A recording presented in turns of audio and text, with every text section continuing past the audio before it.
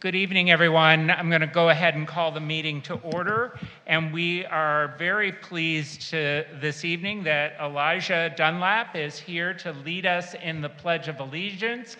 And if Elijah could come forward, we can get this meeting kicked off. Thank you, Elijah. Please join me.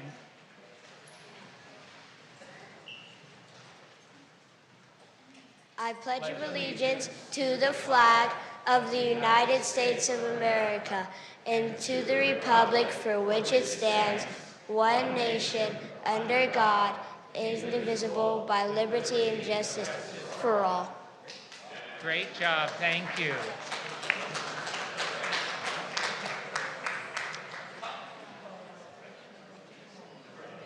And Melissa, could we please have a roll call? Yes, Mayor, thank you.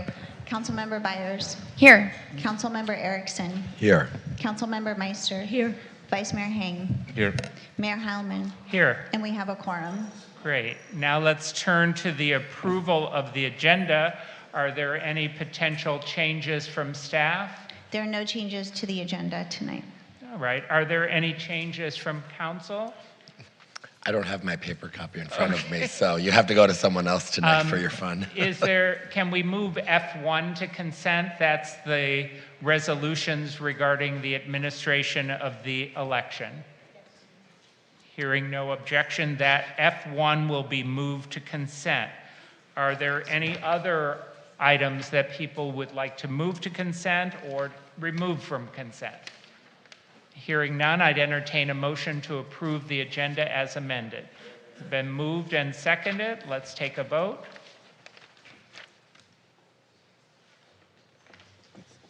Thank you. It approved unanimously. We now have our agenda.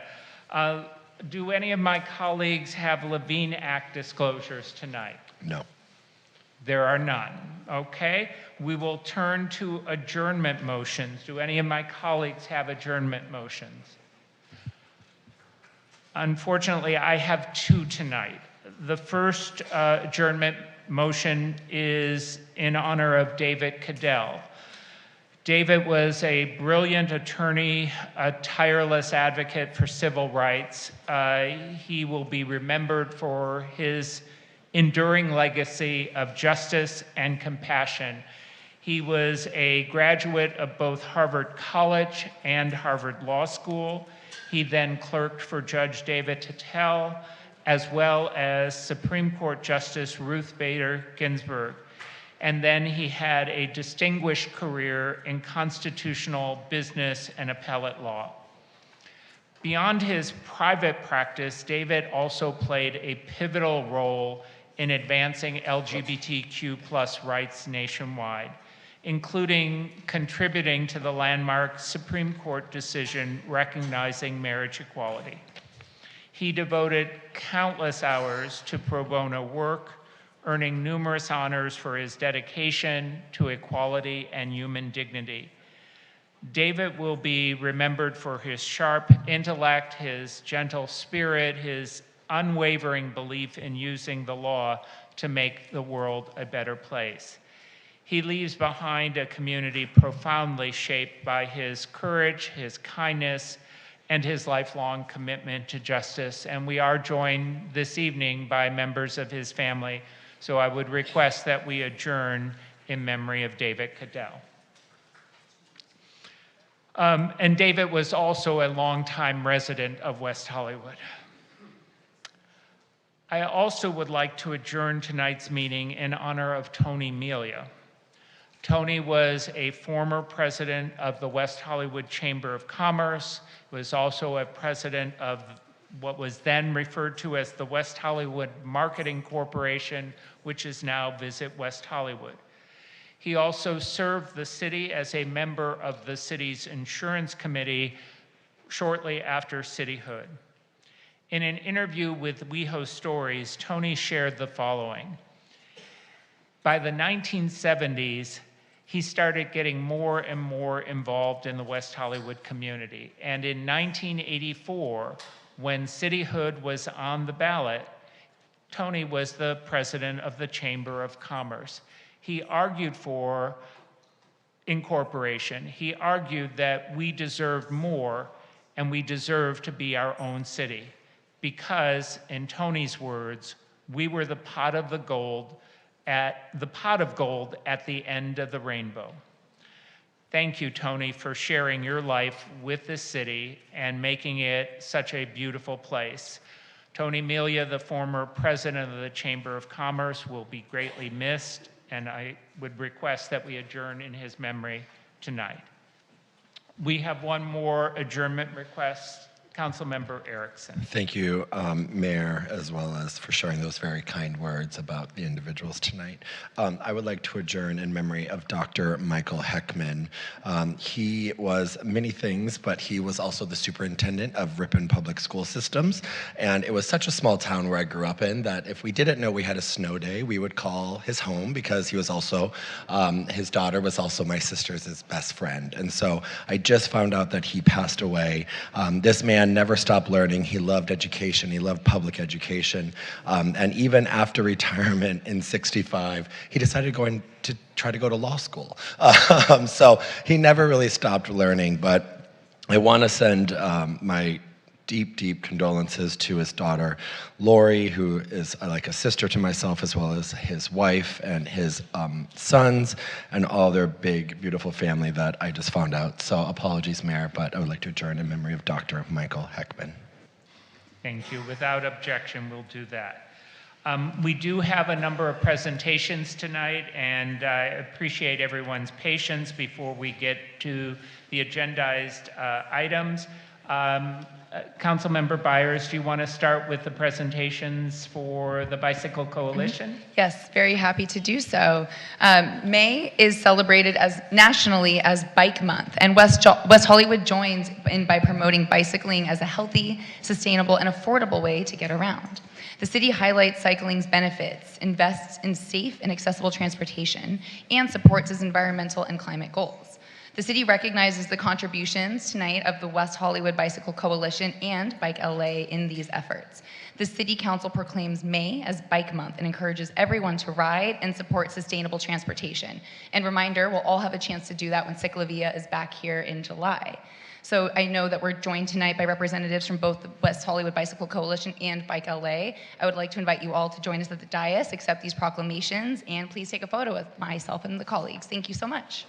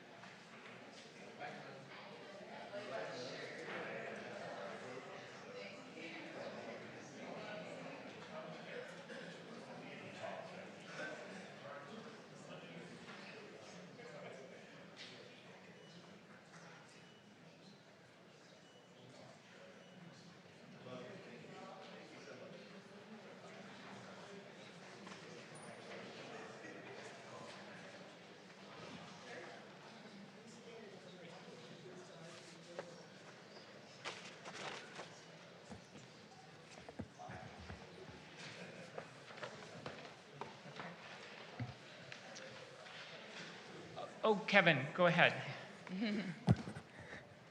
I'm Kevin Burton. I'm a co-founder of the West Hollywood Bicycle Coalition. And we thank the city, Councilmember Byers, for having recognized Bike Month and our efforts on behalf of bicyclists in West Hollywood. I think that it becomes clear with events like Ciclavia that there's a great yearning for people to be able to bicycle on safe streets. We also saw that during the pandemic. There was much less traffic and a lot of bicyclists out on the streets. So we as a coalition continue to work with the city to establish conditions that are safer for bicyclists. Excuse me, Kevin. Could you silence that, please? Thank you. To work toward establishing conditions that are safer for bicyclists who want to be out on the streets but are just too afraid to show up now. Thank you. Thank you. I'll just follow that with saying just how honored we are at Bike LA, your county-wide advocacy organization, for this recognition. I want to recognize the city of West Hollywood for the amazing Bike Month, Bike to Work Day you had on Thursday. It was such a great community event. We had people come all over from all types of walks of life. It was really a beautiful day. I also want to just acknowledge the city's work on Fountain Avenue. This is such an important regional play that'll make the streets safer and healthier, more equitable, just more joyful for all Angelenos. So thank you for the Fountain Avenue project. And finally, we're so excited about this upcoming e-bike library pilot that's going to be in the works. I think that's going to really help people to mode shift and explore alternative modes of getting around West Hollywood and the greater region. So thank you for all your work. We're with you and behind your backs all the way. Thank you. Thank you. I'm going to turn to the Vice Mayor, who has another special presentation this evening. Thank you, Mayor. The City of West Hollywood is proud to proclaim May as API Heritage Month. This commemoration recognizes the generations of Asian Americans and Pacific Islanders whose cultural, social, and economic contributions have enriched this country. The city acknowledges the profound impact of API individuals, organizations, and businesses locally, and highlights the vital work of nonprofit partners supporting our communities. Tonight, the city honors the Asian Youth Center for its culturally competent services that empower low-income, immigrant, and at-risk youth across Los Angeles County and the San Gabriel Valley, as well as the Antelope Valley. Diana Chung from the Asian Youth Center, I would like to invite you to come up to the dais to accept this proclamation from the city and to take a photo with me and my colleagues.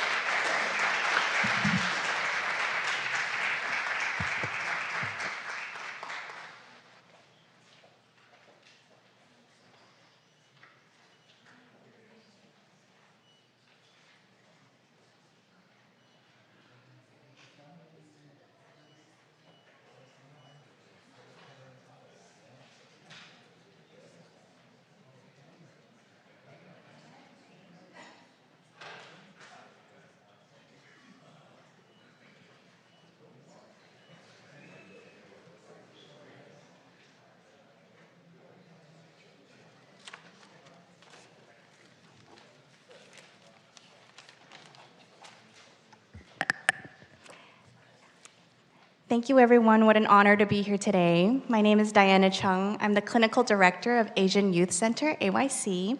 Thank you, Vice Mayor Danny Hang and council members and mayor for recognizing AYC to receive this important proclamation acknowledging AAPI Heritage Month in West Hollywood. LA County has the largest AAPI population of any county in the United States, with roughly 1 in 5 county residents representing AAPI communities. It's one of the fastest growing demographic groups in Southern California and nationally, with San Gabriel Valley, home to AYC, being a key AAPI cultural center. AYC serves and empowers low-income and immigrant communities to overcome barriers through culturally competent and in-language education and social services. 36 years ago, AYC was founded by now Congresswoman Judy Chu and May To, a local educator, to address student and family needs in a growing Chinese population in the area. Since then, AYC has grown to serve youth, their parents, and now their grandparents across the LA County, providing services in Spanish, Mandarin, Cantonese, and Vietnamese through educational programming and teams of community health workers to bridge cultural and language needs for our neighbors in need. So we are addressing intergenerational issues through activities such as creative healing arts workshops for older adults, resource navigation and vocational supports for adults and folks who are justice impacted and coming out of jails and prisons, and also mindfulness and traditional Chinese medicine, movement-based healing for youth in our after-school programs. So lots of fun and creative things. Thank you so much for this acknowledgement. We are honored to receive it today. Thank you. Thank you so much.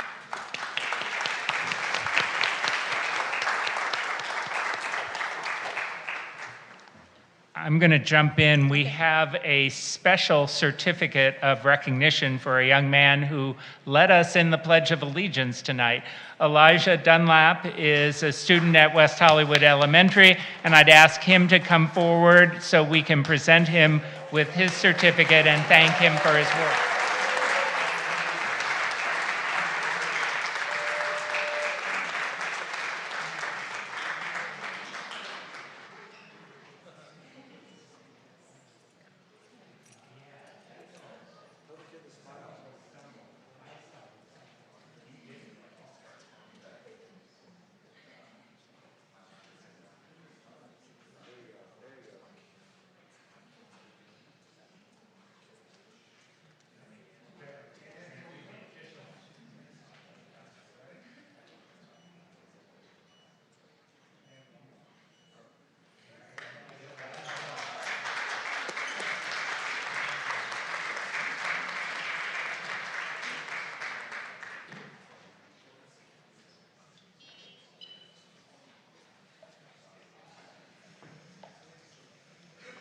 We have a very special guest tonight, and Councilmember Byers is going to present our next certificate. Thank you, Mayor. This is certainly special. We have a star among us, you all. A star athlete, A.B. Hernandez, has graced us with her presence this evening, and we're so grateful. If you've been following the news lately, covering high school athletes in California, then you will know that A.B. is an incredibly accomplished track and field athlete, known for her standout performances in the long jump and triple jump. She has earned top finishes at major meets all across the state, and her personal bests have placed her among California's top jumpers in her division. Quite frankly, as I said, AB is a star. AB also happens to be a transgender athlete, which has brought her under widespread backlash and bigoted harassment. Though she was honored as the 2025 Outsports Trans Athlete of the Year last year and continues to excel on and off the field, we unfortunately live in a world where prejudice still has a voice, and in this moment, certainly too loud of one. But here in West Hollywood, we do not tolerate bullying of any kind, especially of young students. That's right.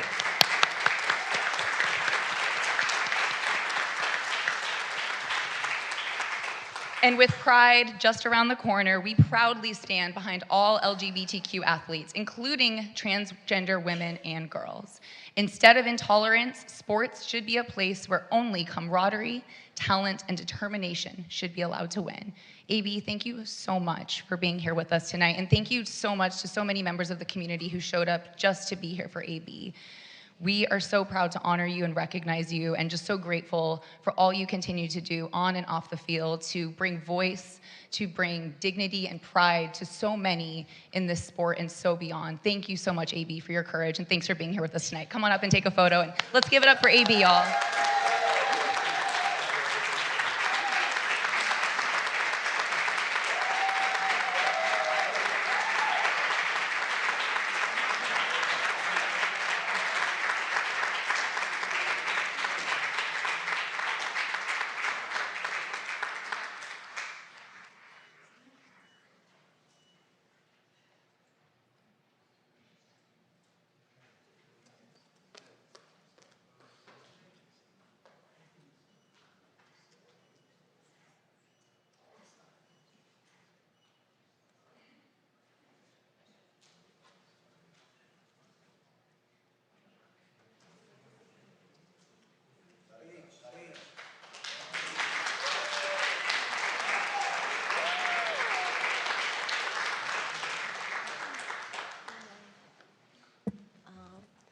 Hi, my name is obviously A.B. Hernandez, and I've been, attacked, whatever, it's fine.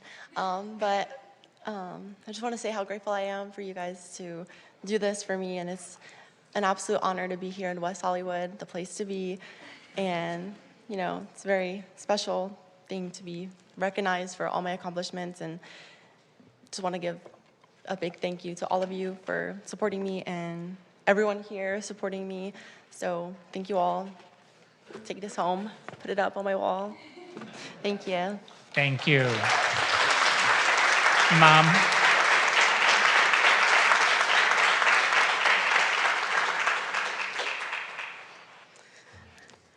Today, as a mother, My heart is filled with both pride and emotion as I extend my deepest gratitude to the mayor of West Hollywood and the respected city council members for recognizing my daughter with this meaningful proclamation. In a time where so many young people are struggling simply to be accepted for who they are, your acknowledgement sends a powerful message that every child deserves dignity, safety, and the opportunity to thrive.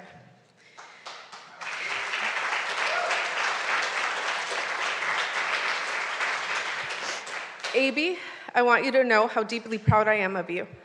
I have said this before, and I will not be tired of reminding you, or be tired of reminding you that your strength, resilience, and determination continue to inspire me every single day. You pursue your sports with courage and grace, despite adults choosing to target, criticize, and politicize a child simply for existing as her authentic self. While others attempted to break your spirit, you continue to rise. You continue to compete. You continue to shine. Through all this, one thing will never change. I will continue to support my daughter unapologetically.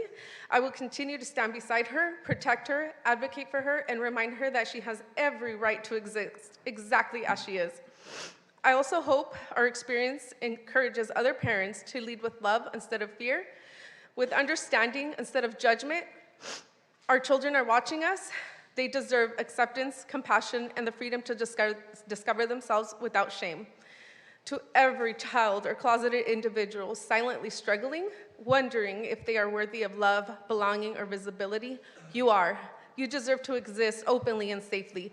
You deserve joy, you deserve community, and one day, I hope authenticity is so normalized that no one, absolutely no one, has the fear of being themselves. AB, thank you for teaching the world what courage truly looks like. I love you.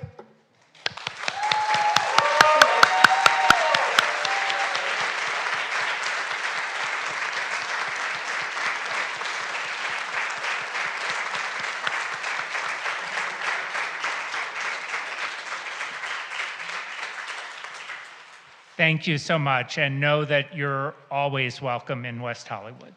Thank you.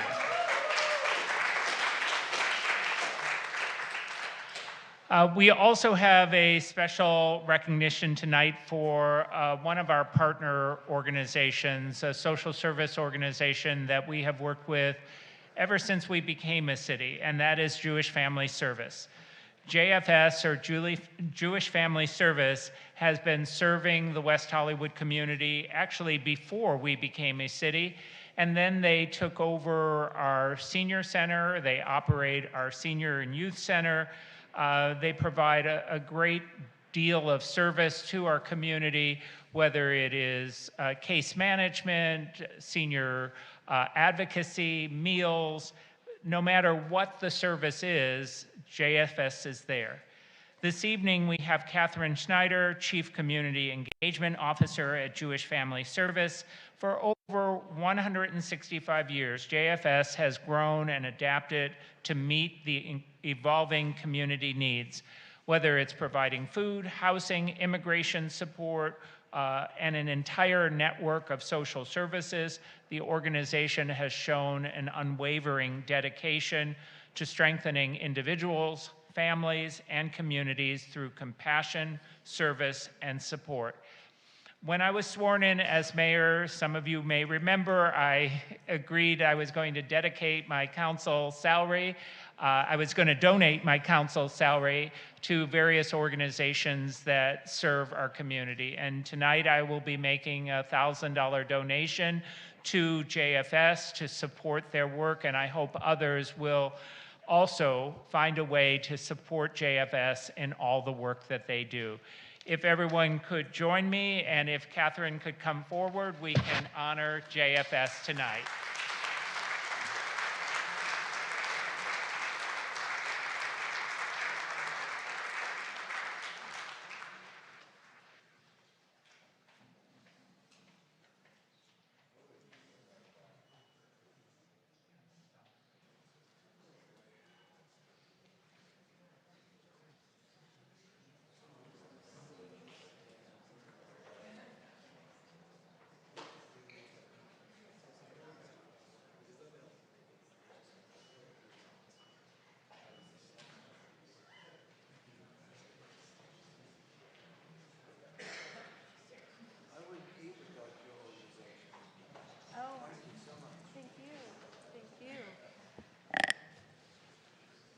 It's clear that West Hollywood is an exemplar of compassion and dignity.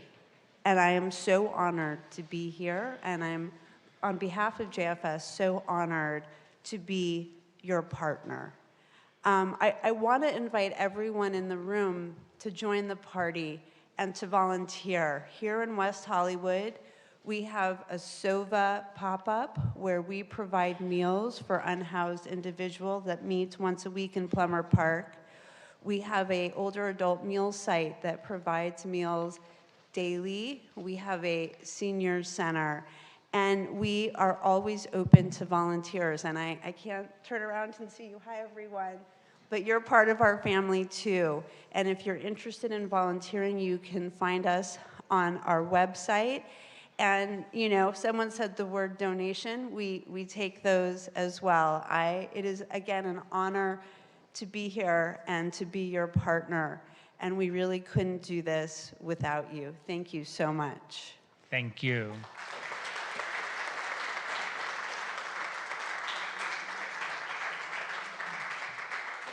And before we turn to our agenda, I neglected one other adjournment. I would request that we adjourn in memory of Jason Collins. Jason was an American basketball player, professional player who was a center for 13 seasons in the NBA. He played college basketball at Stanford with his twin brother. He was then selected by the Houston Rockets and went on to play for a number of teams. We know him most notably in West Hollywood because he was the first openly gay active NBA player. He died recently of brain cancer a brain tumor, and I would request that we adjourn in his memory tonight. Okay. All right, that completes our presentations. Thank you, everyone, for your patience tonight. We will now turn to the city manager's report. Good evening, Mayor, Vice Mayor, council members, and members of the community. I am so happy to start with the WeHo Pride kickoff update. The city invites the community to kick off WeHo Pride season on Friday, May 22nd, with an event that honors the legacy of LGBTQ+ civil rights pioneer Harvey Milk. Join us for a free community celebration and the annual Jose Soria drag pageant at West Hollywood Park.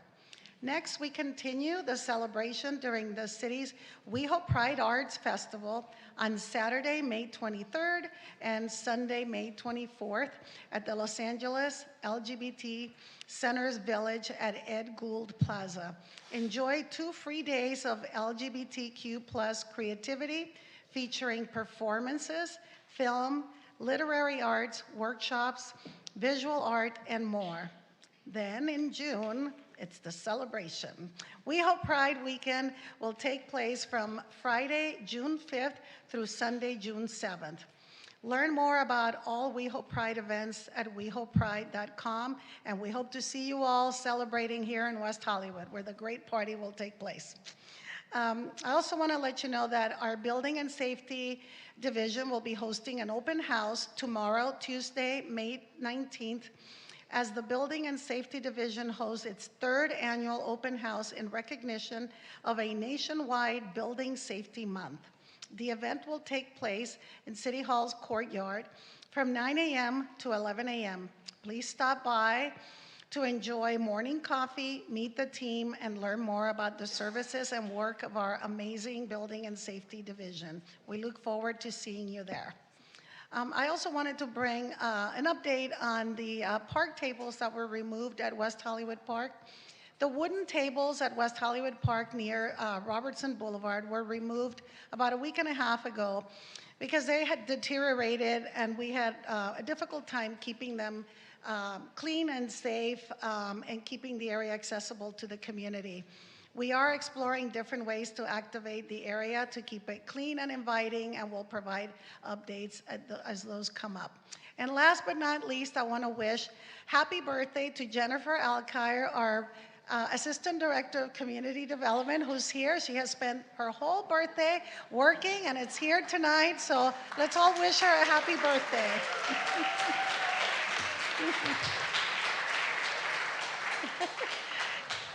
And that concludes my report. Thank you. All right, thank you. I did take the city manager's report out of order here because I wanted to make sure everyone knew about the upcoming Pride activities. We will Mayor, now turn to... I have a question for the city manager. There's a question for the city manager. Councilmember Erickson. Thank you. Jackie, a number of us have been seeing online reports about fighting continuing to happen in the Rainbow District. And my understanding is that the EPT teams, block by block, and other individuals should be out patrolling our streets. I don't know if someone is able to provide an update so the community knows about the ongoing safety issues that we're trying to address there. But I've gotten several comments from individuals and would just love if there could be a quick update about ongoing enforcement on our sidewalks, because my understanding was the EPT team is fully funded and should be out there doing this type of work already. That is correct. They have been out in the community Friday, Saturday, and Sunday. And we have Danny Rivas here and Lieutenant Turner, who can also provide a quick update on the hours of operation of the team and what they have been doing out in the community to address these concerns.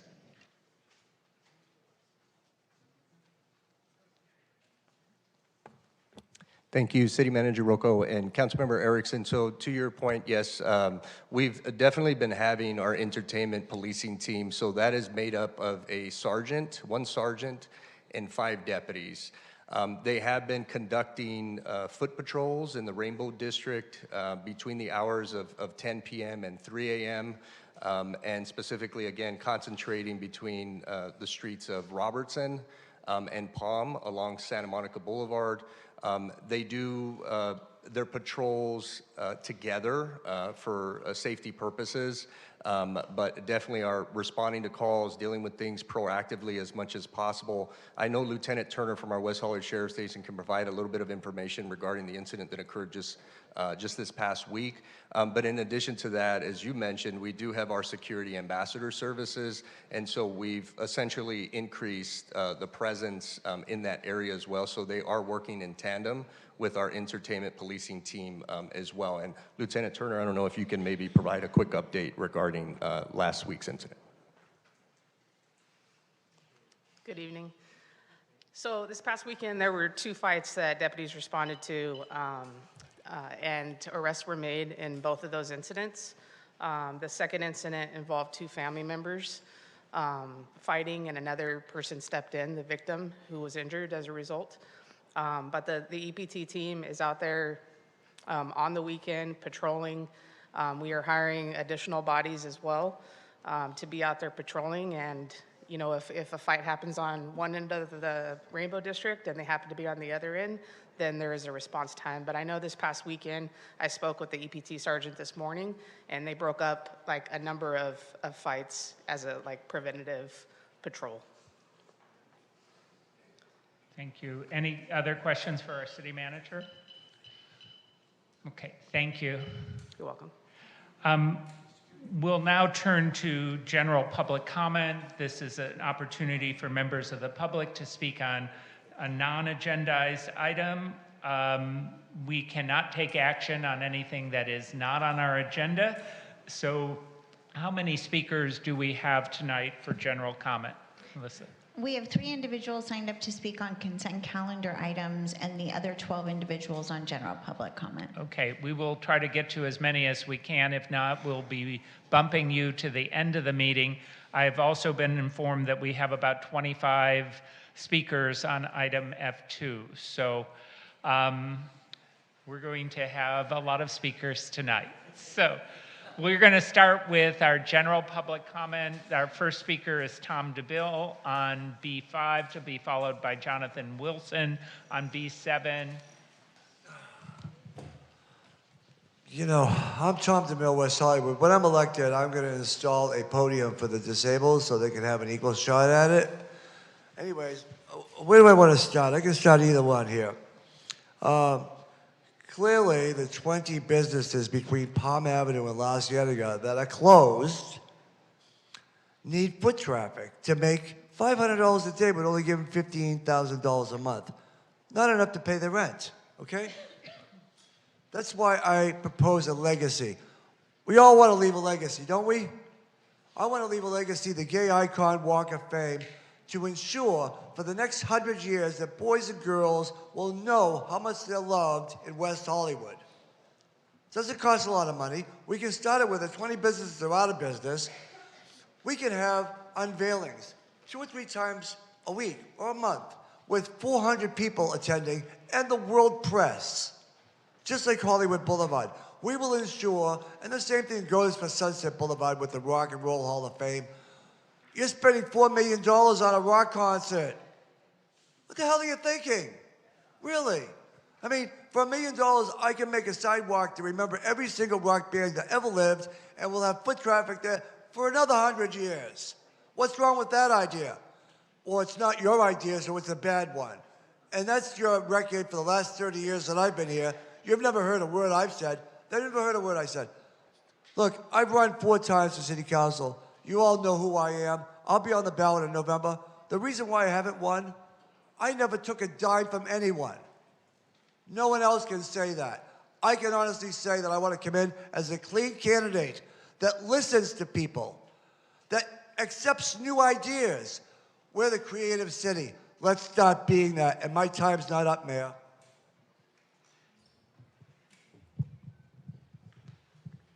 Thank you, Tom. Your time has expired. Jonathan Wilson.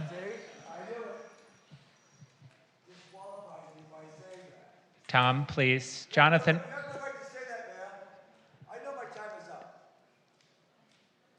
Jonathan. Hi, Jonathan Wilson here, resident and business owner. Thank you, Mayor, Vice Mayor, and council members. I just want to say I support the film permit administrative fee waiver. However, I'd also like to say that I think it shouldn't just be a waiver. I think it should be something where it's a credit towards spending money with other businesses here in our city. That way it gives money back to our city and helps us, sorry. No, I'm sorry, I was, That's all right.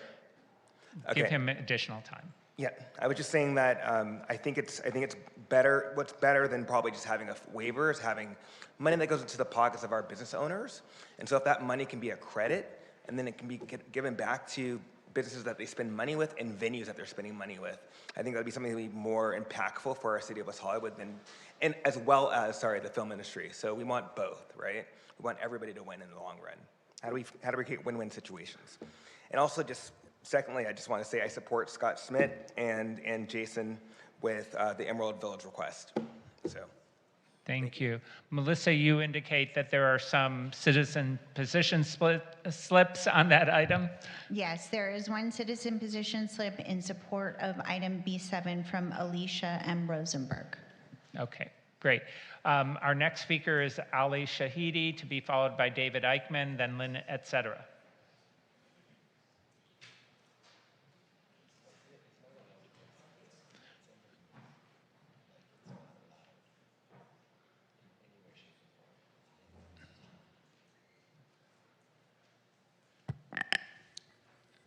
Good evening.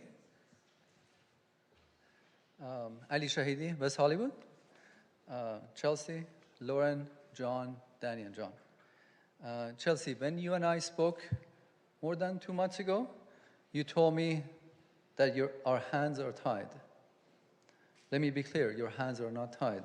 Your hands are folded. There's a difference. When you tell us your hands are tied, you want us to believe that you're powerless. But we know better.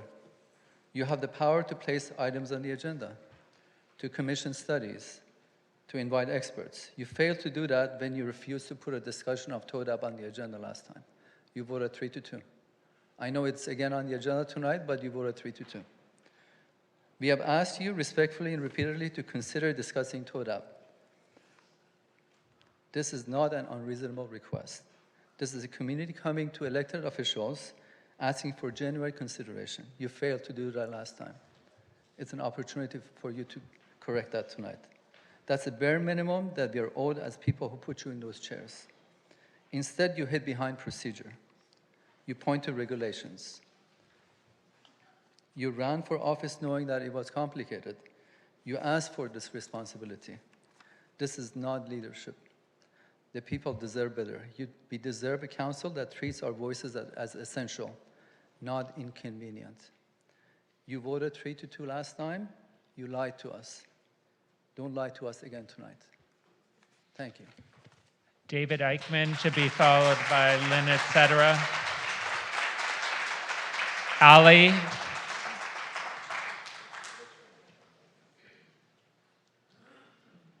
Good evening, Mr. Mayor, Mr. Vice Mayor, council members. David Eichmann, resident of Los Angeles and a business owner here in the city. I first want to thank you for adjourning in memory of David Codell. I have David's brother Steve here with me, so he really appreciates that. As the mayor said, David was an accomplished attorney, longtime resident of West Hollywood. I had the pleasure of sharing offices with him for many years. And he was so accomplished with a resume, unbelievable, right? Twice Harvard, clerked for Ruth Bader Ginsburg, but he would never tell you that. It was all of the rest of us, when we were with him, would point it out, like I was proud to know someone that clerked for Ruth Bader Ginsburg, but he did incredible work. And I do want to mention one of his very first cases, which will make you even glad we're in West Hollywood and not living in Orange County, California. One of his very first cases was representing 2 high school students who tried to start a gay-straight alliance at their high school, El Modena High School in Orange County, and the school refused.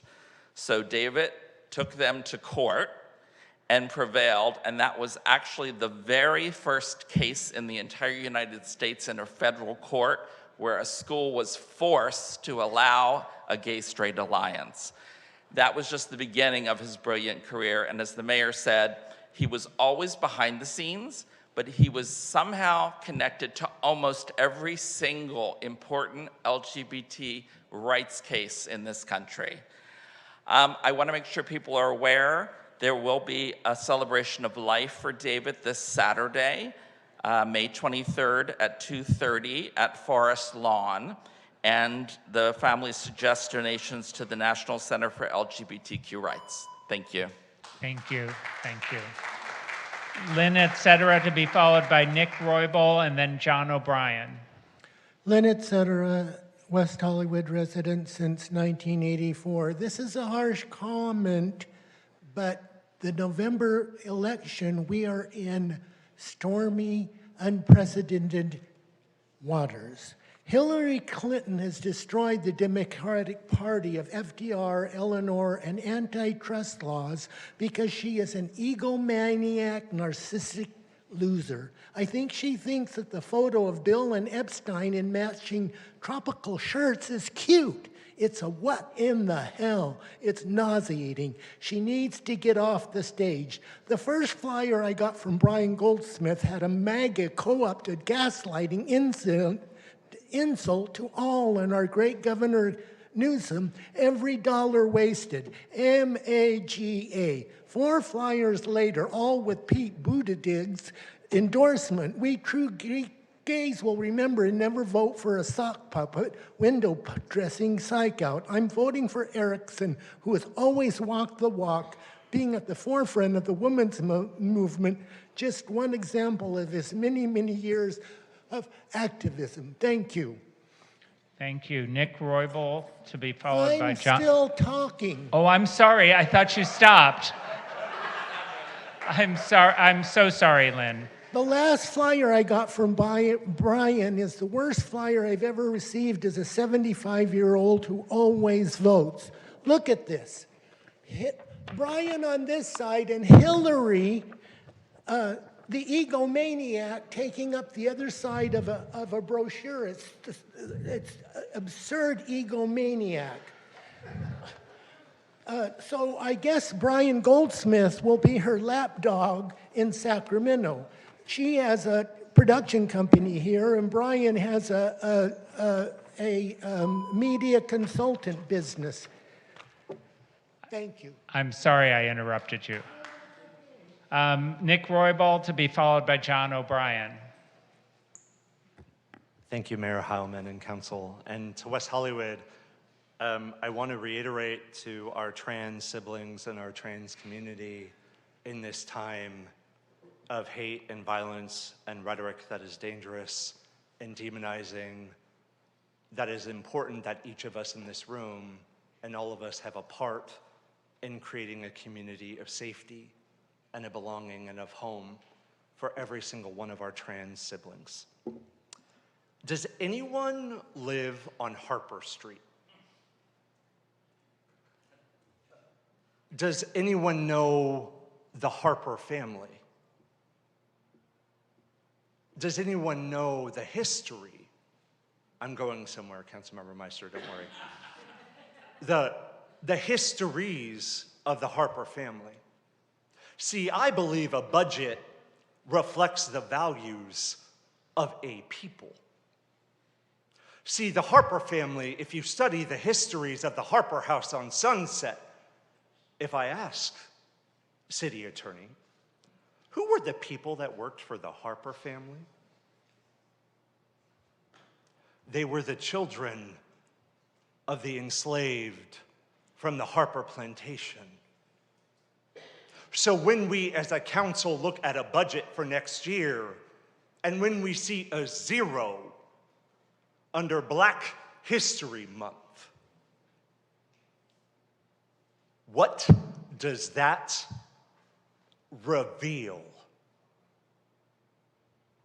As a brown person whose name is on the federal building downtown LA that is housing innocent people, I think it is important that we have a conversation about what we are revealing of ourselves. Thank you. Thank you, Nick. John O'Brien, to be followed by Jeff McMullen. I'm back again, Council. I wanted to, first of all, emphasize the thank you for making sure that we have a safe Pride Festival this year. I have great concerns about the violence and hatred, and I'm glad that the city is taking extra time to promote a positive, peaceful, safe space for all for the festival that's coming up. So thank you for that. The second is, even though my group has not been given a space in a tent, I've informed the city that we have a tent, we have tables, groups, and volunteers, and we're setting up anyway to denounce President Trump and the violent wars. So I thank you. We'll be part of a peaceful, wonderful festival, and we should all get together and support each other. Thank you. Thank you, John. Jeff McMullen, to be followed by Pierre Valari. Good evening, I'm Jeff McMullen. I want to commend the city for its work on the K-Line North Extension project and securing the San Vicente Fairfax locally preferred alternative. I also want to commend the city on its efforts to create an enhanced infrastructure finance district, which will allow for the financing of that project and also expediting it. I understand from conversations that we've had with the supervisor's office that if that EIFD is successful, that the project could start as early as 2031, with the first leg of it completing in 2033. In order for that to be achieved, however, the City of West Hollywood's sheriff's station would have to be relocated and relocated in a very short order. According to the Metro's environmental impact report that they did on the K-Line North Extension project, they identified the sheriff's station as a construction staging area, and also where the option 1 for the entrance of the new subway would be located, which obviously requires a relocation of the sheriff's station.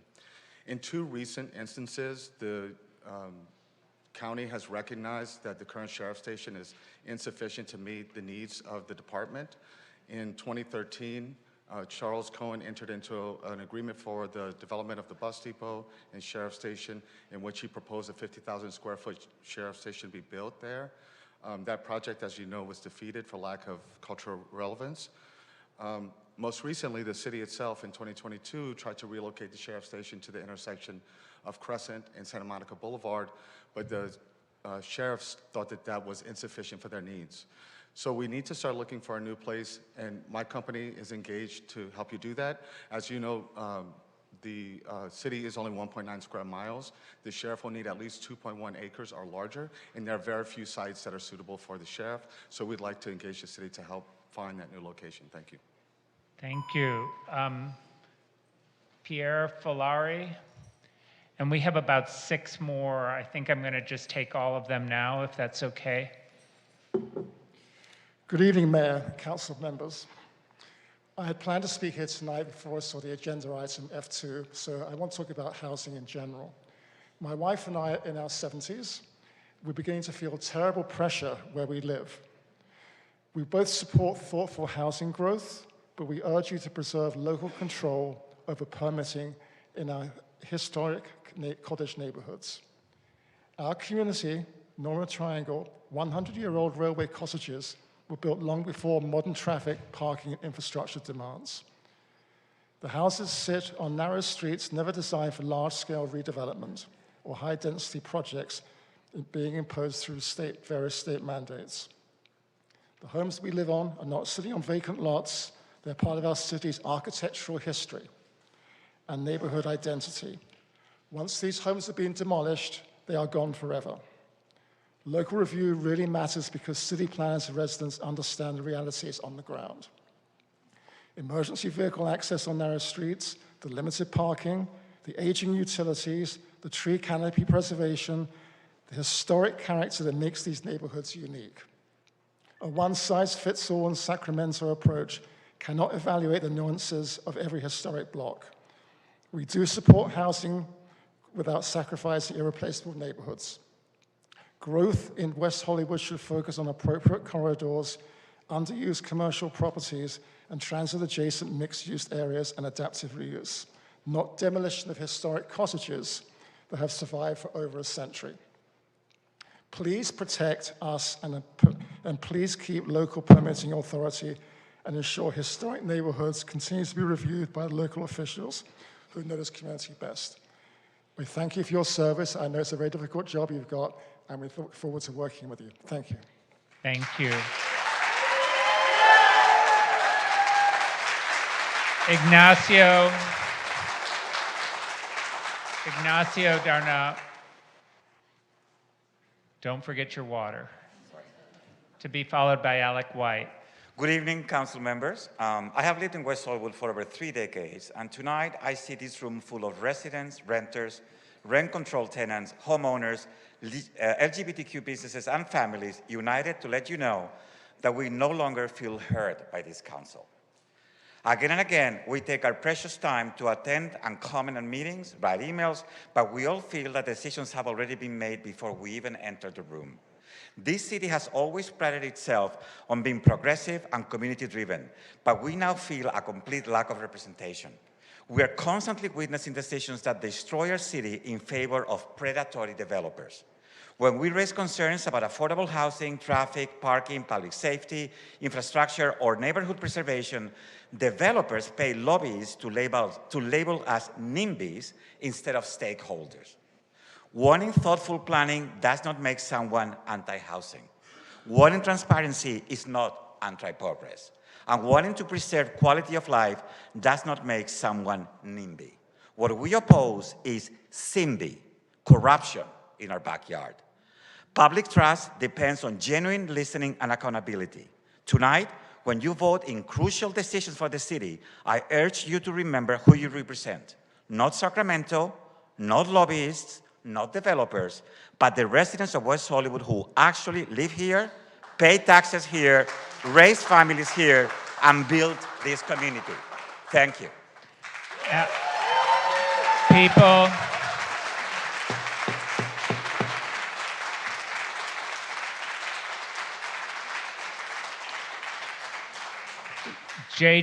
Jacobson to be followed by Alex White.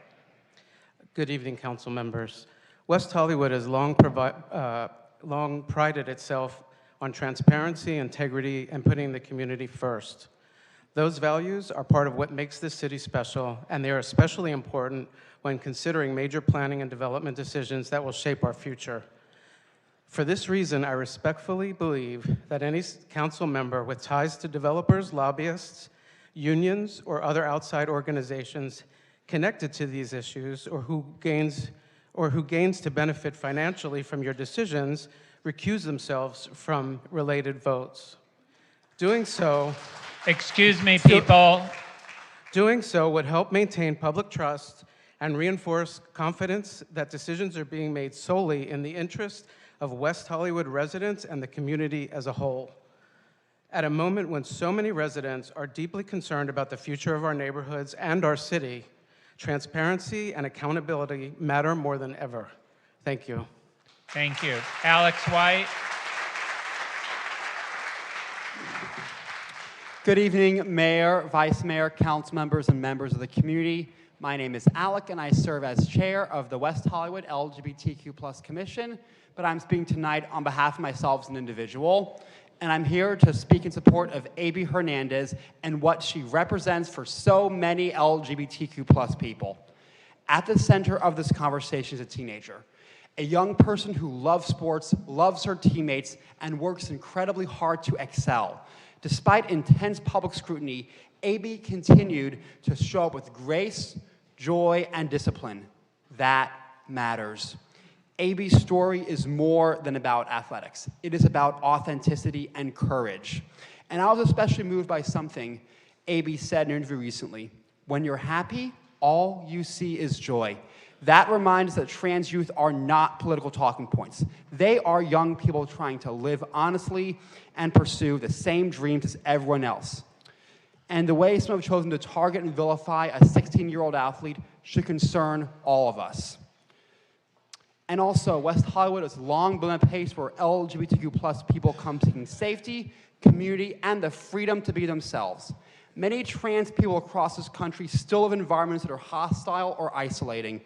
That is why it is so important we continue to make this city accessible to trans and other LGBTQ+ members who need that refuge, including by building more housing here so more LGBTQ+ people, especially trans people and young trans people, can realistically afford to live here. AB demonstrated resilience, sportsmanship, and excellence this year. And to every young trans person watching tonight, your community sees you, values you, and is proud of you. Thank you. Thank you. Ted Soroka, to be followed by Michaela Saint, and then Kimberly Winnick, and we have one speaker on Zoom.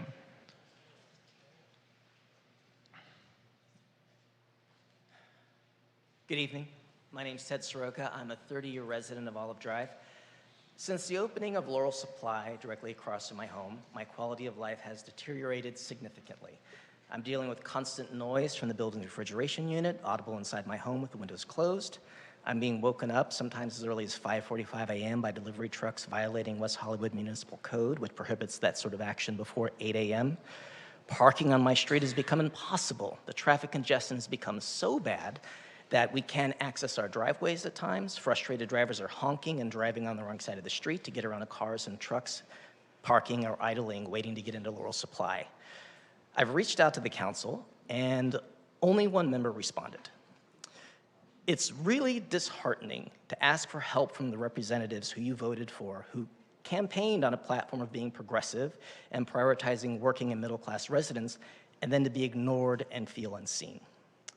With that in mind, I hope you will thoughtfully consider the people speaking here tonight regarding TODAP and SB 79. These people are speaking because they are worried about their quality of life and are asking for your help. I hope you will listen to them. Thank you. Thank you. Michaela.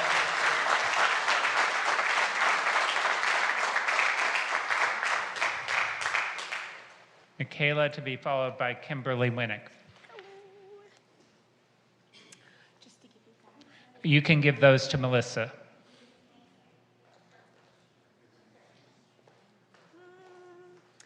Okie doke.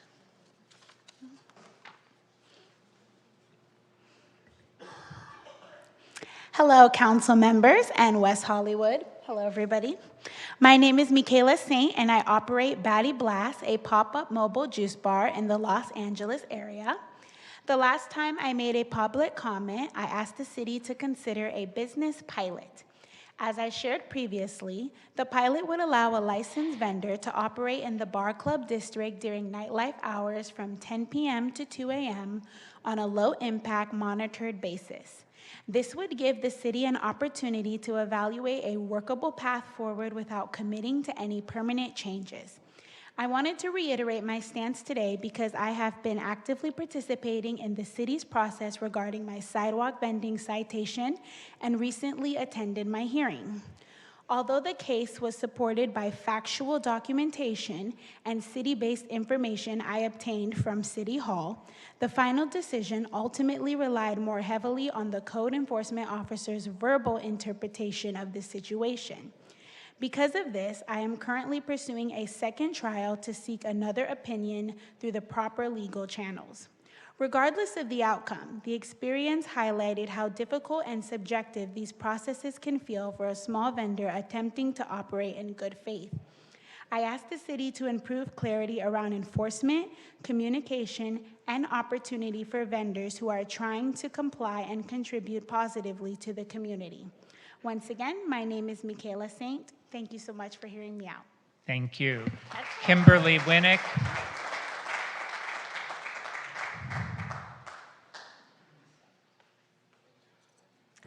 Mayor, council members, I'm Kimberly Winnick.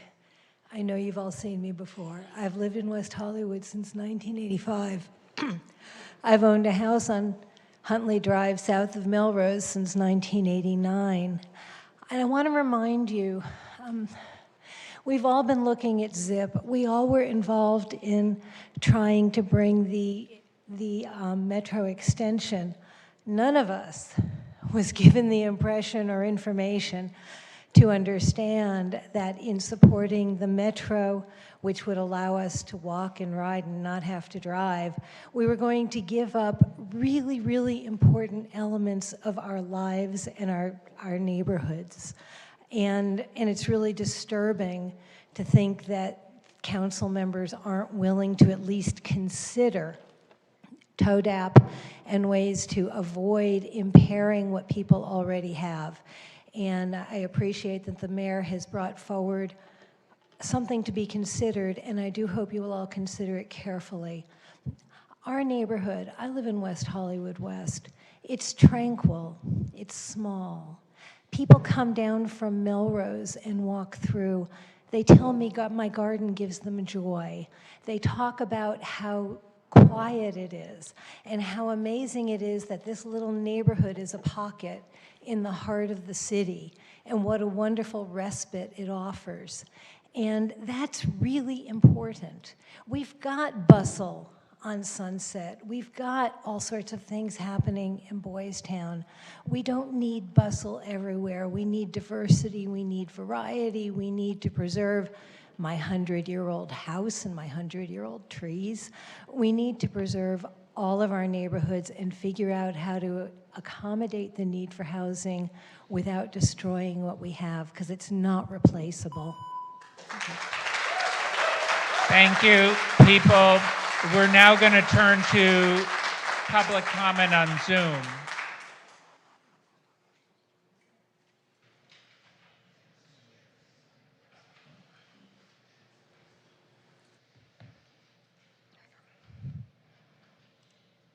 Jamie Francis, your next speaker. You'll have 2 minutes. Good evening, Council and Mayor Heilman. My name is Jamie Francis Wendell, resident of West Hollywood for 15 years. I'm calling in regards to advocating for affordable housing that I feel has been lackluster and has not been of ample volume that the city had 40 years to accomplish. Unfortunately, because of NIMBYism and NIMBYists, especially those previous speakers tonight, they have been able and afforded to live in the city for 40 plus years. With gentrification that's happening, with their property values that have increased, only they can speak about this because they've been afforded the luxury and the ability to live in this community. It is over-gentrified, it is expensive, and it is disheartening and demoralizing, to say the very least. And at very worst, it's been overpriced for many people who cannot afford to live here. I'm speaking in regards to myself because I have lived here for 15 years only because of affordable housing. And I just want to emphasize this because if it wasn't for that, I would not be in the city to this day. So getting on this and being a recipient, that's why I'm speaking as a resident instead of an outsider. So I want to express, my feelings and express how I feel that other residents think that they can control the dynamics and the narrative about housing because they want their little village. They want their enclave. It's unacceptable. I understand there has to be housing density, there has to be restrictions. I get that people want to preserve their neighborhoods. However, it is unacceptable for people to basically say, I live here, but you cannot. I do not accept that. I am on fixed income. I live here because of affordable housing, and if it wasn't for that option, I would not have that right. That so many people who came here in the 80s and 90s, they take advantage of that. And I feel insulted. So those of you who live in your community's enclave, be lucky. Thank you, Jamie. Thank you, Jamie. Your time is up. Thank you. Thank you. We'll now turn to the consent calendar as amended. What is the fiscal impact of the consent calendar tonight, Melissa? Thank you, Mayor. The fiscal impact on tonight's consent calendar is $3,546,500 in expenditures, $875,700 in revenue, and $0 in waived fees. And prior to the council voting on tonight's consent calendar, I did want to indicate for the record that the minutes of May 4th, we are amending. It is item B2, but we are amending the adjournment motions. Councilmember Meister requested that the meeting be adjourned in memory of Christopher Endeman, and Mayor Heilman requested that the meeting be adjourned in memory of Paul Oppenheim. They were reversed in the minutes, so thank you. Okay, there is a motion to adopt the consent calendar. There's now a second, and we can go ahead and approve.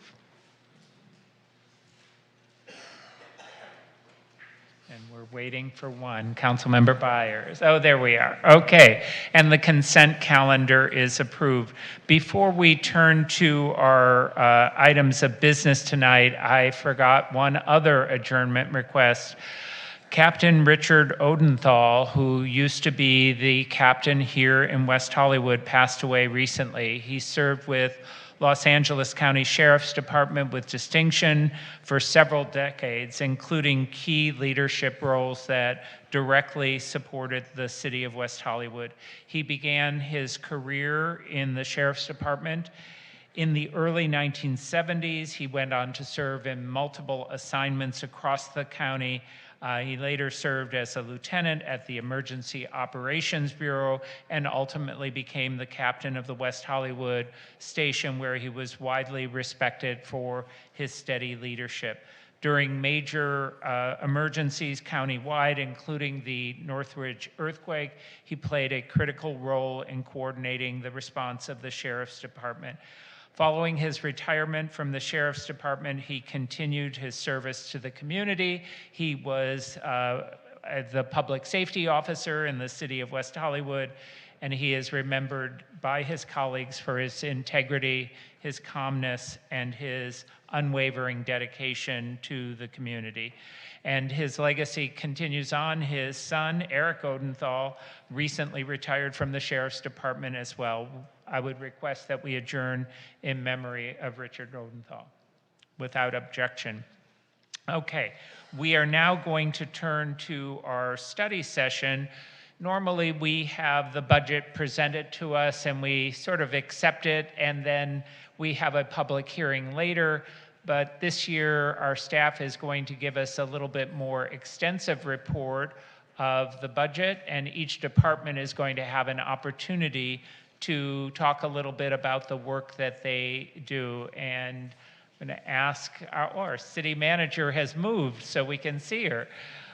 City Manager Jackie Rocco is going to lead the effort tonight. And for those of you who are here for a discussion of SB 79, this is a planned discussion that is likely going to take about an hour. So if you want to run out and get something to eat before your item comes, you're welcome to come back.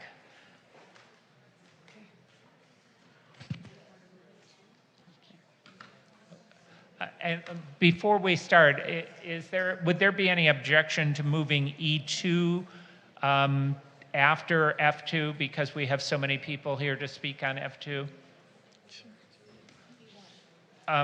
No, I'm sorry, E1, yes, E1 after F2.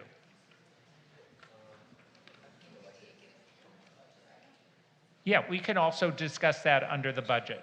Okay. Okay. Okay. Good evening, Mayor, Vice Mayor, council members, and members of the community.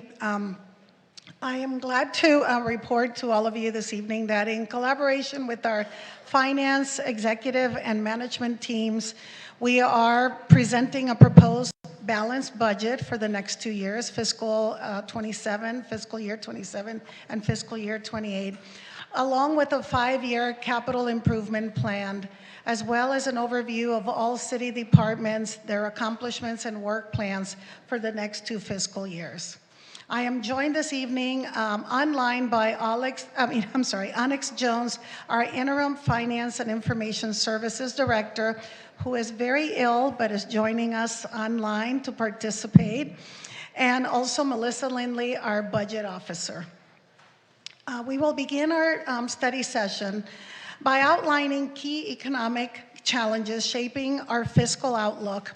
These conditions require us to prioritize essential core city services, programs, and projects while maintaining disciplined revenue monitoring and prudent expenditure management, as well as adopting city budget best practices.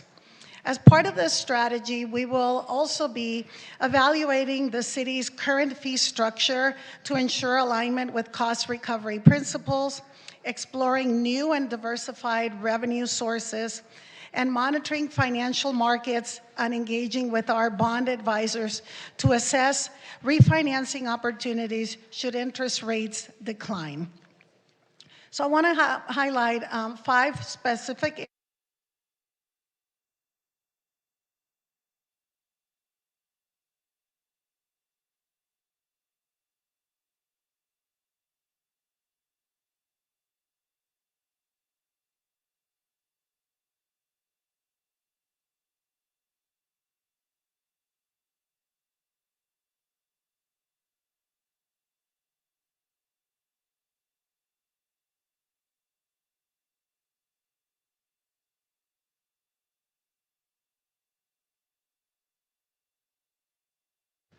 apologies.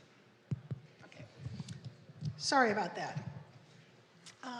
There are 5 specific areas that I just want to quickly highlight that will give you a sense of some of the challenges that we are experiencing or need to acknowledge as we move forward with a balanced budget and the needs of the city for the next 2 fiscal years. The first is economic uncertainty.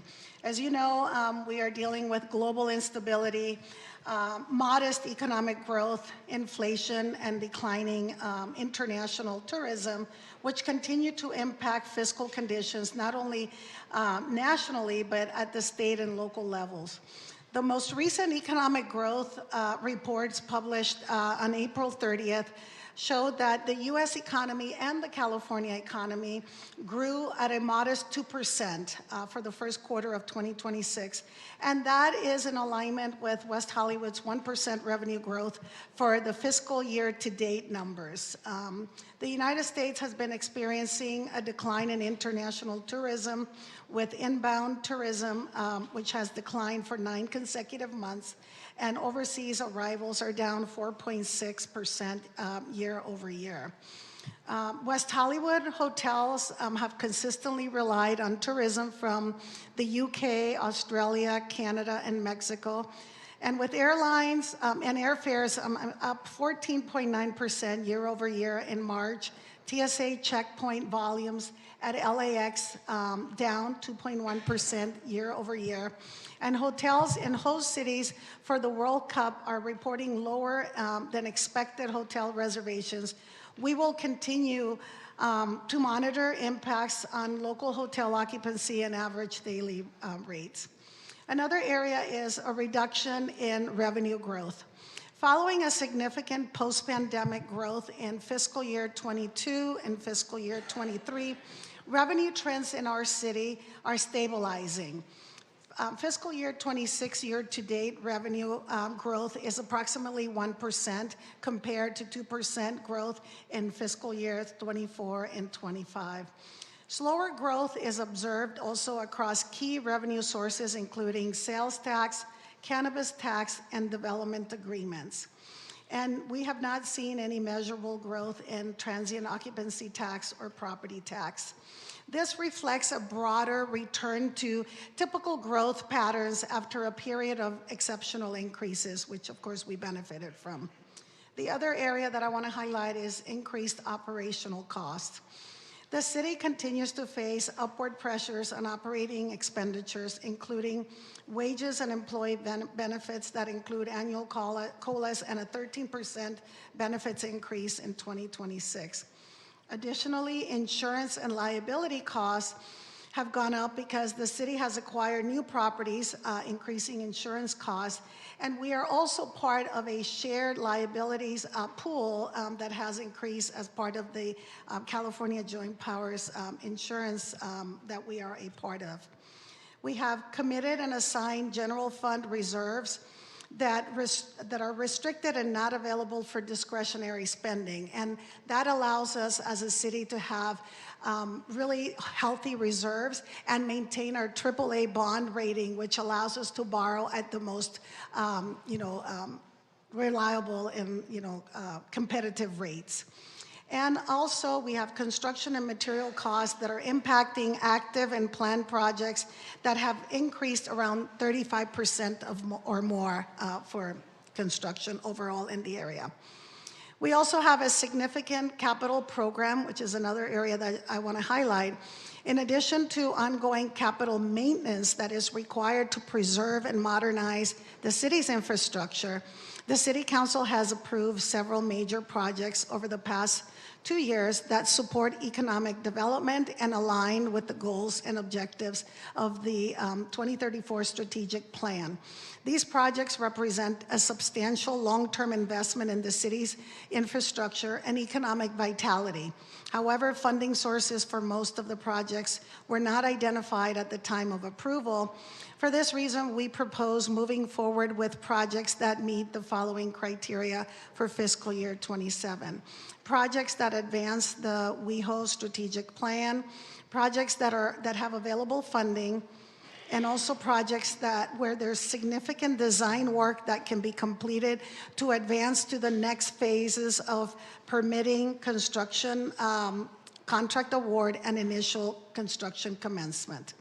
Other projects without available funding should be considered for fiscal year 28 if funding is identified, either through better than anticipated revenues or available financing options. And lastly, I just want to highlight just the high cost of issuing debt. You will see in our presentation that historically the city has utilized bond financing to fund major capital projects, allowing costs to be distributed over time rather than fully impacting the general fund. Bonds were issued in 2016, 2020, and 2024. The city currently carries $183 million in outstanding debt, and that includes a $13.1 million in annual service debt. That allows us to, continue to fund those projects, but there is a cost involved in utilizing bond for that type of financing. However, in the current high interest rate environment, issuing new debt is less cost effective, and refinancing existing bonds is not currently advantageous because the rates are higher than when the bonds were initially issued. As a result, alternative funding strategies will need to be considered for approved but currently unfunded capital projects. These are just, some general areas that I just wanted to highlight as we continue our budget discussion. And I will now turn our discussion over to Onyx Jones, who's joining us online. Onyx? Hear me? Yes. Okay, great. Good evening, Mayor, Honorable Mayor, Council members. Thank you for allowing me to join virtually this evening. I am Onyx Jones, the Interim Finance and Technology Director.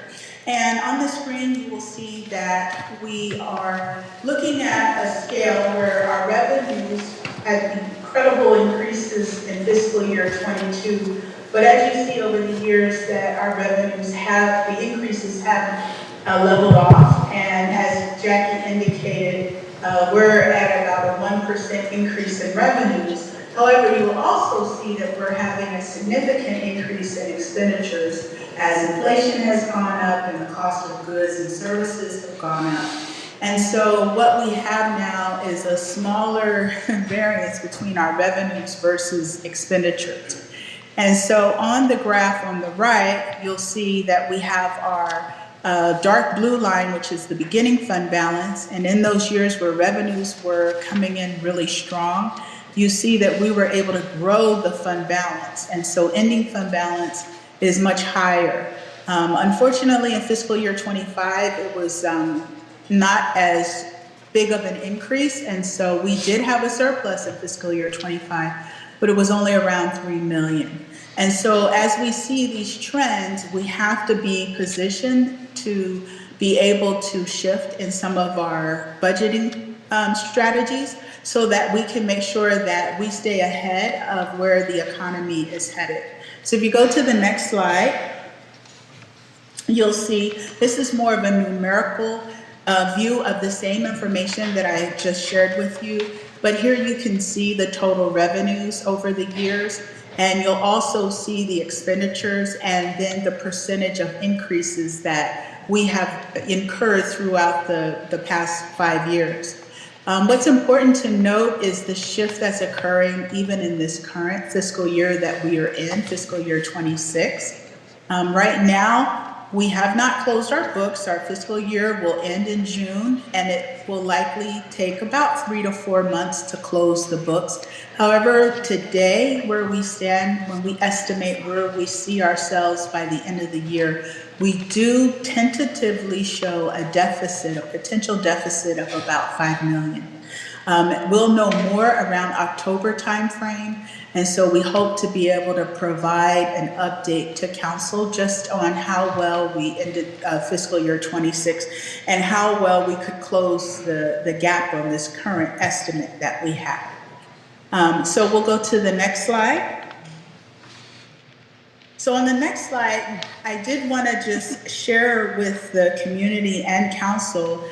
This is actually an extract pulled from the ACFR, which is our audited financial statements from the prior year, fiscal year 25.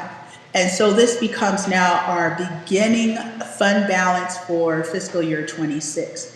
And so as many of you may know, we had 206 million in the general fund balance, but I also wanted to share the breakdown of that 206 million. Some of the amounts, like 589,000, is considered non-spendable. We also have amounts that are in our committed category. And so in our committed section, we have our emergency contingency, which is in line with our fiscal policy of 35%, which is a very generous fiscal policy. And so we have 61.9 million there in reserves for in the event of. And then we also have 23.5 million, which is set aside for encumbrances. And what this is these are amounts that were contracts and budgeted projects from the prior fiscal year that were not complete. And because we need to carry those funds over, we show them as committed. So we don't spend those funds for other purposes. So those amounts are committed or spoken for. We also have an assigned fund balance. Some of these amounts are required just through our audit process. So we have GASB requirements. So that's 9 million that is set aside for GASB. This is the city following our accounting policy and principles that we have to follow. We also have amounts in our assigned category that are good for, if you wanted to do a bond and they were going to look at our financials, they would see that we had a reserve for our debt service. So that's also a positive. It helps with our credit rating. Our unfunded pension costs, having amounts set aside for that helps with the city's credit rating. Having 10 million set aside in just for self-insurance. Again, those are all items that are good for the city's credit rating. As well as at that point, at the end of the year, or I should say the beginning of this fiscal year, we also had 77 million set aside for capital projects. And then in the end, unassigned fund balance, which is just money that the council is able to utilize for projects that were not budgeted, we had 6.4 million, rounded 6.5 million. So that was the breakdown of the fund balance at the beginning of the fiscal year. And we go to the next slide. And then we had our adopted budget for this current fiscal year. And you will see that we had a small surplus of $28,000. And then the next slide. And then since the adoption of the budget, there has been action taken throughout the year from the time period of August 25 through April of 26. And so we have summarized all of the action that has been taken that was outside of the adopted budget. So we purchased property of $11.6 million. This was for our housing trust fund. We also had various supplementals that were approved throughout the year. And so that was a total of $23.5 million. And then during our mid-year process, we did bring it to the attention of council some of our revenues, as you know, we were looking at the slow decline with revenues, that we needed to make amendments to our budget. Sales tax, per our consultant that does projections for many cities across the state of California, indicated the softening of sales tax revenue. So we made an adjustment for sales tax revenue as well as our billboard revenue. And additionally, there's a section at the bottom. These are additional fundings that we know that the general fund must subsidize. So there are funds, for example, Fund 301 is a capital fund. We have a lot of capital projects that were approved and they need to be funded. However, the bond proceeds that we were utilizing to fund many of our capital projects, we're just about where we've utilized all of those bond proceeds. And as the city manager indicated, right now, we don't see where we're able to secure additional bond funds. And so without having the additional bond funds to fund these projects, the general fund would need to be prepared to transfer funds into that fund in order to complete all of the projects that we have currently budgeted in those funds. And then with all of that, we have a total commitment of $75 million in the general fund balance. So we go to the next slide.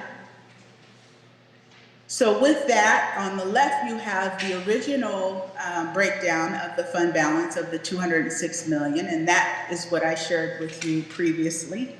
And then we have what is revised. Sorry. The revised column is after all of the action has been taken. And really the biggest thing to note here is that the unassigned fund balance is now 0. And so what that means is we've pretty much fully committed all of the fund balance in some areas, right? It's either committed for self-insurance or it's committed for capital, etc. And so as we move forward, if we do adopt something that is outside of the budget, we will need to identify a funding source for it. Next slide. And so this, at the end, I think is where I'm going to turn it over to Melissa Lindley.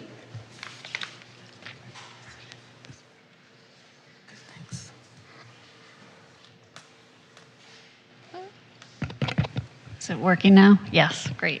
Thank you. Thank you, Onyx. Good evening, Mayor, Vice Mayor, and council members. Melissa Lindley, Budget Officer. Let me just catch up. I don't think people can hear you, Melissa. So maybe you can use the mic Jackie has. Thank you. Just give me a moment and I will catch up to where we were on the presentation. Melissa, if it's easier, I can reshare here. That's okay. Okay. Thank you. Okay. Great. Thank you. So the city operates on a 2-year budget cycle, and this evening we are here to talk to you about the upcoming 2-year cycle, which includes in the first year, fiscal year 27, beginning July 1st, 2026 through June 30th, 2027, and the second year will be fiscal year 28, be covering the period of July 1, 2027 through June 30th, 2028. As part of the budget process, departments submitted budget requests, and those requests are shown here on this slide. Across all funds, those requests totaled $22 million in the first year of the budget and $23 million in the second year. While revenue projections do not support moving forward with all of those requests, we are proposing to include $8.1 million in FY27 and $10.4 million in FY28 across all funds, which includes $6.9 million and $9.3 million in the general fund for the 2-year budget.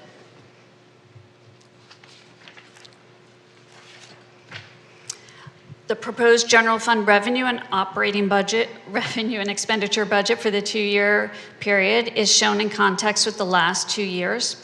The revenue and expenditure budget of $170.6 million in FY27 and $177.7 million in FY28 represents a modest increase of 2% in the first year and 4% in the second year of the budget cycle. As part of the process, we looked at cost savings measures and savings factors, and were able to incorporate the recommended changes shown in the last slide with a net year-over-year increase of $3.4 million in fiscal year 27 and $7 million in fiscal year 28, and present a balanced budget with projected surpluses of $45,540 in fiscal year 27 and $30,940 in fiscal year 28. So this slide is a breakdown of the general fund revenues, showing the revenues by category and overall growth of 2% and 4%, as I mentioned earlier. The year-over-year change is based on the fiscal year 26 adopted budget and shows that some categories are being increased while others have been slightly decreased to reflect the prior year's actuals, the economic landscape, and forecasts from our sales and property tax consultants. Growth and development agreements is based on new billboards that have begun operating this year or are expected to be operating within the next 2 years. And typically what we include are billboards that have already received approval and are nearing completion. We are somewhat conservative and will add additional revenues for new billboards as they get closer to the end of that process. Growth in all other revenues is a combination of a couple of factors. Adjustments to a variety of smaller revenues that have regularly exceeded budget, increases in the bus shelter revenue program, and the bike station advertising program. So similar to the last slide, the general fund expenditures are increasing by 2% in the first year of the budget and 4% in the second year. The budget includes annual increases for operating costs, and while we were not able to accommodate all of the increases the departments requested, departments have reviewed what funding was proposed in the budget and what they were able to accomplish with the proposed funding, and they will be presenting that information at the end of this presentation tonight. So we wanted to briefly get into the capital projects. Jackie spoke a little bit about this, but the way we fund capital projects, we've listed 4 items here in priority. Grants are always fantastic because they are free money to the city, assuming that the requirements are ones that we can meet in terms of matching funds and the administrative requirements. Other funds, so besides the general fund, we have many other funds that are revenue generating where and they are listed on the right side, some examples. Proposition A, Proposition C, Measure R are all local return funds. Air quality, park development funds, there's a whole variety. And many of those funds support both operating and capital projects within the city budget. The third item, debt, which comes from bond financing. We have that lower on the list because while it is long-term and it's a great way to spread the cost of projects out, it does come with a debt service payment that the city is obligated to pay. And lastly, if all other options are not available, general funds would be our last choice in how we would fund capital projects. So this is a snapshot of the current fiscal year 26 capital budget. And the reason that we just want to put this forth is it includes both the budget that was approved in fiscal year 26 as well as carryovers from prior fiscal years. So capital projects often take multiple years to fund, and so multiple years to complete. So projects that are ongoing, the budget is carried forward, and right now we have 99.7, well, we started fiscal year 26 with around $99.7 million in capital projects. This chart shows you the funding sources for those projects. So while we have more than half of it funded with general funds, we have a significant $15 million funded through grants, $15.6 million from other funds, and $13.6 million from the bond funds that were issued in the last few years. The current projects of the $99.7 million, there's about 46 projects. Some include multiple parts. It's a combination of ongoing maintenance and one-time projects that have come before the council over a period of several years. And some of those projects are being completed this year, while others may be ongoing and continue into next year, carried forward. So the current budget includes a 5-year capital plan. As part of this capital plan, we have identified projects that can be funded over the, specifically looking at the next 2 years and the funds available. And this slide represents the full 5 years funded projects and the sources of uses. So 16.9 million will come from those other funds that I mentioned before. 975,000 currently in grant funds. Well, we do have other grants that are pending, so that number may go up. And we have about 4 million worth of projects that are identified as eligible for current bond funding that we would be including in the plan. 12.4 million the rest would be from the general fund. So this slide shows the 5-year capital plan. It's broken out into capital projects and capital maintenance projects. The funding supports about 25 different projects, with the one-time projects listed on the top and the ongoing maintenance projects listed on the bottom. And this year, for the first time, we are creating an unfunded list. And that is because we were not able to identify funding for all of the requested projects. So over the course of the 5 years, there's $187.5 million on the unfunded list. There are some bond funds available for eligible projects, and those projects are partially funded. So there's a portion of them that can be funded with the bond funds and a portion of that that's unidentified at the moment, as well as some grant eligible projects that are pending final award, and those will be budgeted upon acceptance and execution of grant agreements. So the unfunded list, we've also broken out here in terms of capital projects that are one-time and capital maintenance projects.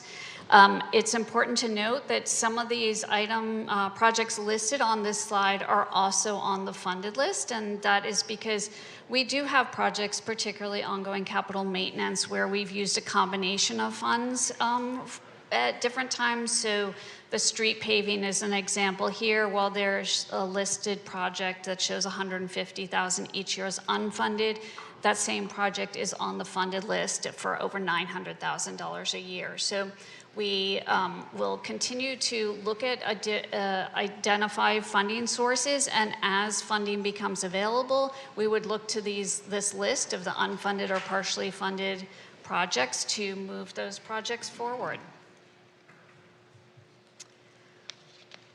So next steps in this two-year budget process, we will be back before the council on June 15th for the discussion and adoption of the budget. And then on July 1st, the beginning of our fiscal year, we will be implementing the budget. So now we're going to move into the department presentations and ask each department to come up and discuss their department's budget. We're going to... We want to get through the presentations as quickly as possible. So if you have questions, I mean, we'd like to hold the questions and then, so they can get through the presentation and then go into, the FAQ. Do you have, or do you want to ask some questions before we move to the presentation? No, just structurally, because I know we're going to take E1. Would we do that when it comes to city council, department, city manager time for if we had questions about that item, or how would you like to handle that, Mr. Mayor? We could do that then, or well, let's have all of the departments do their presentation, and then after that's done, we could address those issues in item E1. All right. May I ask a question with the projects that were just up on the screen? Yes. Thank you, Mayor. Thank you, City Manager and Budget Team, for the very robust presentation. I noticed on the capital projects, on the slide where you list the capital projects, the San Vicente Sky Sanctuary is on there. Mm-hmm. It's a significant budget amount, a little over $22 million. And with the new approval of the K-Line Northern Extension through West Hollywood, is it premature to have that item as funded on this list? Well, that one is unfunded. It's under the unfunded, but look, the reason we Or wanted is to it premature to have it on this list? Oh, on the list at all? Yeah. Well, the reason that the items are on the list is that we listed all the projects that were approved. We're seeking direction, and if there's a desire to strike any items, make modifications, this is the opportunity to get that direction from all of you so that when we come back at the next council meeting, we can incorporate those recommendations. We want to obviously move forward with that. We have to present a balanced budget, but yes, I don't have the discretion to remove something that has been approved by council, but this is why we're seeking direction tonight. Yeah, I mean, we shouldn't be funding this project in a silo if it's the city's priority too. Yeah. Okay, thank you. Yeah, I think we should hold off on any of those kind of directions until we get all of the staff presentations. Correct. All right.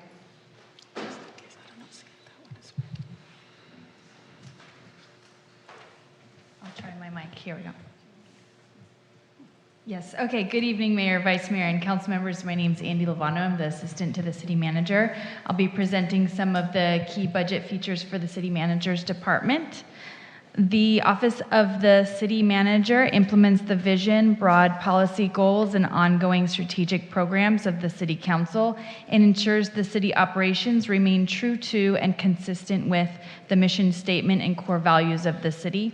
This is accomplished by providing leadership, executive direction, and oversight to all city operations and services, ensuring that city management and staff work collaboratively and creatively to understand and address the needs of its constituency. The department provides administrative and policy support to the city council and city manager. We coordinate the city's legislative affairs agenda, including intergovernmental and regional relations. We also lead the city's equity and inclusion work plan and goals. CMD staff oversees the city's co-sponsorships and council-initiated programs, and several staff in the department oversee the work of appointed bodies, specifically the Russian-Speaking Advisory Board, Women's Advisory Board, Transgender Advisory Board, Social Justice Advisory Board, and the LGBTQ+ Commission. This slide highlights a few of the many accomplishments of the City Manager's Department in fiscal year 26. The department implemented a quarterly reporting system for the WehoTV strategic plan. We anticipate the dashboard and reporting to be made public by the end of the summer and updated on a regular basis. The department finalized the city's first organizational equity statement and completed the first equity in practice cohort. We served as the primary staff lead for over 40 city-sponsored and co-sponsored events. The City Manager's Department primarily includes, the City Manager's Department budget primarily includes expenditures to support the City Council and the City Manager's work plan. This includes the City Council Division Special Council Programs budget, special projects in the City Manager's Department, such as the Equity Work Plan, Special Studies, and Organizational Change Implementation Project currently underway, community events and programs such as those organized by the Advisory Boards and Commission, WeHo Day and Civic Leadership Academy, City Attorney Services, state and federal lobbying services. This slide provides an overview of the budgetary requests that were made for fiscal year 27 and fiscal year 28. The top 4 bullets listed are recommended for funding as part of the City Manager's recommended budget. This includes an increase in the legal services budget. In recent years, this line item has exceeded the budget by about this amount. This request was intended to right-size the budget in order to more accurately reflect the amount spent on this line item. Legislative Action Day is the appointed official's trip to Sacramento. This was a council directive, and staff plans to host the trip every other year, with the next trip taking place in fiscal year 28. One-time studies and plans includes budget for any unanticipated studies the city may need to undertake in the next year or two. This is allocated at this point to help reduce the need to use unallocated general fund reserves for this purpose in the future. 2028 Olympics planning. This request was partially funded this fiscal year in this amount. While we anticipate the majority of funding for the Olympics will be needed in fiscal year 28, the city may need to begin some of these projects, such as community outreach and engagement, in FY 27. And any unused funding in this account can be rolled over to FY 28 if needed. And the bottom 3 bullets are the requests that were not recommended for funding at this time. This includes a minor increase requested for the budget for memberships and dues, and this request was, like I said, minor, and the idea is that this can easily be covered by unspent funds in another line item. The rest of the funding request for the Olympics planning, communication, and logistics was not funded. As we approach FY 28, we will have a better sense of the level of funding that will be necessary to accommodate the city's vision for the Olympics, and we hope to return with another funding request that aligns with the need as part of the second year of the budget cycle. And lastly, there was a recent council directive to increase the amount of funding for the Russian language library, and this request was not funded at this time.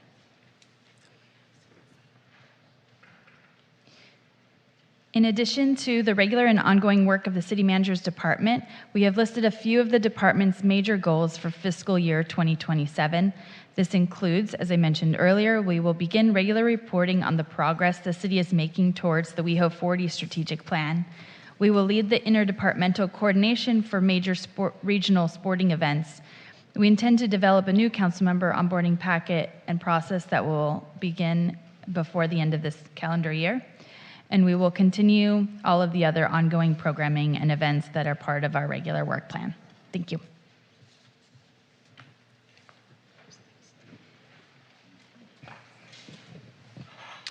Good evening, Mayor, Vice Mayor, council members, and members of the public. I'm Janet Jimenez, Director of the City's Administrative Services Department, and I'm joined this evening by our department division managers, Melissa Crowder, our City Clerk, and Raylyn Napper, our Human Resources Manager. The Administrative Services Department plays a critical role in ensuring efficient, transparent, and accountable city operations, whether that be city elections, public records, Brown Act meetings, reducing risk, employee recruitment and selection, and all applicable laws and regulations that the city must abide by. We quote ourselves as a fun police.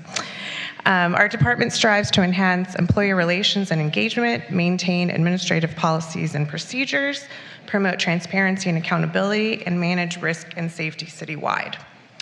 This past year, department has had numerous accomplishments, but I want to highlight a few.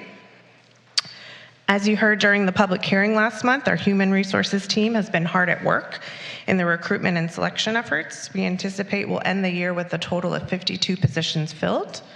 The team also launched an organization-wide training and development needs survey among city staff. We launched an organization-wide safety committee by our city clerk team, prioritizing the safety of our staff, ensuring to reduce workplace injuries, and finally, the city clerk onboarded 14 new appointed officials. For the fiscal year 27-28 budget cycle, our department submitted requests in addition to our existing base budget, and our city manager recommended budget is as follows.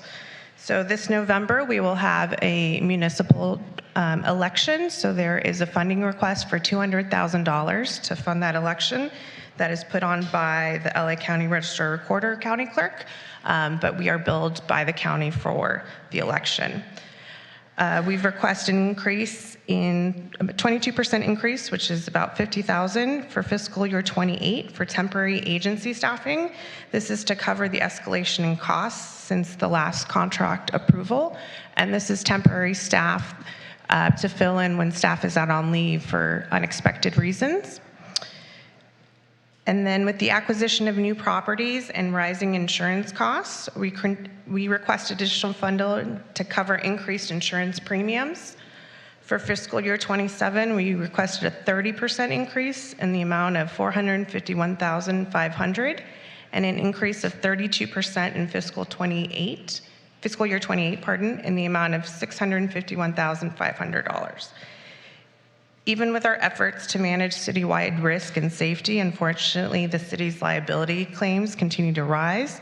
Therefore, we've requested a 48% increase in the amount of $240,000 in both FY27 and FY28. And last time, a one-time request of $250,000 in fiscal year 27 for the city's Project Compass work. Our department goals for fiscal year 27 build on our accomplishments to date. They include launching a new supervisory and leadership development program, completing the HR and payroll phase of the new ERP implementation. This is a new enterprise software program that the city will be embarking on to replace our current financial and HR systems. We'll finalize the implementation of a new agenda management system. This was previously put on pause, but we are pushing forward with it this coming year. And ensure compliance with the new law SB 827. This is a new law that requires fiscal and financial training for elected officials, appointed officials, and designated staff. And finally, we'll conduct a citywide risk management evaluation in collaboration with our insurance authority, CJPIA. That concludes our department's presentation. Thank you for your time, and we'll be available at the end for any questions. Janet. Who's next, Jackie? Sorry, finance is next. Can we? Oh, okay. All right, thank you. I'm presenting now for the Finance and Technology Services Department. Next slide, please. So the Finance Department, just so that everyone is aware, we actually include several divisions, one of which is our budget division, as well as our accounts payable, our revenue team, our payroll, also our accounting division, which is responsible for doing the audited financials, and we also have IT.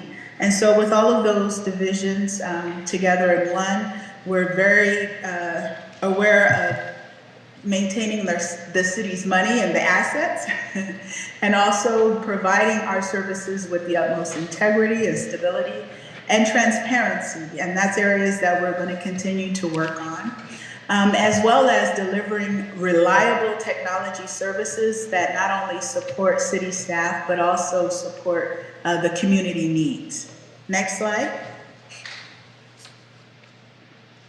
Some of our key accomplishments for fiscal year 26 one of which is earning the GFOA Certificate of Achievement and Excellence. This is for our annual financial report, which is called our ACFR. And so that was received for the period ending June 30, 2024. We also completed the audit with an unqualified, or what's considered a clean audit opinion, for both fiscal years 24 and fiscal year 25. We were able to successfully implement all new GASB mandates, which is really a big lift for our division each year, because there tends to be at least 2 to 3 new GASB mandates that come out. We also integrated the WeHo 40 strategic plan into our proposed budget, and we improved on our departmental summary section. And we have upgraded some critical IT infrastructure, and we've implemented multiple cyber security enhancements, which is very key these days, because as you've heard in the news, lots of agencies have had attempts on their IT systems, so we have definitely been on top of that by implementing some of the latest technology and enhancements. And then also we developed, which is what we have here today, which is the first annual budget study session. Next slide. So just an overview of our budget. We did look at our budget and we were able to reduce our base budget by $57,000. So that allowed us to implement some of the budget requests that we needed to get funded for fiscal year 27 and 28. We do have budget that's included for modernizing our IT infrastructure and replacing aging equipment, because that's very important. And then we are putting things together that will help be innovative for all of the departments, so that, you know, it enhances not only what we provide to the community, but the services we provide internally to each other. And we're improving our efficiencies within the finance department. Next slide. So some of the budget requests that were approved as part of the city manager's proposed budget is the addition of a senior financial management analyst. This person will help us oversee the CIP budget as well as the city budget as a whole. Melissa Lindley has been a one-person show. She has done the budget for many years for the city. And the dynamics of the budget are expanding, and we also are and have a vision of getting to a deeper level.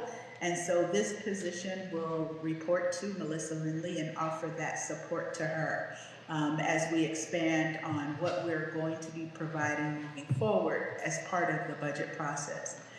We also have funding for conferences and training in relationship to our new EERP system and our audit, and then we have some software licenses. What was not recommended for funding was a new accountant position, although it is still very needed in the finance division. We only have, one senior accountant, and we're filling 2 other accountant positions. But for the volume of work that is produced in finance, that position is definitely needed, but it was not recommended for this year due to the budget restraints. And then some contract services that we are going to try to find funding for out of other budgets that we have, where we may have budget savings. Next slide.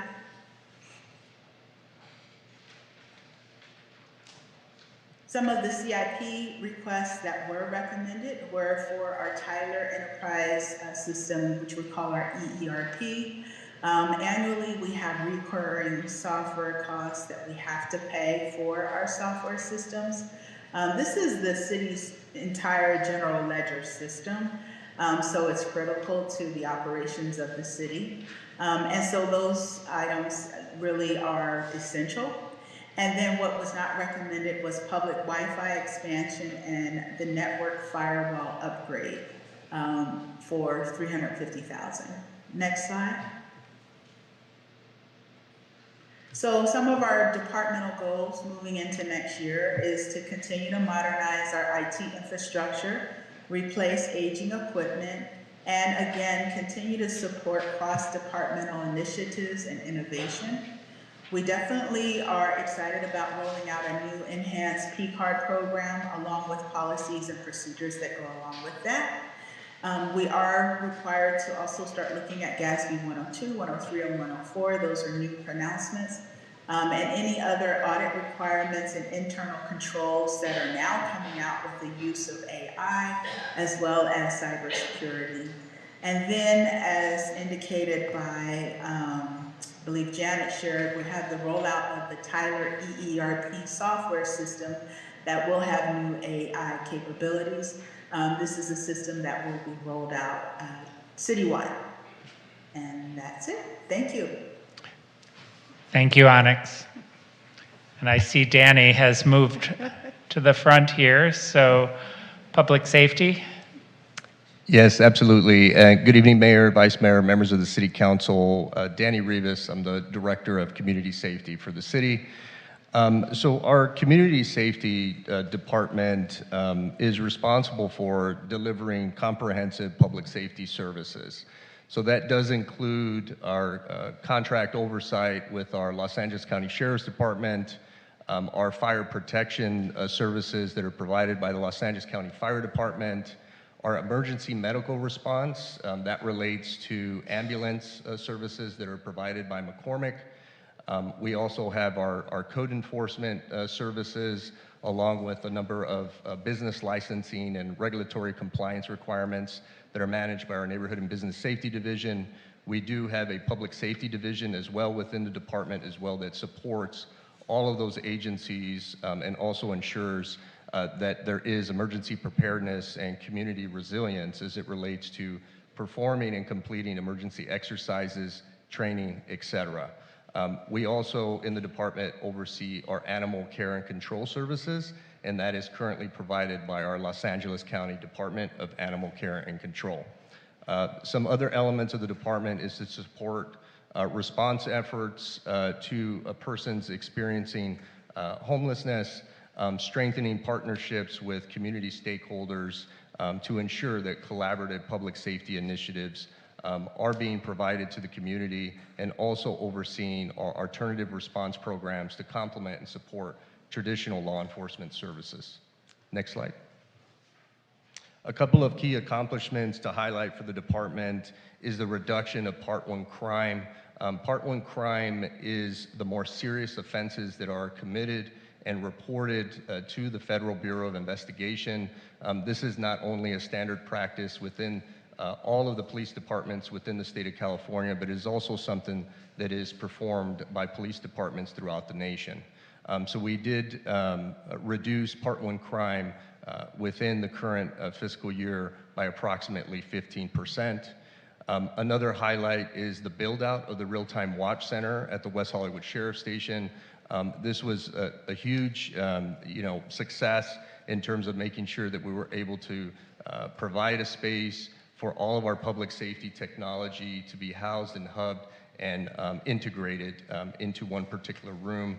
And so we do have our 39 automated license plate reader cameras and the deployment of one new mobile security camera trailer, all that are currently integrated into the Real-Time Watch Center. We also completed a request for proposal process for security ambassador services and successfully transitioned those operations to a new vendor. And our code enforcement team responded to more than 7,000 service requests and completed those within 72 hours, and also conducted more than 300 proactive multifamily housing inspections. Next slide. So as a part of the recommendations that were proposed as a part of this budget is related to increases that we are anticipated both for our Los Angeles County Sheriff's Department contract, and so that's expected to be at 4.30%, which equates to roughly about $903,000 for FY27. I do want to mention that that is planned to be absorbed with cost savings that we have historically been experiencing as a part of our sheriff and protective services budget. However, for FY28, although we don't know the exact forecast of the increase, because the Sheriff's Department does provide that to us on an annual basis in this month of May, but we are anticipating that to be at least what we're seeing anticipated for this year. So that's expected to be about 1.64 million. And then we have our 2% increase that's already been included as a part of our agreement with our allied universal service provider for security ambassador services. And then we do plan to continue to maintain our existing levels of service overall for sheriffs, fire department, and the rest of the public safety partners I mentioned. Next slide. Some of the goals anticipated for next year is the implementation of the new drone as first responder program. We did receive just last month from the Sheriff's Department an update that they have amended their department policy, which is great news as we've been waiting for that for some time. We did present that to the Public Safety Commission last week on Monday for input and review, and it's anticipated to come back before the City Council for review next month. And then also the completion of our fixed live video camera installations. Right now, we're 29 of 54 that we have anticipated, and so we hope to have all that concluded within the next 2 months. And then the implementation of our unarmed community safety officer program, as well as the implementation of a new code enforcement case management software, and enhance our emergency preparedness equipment and technology. Next slide. That concludes Community Safety Department's presentation. Thank you. I see Yvonne coming forward.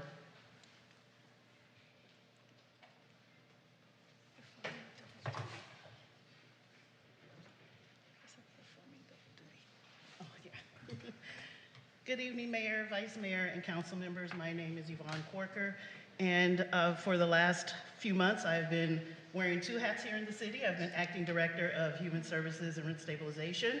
The department has 2 divisions, Human Services Division and Rent Stabilization Division. The Human Services Division oversees critical investments that directly impact community well-being, homelessness response, housing stability, and access to supportive services.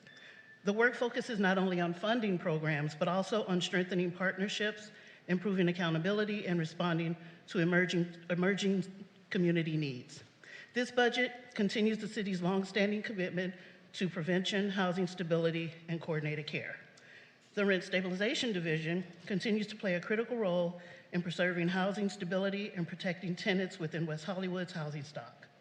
The division administers and enforces the city's rent stabilization ordinance while providing education, outreach, mediation services, and compliance assistance to both tenants and property owners. Next slide.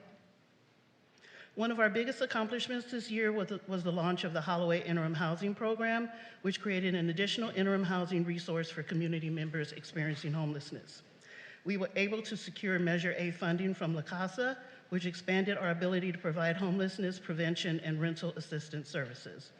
For rent stabilization, the division continued to experience a high volume of constituent inquiries and case activity, but the division remained focused on improving customer service, and through that effort, the division achieved a 98% constituent response rate within 24 hours, up from 95% from the previous year, demonstrating staff's commitment to timely communication to tenants and property owners. The division also achieved a 93% compliance. Oh, I think I'm on the wrong slide. The next slide, please. Sorry. The division also achieved a 93% compliance rate for registration fees and re-registrations, up from 91% from the previous year, reflecting continued progress in maintaining accurate tenancy and property records. These accomplishments were achieved while continuing to support and oversee the work of the Rent Stabilization Commission. Next slide. So the Human Services Division budget primarily supports direct community services, homelessness response effort, contracted social services providers, and the continued operation of the Holloway Housing Program. One of the requested funding was for an external hearing examiner. We asked for a little bit more than $250,000, but we were recommended $250,000, and we are able to work with that because we are going to hire a staff attorney, and we'll use that person as backup for a hearing examiner. The requested increase in human services budget is largely tied to sustaining operations at Holloway and supporting enhanced coordination, monitoring, and accountability efforts across the division. There were some initiatives that we had to scale back or move into future years. So for example, the social services microgrants program was deferred to FY28, which reduced the FY27 expenditures, but it was gave us the ability to revisit the program in future years. New software licenses was some of the technology and operational enhancements that were not funded right now, but they will be phased in over time to reduce immediate fiscal impacts while still allowing the division to move toward improved efficiency and reporting. The Community Health Hub and maintenance and restocking was not funded right now. We came to council with that item, and it is a pilot program, so if that item moves forward, we'll continue to look at how we fund the restocking and maintenance. Next slide. So what's new or changing in our goals? A major priority next year is implementing the coordinated response framework, which strengthens coordination between outreach providers, public safety providers, healthcare providers, and city departments. The goal is to create a more consistent, accountable, and data-informed homelessness responsive system. I mentioned the community health hubs. That will be the vending machine that will be here in West Hollywood Park, and it will contain public health and harm reduction supplies. We are looking at creating a dashboard for more transparency and performance tracking. We will utilize Measure A funding to expand homelessness prevention and rental assistance efforts. We will look to the division to implement stronger fiscal monitoring and cost reporting processes for contract providers, and this is important because it shows good stewardship of public dollars. For rent stabilization, we will look at continuing educational outreach and transparency, inclusionary housing program improvements, an online portal and compliance goals, ordinance updates and housing element implementation, and streamlining complaints, hearings, and mediations. So overall, the Human Services, next slide, overall the Human Services and Rent Stabilization Department budget reflects a continued investment in prevention, housing stability, accountability, and coordinated care. We remain focused on ensuring city resources are being used strategically, transparently, and in ways that produces measurable outcomes for the community. And I would like to acknowledge the dedication of our Human Services and Rent Stabilization staff who work to support those that are in need. Thank you.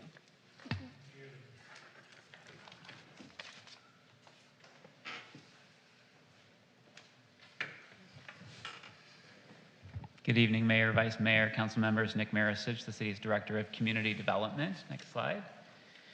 So as you know, the Community Development Department includes our Building and Safety Division, Current and Historic Preservation Planning Division, our Long Range Planning Division, and a fourth division for our administration. And across these teams, the work of our staff focuses primarily on the 5 key areas shown on the slide. Our long-range planning team regularly engages with stakeholders in the development and implementation of housing, land use, and climate action policies and initiatives.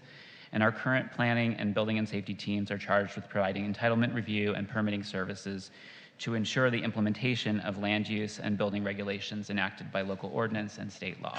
Next slide. A few highlights from the current year. We include continued implementation of the city's Sunset Arts and Advertising program. In the current fiscal year, we filled 3 newly created positions and transitioned from consultant support to an in-house team with executive oversight of this program in our administration division headed up by Assistant Director Jennifer Alkire. We also continue to make progress on implementing the city's adopted 6-cycle housing element through community outreach and ongoing consultant analysis as part of the Zoning Improvement Program, or ZIP, as well as analysis to support an update to the city's inclusionary housing ordinance and the preparation of a feasibility study for a community land trust, which will be presented to you at an upcoming council meeting. Finally, I wanted to highlight the major milestone on climate action with the council's adoption of the Building Performance Standards Ordinance, which is one of the most significant programs in the city's CAP, or Climate Action and Adaptation Plan, in terms of the potential for reduction of greenhouse gas emissions from our existing building stock. We're excited to begin implementation of that program with the support of the new 2-year budget. Next slide. So as we look ahead at our 2-year budget for CDD, we will be continuing to focus on improving the delivery of development services, both with planning entitlements and the building plan check process. We are continuing our work to implement the city's adopted housing element and CAP, continuing to implement the seismic retrofit ordinance. We will also be, as you know, winding down the federal FEMA grant program as that support has not been continued. And as with other departments, not all of our requests were able to be included in the proposed budget. For CDD, these are the 3 programs on this slide that we plan to pause or defer until additional funding may become available in the future. And I'll touch on these more on another slide in a moment. Next slide. We have a number of items that are recommended to be funded in the new budget. This includes funding for consultant support for enhancements to the Tyler portal, funding for building plan check services, funding to support various housing and climate implementation programs, and funding for contract planning services, which primarily support our long-range planning team in carrying out their work plan across the housing and land use and sustainability work plans. Next slide. As I mentioned, we do have a few items that were not recommended for funding at this time. These include funding for the next historic survey of commercial properties, increased budget for the annual historic preservation event. The event will still go on. This is just a requested budget increase that's not included. Funding for continuation of the Green Business Certification Program, which, as you can see on the slide, is a higher ticket item, as well as continued funding for city memberships in sustainability partnerships. We had additional requests for long-range planning work program, which were not recommended. However, we do have funds previously allocated to that division, which will allow for the majority of housing element and climate action works to continue, which have already been underway. Next slide. Lastly, I'll wrap up with what is new or changing in the new budget. We do have some new initiatives that we'll be launching, including a new optional fee-based expedited plan check pending the filling of a vacant staff position in our building and safety team, as well as initiating review of the city's business permitting processes and signage regulations. As you know, we do help to implement many items that are required as state mandates or to ensure compliance with our adopted plans, including the housing element and CAP, as I said, and the whole slew of new state laws that get passed each year affecting planning and development in the city. With respect to innovations and improved efficiency, the budget also includes funding for support to help us troubleshoot and build improvements with the Tyler permit portal, and we are prioritizing efforts to benchmark timelines for our development services and streamline processes. Finally, as with other city departments, we will expand our use of performance metrics to evaluate and improve how we deliver our services. As you can see, there's a lot to look forward to in community development. Thank you. Thank you.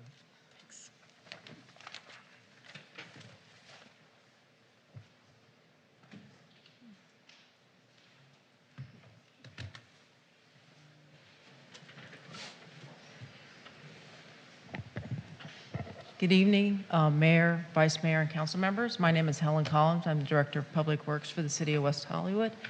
I'm going to give you a brief overview of the Public Works Department and our budget requests and items this evening. The department, of course, maintains and preserves all city facilities, streets, parks, anything in the public right-of-way that is the purview of the Public Works Department, as well as we minister all the transit and micro mobility programs, hardest word in the world.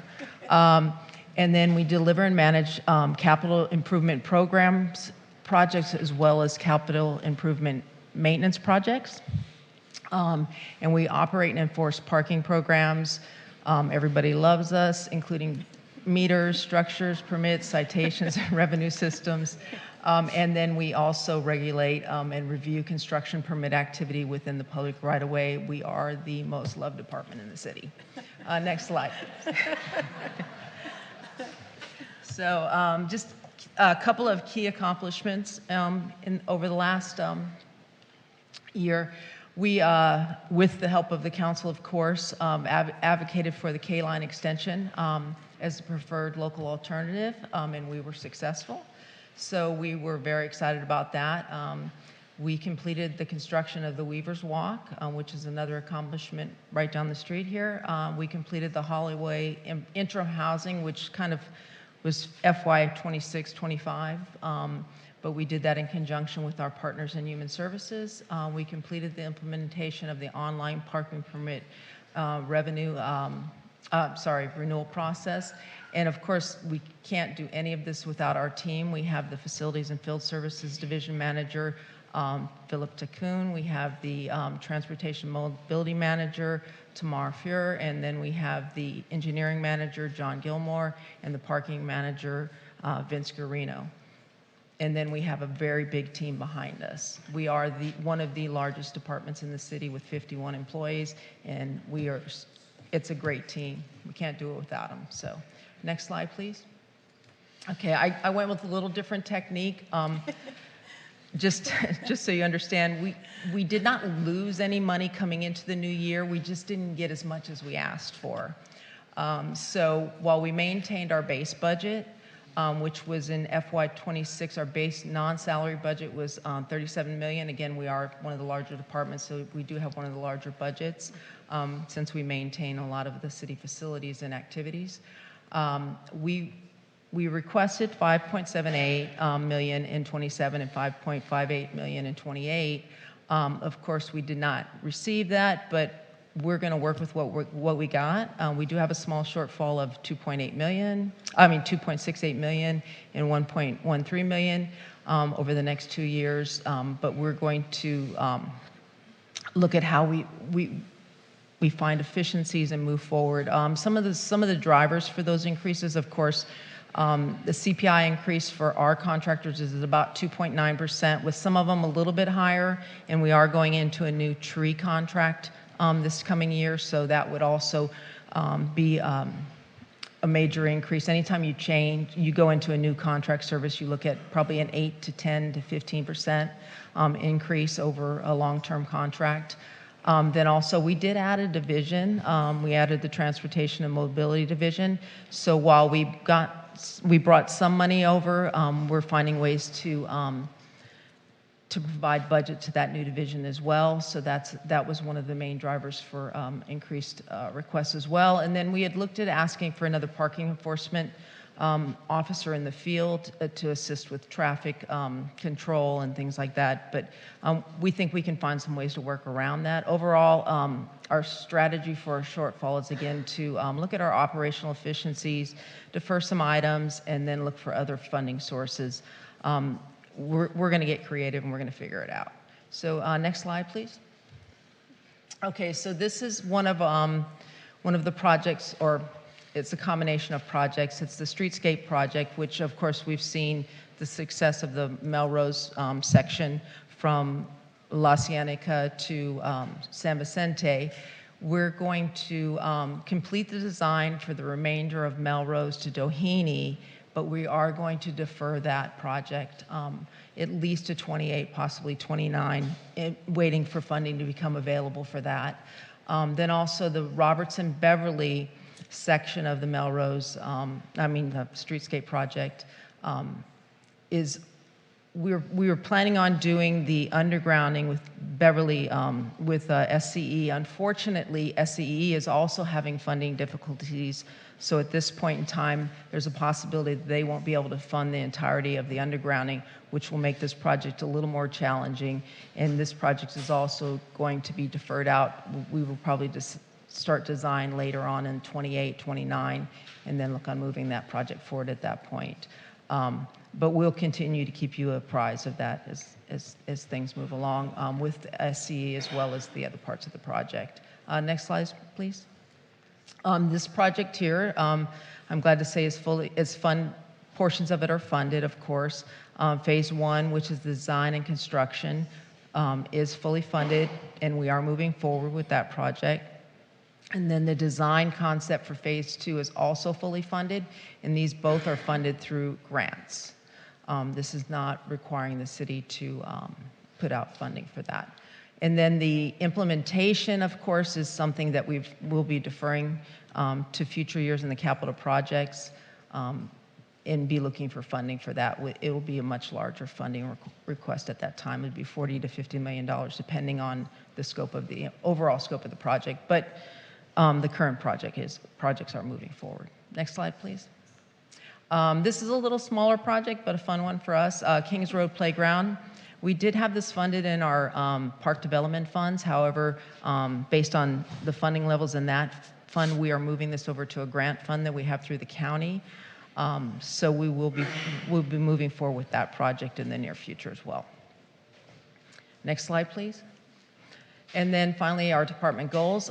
We are going to be undertaking a citywide infrastructure assessment of all of the city's infrastructure, including our sewers, our streets, our parks, all of our facilities, and this will allow us to move forward with a comprehensive budget forecast for infrastructure for the city moving forward, probably for the next 10 years. And this project will be taking place over 2 fiscal years, 27 and 28.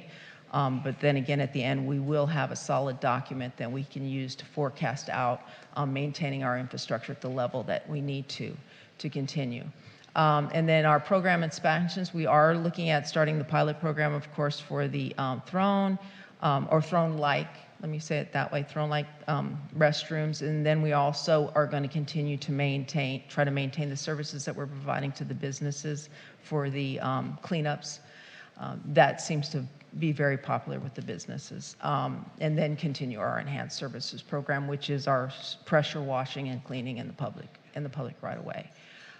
Required mandates, we do, as you had heard Community Development Director mention, the Climate Action Plan. We are going to be doing building assessments. That is a part of the Climate Action Plan, to be doing building and energy assessments as part of the next year's plan. And then and finally, our innovation or efficiency improvements. We are going to be looking at all of our service contracts, including our mobility contracts as well as our service contracts, and trying to find efficiencies in those contracts. We looked at the mobility contracts for different dial-a-rides and all the different services, and they date back to many years ago. So we're going to be looking at updating those policies and procedures and seeing how we can find efficiencies and to make sure that we can still be providing the level of service, but also not duplicating services or providing services that are not being used.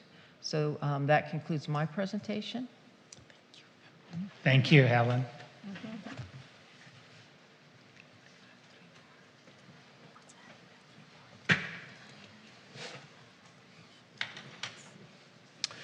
Good evening, Mayor, Vice Mayor, council members, and members of the public. I'm Joshua Scher. I'm the city's Director of Communications. Next slide, please.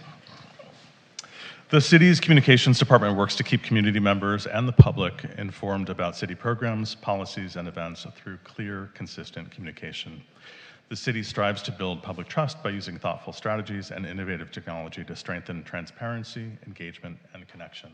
Next slide, please. During the past year, the city has promoted more than 425 city initiatives across every department and division throughout the city. We've hosted StoryCorps in a partnership to record conversations with more than 75 West Hollywood community members for the Library of Congress and National Public Radio. We've strengthened ways of connecting with the city, including our Engage WeHo site, our community SMS text message program, and our newly launched Hello WeHo digital news site. And we're also developing a forthcoming e-newsletter, and we're making upgrades to our city calendar to expand reach and improve constituent experiences. Next slide, please. For fiscal year 2027 and 2028, we asked for additional funding to maintain expanded investment in digital communications and engagement tools to the degree of about $65,000. We've expanded our photography line items to cover more events and programming throughout the city each year. And we have expanded our budget for TV utility expenses related to our spectrum bill to be able to broadcast public meetings and program. These are all part of the recommended budget. For fiscal year 2028, we asked for additional funding to maintain and update video and camera equipment for our WehoTV TV station, and to meet demands for city-specific marketing and initiatives and public service announcements. We have a $50,000 line item of additions in the 2028 '08 fiscal year specifically. This is part of the recommended budget. We did not receive approval for a website rebuild for WeHo.org, so we are going to pivot and we'll explore ideas where we can improve user experience on WeHo.org. We're still moving forward with our compliance plan for moving to a .gov website platform for late 2028, which is state law for early 2029. Next slide, please. For fiscal year 2027, in addition to our standard work plan, we will launch an e-newsletter and news digests from helloweho.com. We will launch a newly improved calendar for weho.org. You can visit the calendar at weho.org/calendar. We'll drive additional awareness and engagement through our helloweho.com news site. We'll support communications for future global sporting events that have a regional impact, such as World Cup and Olympics. We'll support improvements on weho.org, including expanded use of AI search tools, and as I just mentioned, the framework for a .gov conversion. And finally, we'll launch a pilot film permit administrative fee waiver program, the details of which were on tonight's approved consent calendar agenda item. Thank you very much. Thank you.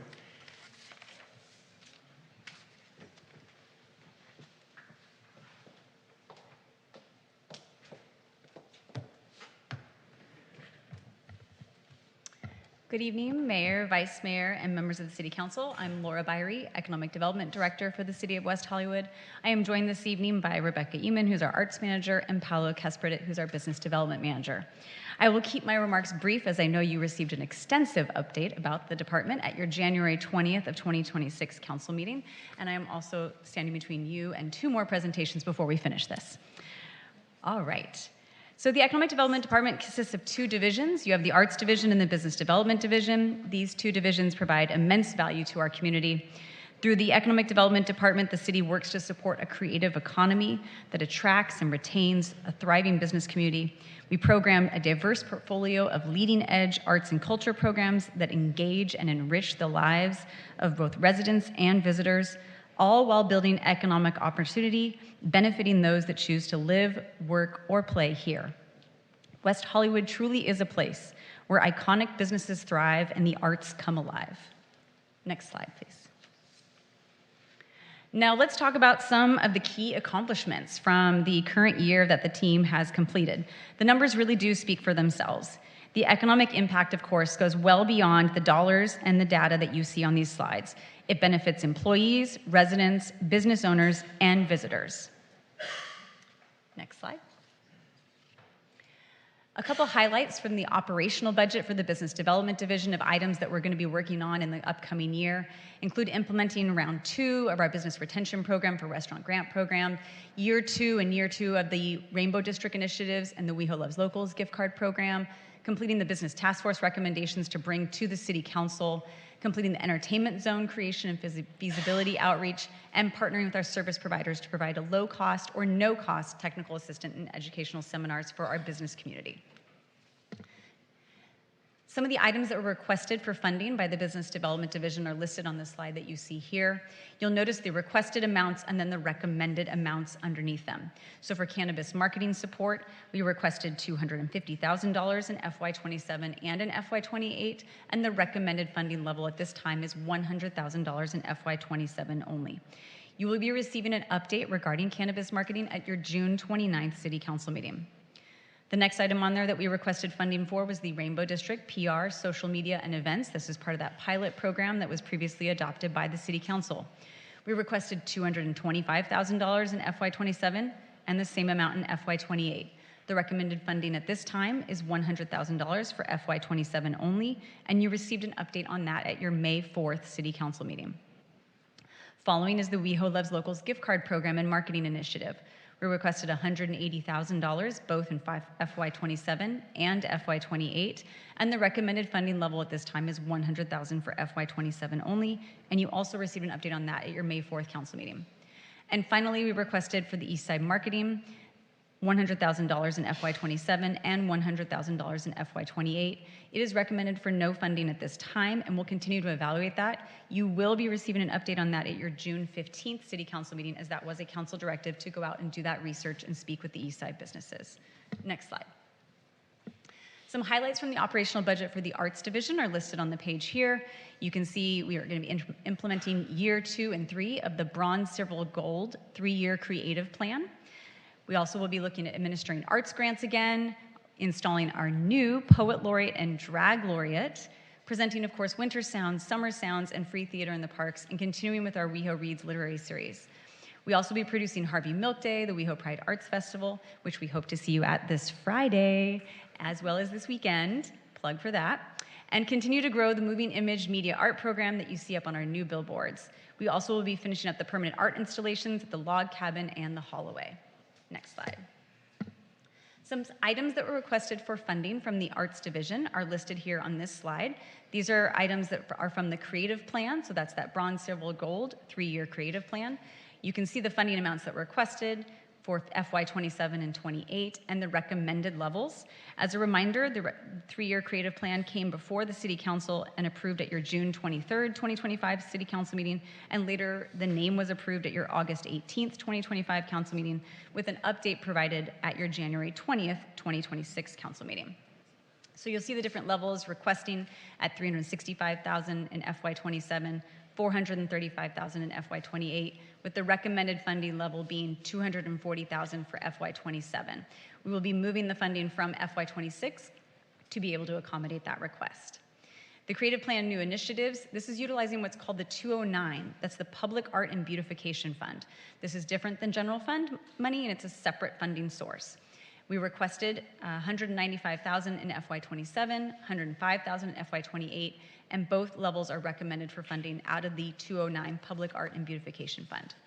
And then finally, related to the creative plan, this is the Arts Project Grant Program. Keep in mind this is a 2-year grant program. It will be funded out of the general fund, and we were requested and recommended for funding at $125,000 in each of those fiscal years. Next slide.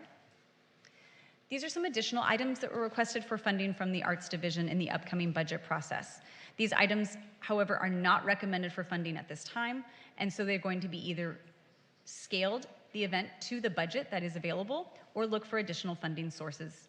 You'll notice for the WeHo Pride Arts Festival, the requested amounts were additional $75,000. It just does not mean that the WeHo Pride Arts Festival will not continue. This was just additional funding that was being requested on top of the existing budget.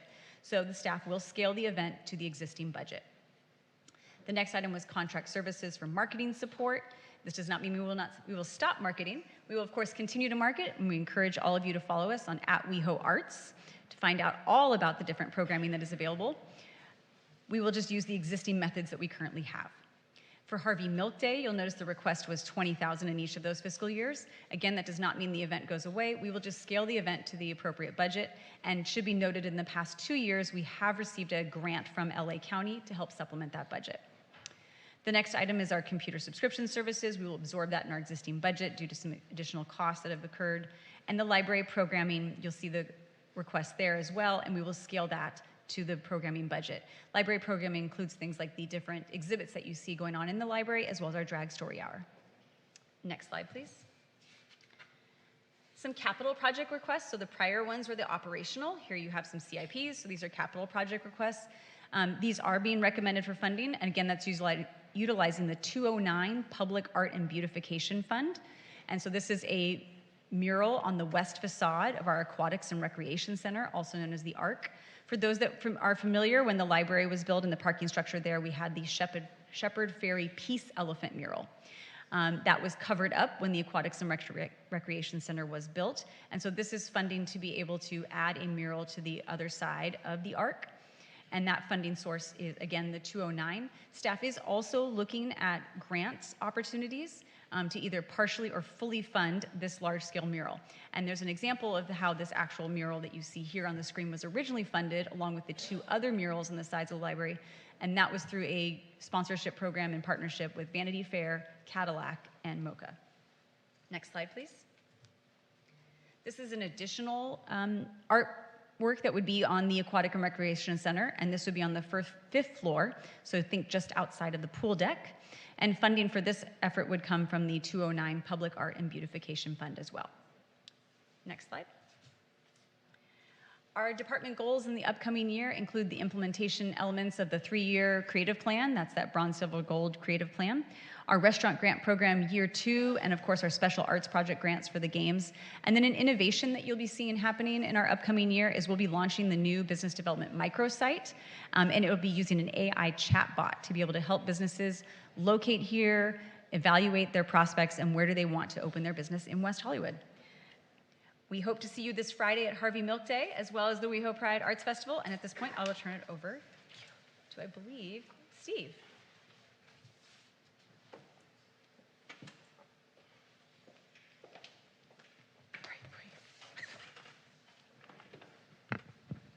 Good evening, Mayor, members of the City Council. Steve Campbell, the Assistant City Manager. And bear with me, there's only 22 or 25 projects that we're going to go through. Kidding. The Development Support Department, amongst the other hats that I wear, is one of the interesting departments that I oversee, along with Rick Abramson, who is our city architect over the Urban Design and Architecture Studio. The Development Support Department includes the Urban Design and Architecture Studio and provides coordinated design leadership, property development oversight, and strategic support for complex public and private projects. The department advances the city architectural and urban design goals, administers the city's design review process, and manages concept planning, programming, and design for municipal facilities and capital improvement projects. It also oversees, the department also oversees city-owned property development, real estate portfolio management, and affordable housing financing. Next slide. The key accomplishments for 26, you've heard about Weaver's Walk earlier. We participated along with the other departments in bringing to life the Holloway Interim Housing Project, and the AIDS Monument Stories here at West Hollywood Park was also completed this year. We have also completed the design work for the log cabin and the Hart Park projects. Log cabin should be coming to bid in the coming weeks, months at the outside. Hart Park is going through some environmental process along with NEPA and to allow us to qualify for federal grants. We completed phase 1 work for the master plan on Plummer Park, provided construction and acquisition loans totaling over $31 million to provide nearly 300 affordable housing units within the city, and participated in over 50 public meetings, gatherings, and project discussions. Next slide. The Urban Design and Architecture Studio arm of the department implements phase 2 of the Plummer Park Master Plan, and we'll present the findings to the City Council in the coming weeks. We have enough funding within the recommended budget to continue support for design development phase of the City Playhouse project, continued support for the Hart Park improvements that are currently in the final design process, and continued support for community symposia related to architecture, design, environmental issues that routinely are presented to the community. The property development arm has enough funding to continue support for the development of affordable housing within the community and support for the management and oversight of the city's real estate portfolio. Next slide. Capital project requests. The budget includes enough recommended funding for the City Playhouse. As you heard recently at a meeting, a 6,200 square foot proscenium stage theater. This satisfies the city's goals in the strategic plan and meets the needs of the community at large. The council approved a project budget of $26 million. Current funding will get us through all of the design document phase and to the point where we are ready to bid the project, and staff will return to City Council with a funding package at that time. Next slide. The log cabin project. This is a project very close to the park here, renovates an existing log cabin of historical significance and adds an additional building. The services provided there include recovery services. We receive approximately, I think it's 7,000 visitors per month to the services that is run through a third party. This satisfies many of the goals of the strategic plan for the City Council, and this project has a total budget of $21 million and is fully funded, and we anticipate to break ground in Q3. Next slide. The Hart Park Improvement Project, as I mentioned, is almost all the way through the design process. We have some environmental hoops that we're jumping through along with NEPA, and that will allow us to qualify. We've actually received some grants, but it will allow us to actually accept the money and fully back that up with the provisions of the requirements. This has a $21 million and it's partially funded. It's set along with grant money, and we anticipate breaking ground in Q2 2027, and we will come back with a funding package at that time. Next slide. The department goals, there's plenty of money, well, I hate to say plenty, but there's funding included in the recommended budget to allow us to advance the Plummer Park Master Plan into the phase 2, and we'll be returning to council here in the near future to discuss that moving forward. We will continue to pursue the addition of affordable housing units within the city, and we will begin a memorandum of understanding discussions with LA County Fire for replacement of Fire Station 8. Thank you. Great, I think, thank you very much. If there are questions, we will be available. And I think we have one last presentation.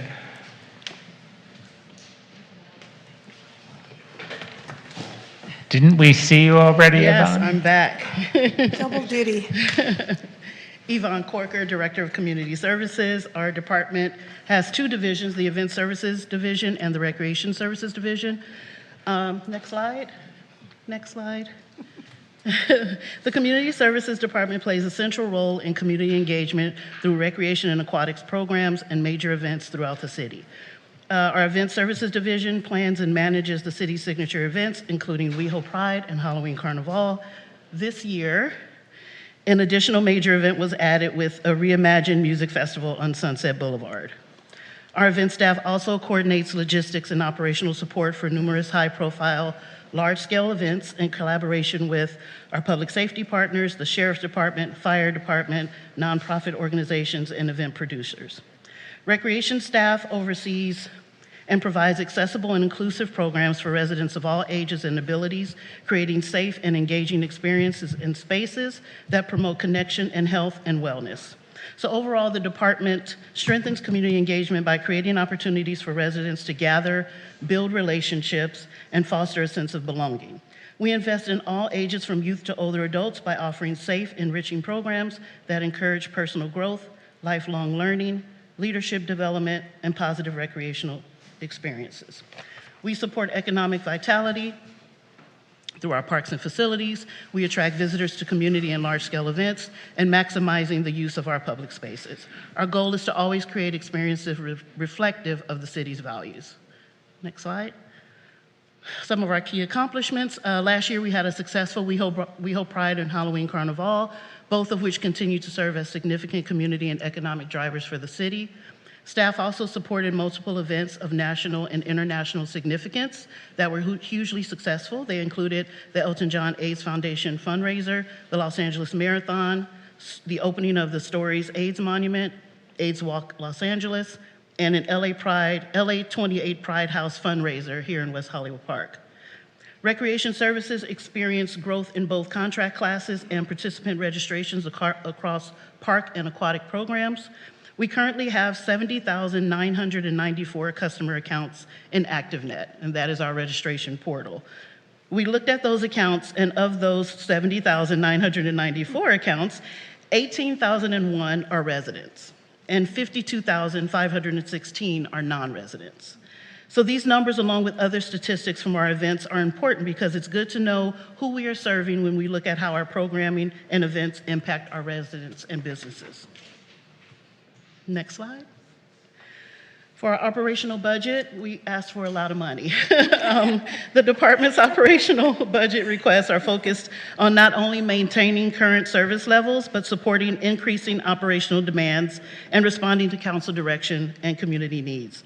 Our base budget, which includes funding for the 6 to 7 major events we have each year, plus the 3 additional events of Ciclavia, Pride House, and the Music Festival on Sunset are recommended for approval. However, some additional requested increases were not. The Event Services Division budget includes all programming costs for our annual WeHo Pride and Halloween Carnival events, and an additional $4 million was added to the budget for the Music Festival on Sunset. So the request totaled over $6.9 million, and the recommendation presented to you all is around $4.5 million. The request primarily addressed rising production and operational costs associated with these major city events. For example, the current structure of WeHo Pride Weekend includes a 3-day model and cost projections to maintain the current format over the next 2 fiscal years include increases to the production budget and were not fully funded during this cycle. So staff is exploring various options for revenue streams in light of these realities. Some of the concepts under exploration include a revamped sponsorship program, food, beverage, and merchandise sales, restructured street fair costs for all participants, and an addition of new ticketed activations. As the scale and visibility of these events continue to grow, identifying sustainable revenue strategies will be important in preserving the free community access while responsibly managing the rising operational costs. So for FY27 and FY28, the budget request also included increase to the cost of providing traffic control infrastructure for these events, and those requests are recommended for approval at $60,000 and $50,000 per year respectively. We want to point out that safety during these events is key, so staff will continue to work with our finance department and our public safety partners to ensure we continue to fund these areas appropriately. The division's approved budget also includes the city's commitment to support Pride House LA West Hollywood as part of the 2028 Olympic Games, and a large-scale event is being planned in West Hollywood Park in 2028. The operational budget overview for recreation services included a request of $500,000. You can go to the next slide. Thank you. A request for $500,000, a staffing budget request that is being recommended to help ensure that the Recreation Division maintains safe, efficient, and high-quality operations, especially during periods of high community use and demand. We also requested $70,000 that covers goods and increases to goods, services, rentals, supplies, and admission fees for our field trips for our camp and excursions. And this would allow the division to continue offering quality programs and community events. The funding was not included in this recommended budget, so we will look at any expansions or new projects on a case-by-case basis, and it will be reviewed by staff. Next slide. So looking ahead to the next fiscal year, the department is focused on several important initiatives and operational enhancements that have been approved in prior budget cycles and or recommended for approval in this current budget. One of them is the implementation, as I've said, of a large-scale live music event on Sunset Strip. Planning is underway. This was an event that was added to the division's work plan this year, and it will be held on October 17th. Staff supported Pride House organizers with a fundraising event this year and looks to continue to do that leading up to the LA 28 Games. We will also begin foundational logistics support for Pride House LA West Hollywood in preparation for upcoming regional events and the proposed events in West Hollywood. One of our recreation division's significant operational improvements will be the implementation of a new recreation software platform, ActiveNet, that's what we have now. We're looking for a new software platform for program registration and facility reservations. And also the redesign and modernization of our Rec Reader, which is the brochure that is mailed out to all of our residents that outlines all of the programs and events recreation offers. Next slide. And in closing, since I'm the last one, I'll just say that although some operational enhancements and added programs and events will need to be reimagined or deferred to later years, this detailed review of our budget and this study session gives us an opportunity to look closely at our current programs and events and focus on the ones that provide greatest benefit to the community. We can then be more thoughtful about what is continued, improved, or discontinued. This exercise is needed to support long-term financial stability and effective city services. Thank you for your time and consideration. I would like to acknowledge the dedicated staff of our Community Services Department, whose work supports thousands and thousands of residents and visitors throughout the year. And on behalf of all of us, we appreciate the continued support of the City Council and our City Manager as we work to provide high-quality programs, events, and community services. Thank you. Thank you, Yvonne. And Thank you for doing double duty again tonight. I think I'm going to turn it back to Jackie, but given the hour and given the fact that people are waiting for another item, I believe that what you're looking from us tonight are simply to identify those areas where we might be wanting additional information or where we might want a change, but we don't need to make those decisions tonight. This is coming back to us at our next meeting in June, correct? That is correct. I do want to acknowledge, as you saw from the presentation from all the departments, that every single department had to face some budget cuts. I mean, we were trying to be as equitable as possible, try to provide as much as possible. Keep in mind that we are increasing both years' budget from the current budget cycle by 37% and 45%. So it is still an increase. And yes, if you have any direction, any recommendations for areas that you feel that you no longer think should be moving forward, where we can, allocate other resources. Otherwise, this was what we were able to do to present the balanced budget moving forward. And I serve on the budget subcommittee with the vice mayor. We will continue to meet and we will continue through the remainder of the year to look at ways that we can provide more funding for the capital projects and to try to prioritize those going forward. We do have 3 public speakers here. I would ask council members to try to identify those areas that you would like more discussion on at our next meeting. I'm going to turn to our 3 public speakers and then we'll turn to the council. Anita Goswami, to be followed by Scott Schmidt, and then Kyle Brazil.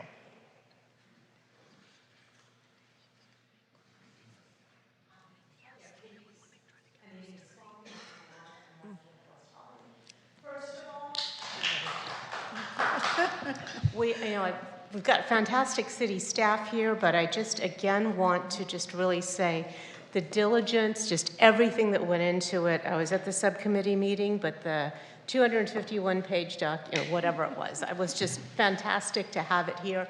But to go through it today was really a marvelous educational exercise for all of us who are here.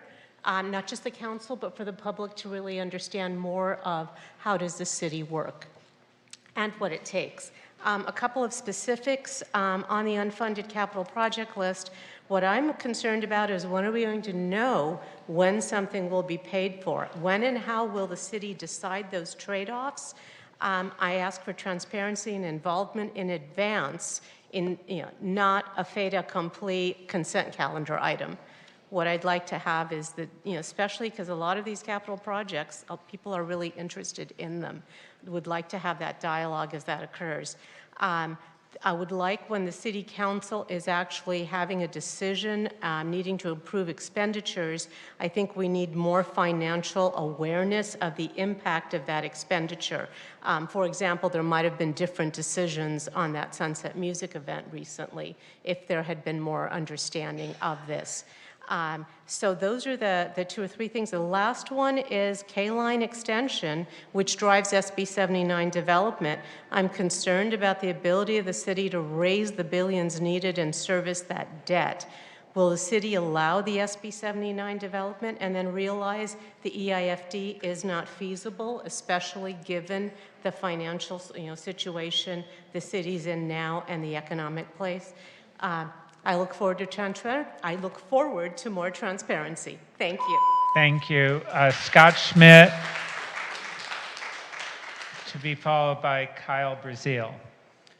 Good evening, Scott Schmidt, resident of West Hollywood, executive director of Emerald Village, West Hollywood, which for the last, 24 months has had a relationship with the city providing marketing services to support the cannabis community.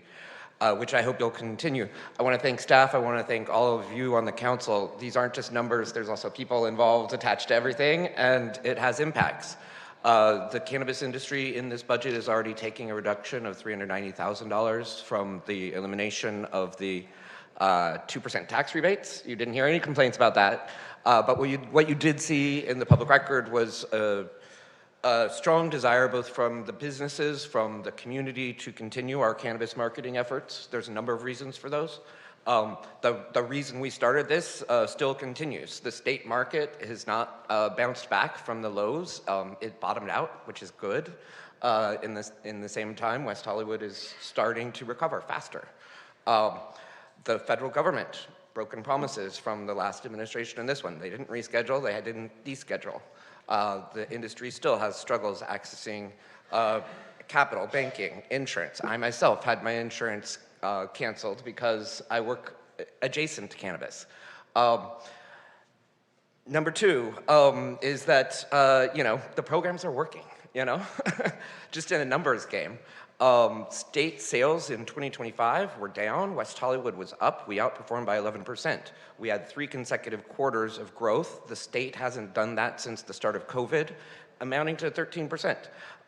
If you do the math, this program pays for itself, and I don't know who else can. So I ask that you help to continue this at our requested levels, and thank you, and have a great evening. Thank you. Kyle Brazil, to be followed by Victor Omachenko, and that's our last speaker. Thank you. Kyle Brazil, resident of West Hollywood. I want to start by thanking city staff for the transparency in this process. I think the report was fantastic. It detailed a lot of the requests from departments. Perhaps one piece of feedback could be this was framed largely in the perspective of new grants and growth in expenditures. It'd be helpful to understand what programs have been revisited to see whether they're delivering results for our city. We need accountability around programs that have been funded in the past. So the perspective of looking at growth in requests is helpful, but we should also be willing to look at what's been funded historically. As someone who began a career as a CPA and has since built a career in data analytics and financial strategy, I understand the weight of these decisions. A budget is a statement of our priorities, and we're facing a challenging reality. Revenue growth is stagnating while we have significant unfunded capital commitments to make. We need to evaluate these decisions through a lens of fiscal responsibility and prudent decision-making. While municipal bonds can provide some of that short-term liquidity, we must be cautious around excessive debt service costs that could hamstring our ability to invest in the long-term support of our priorities. I was pleased to hear city staff acknowledge that the current bond environment makes it impractical to both refinance our existing debt and pursue bond funding for these capital projects. We need to invest in the livability, safety, and vibrancy of our business community. That drives our appeal as a destination. It drives hotel occupancy, which is a significant funder of our city's revenues. It protects property values, and it drives increased sales taxes. When residents and visitors feel welcome and secure, our economy thrives. In a period of stagnating revenue growth, we need thoughtful ideas to continue to protect and grow revenue, protect our reserves. One item that I didn't hear discussed for funding sources could be public-private partnerships. I think that's a model that Culver City and other cities are exploring. I'd like to see West Hollywood do the same. But again, I'm thankful to the council for the thoughtful discussion and the rigor staff brought to this item. Thank you. Thank you. Victor Omachenko.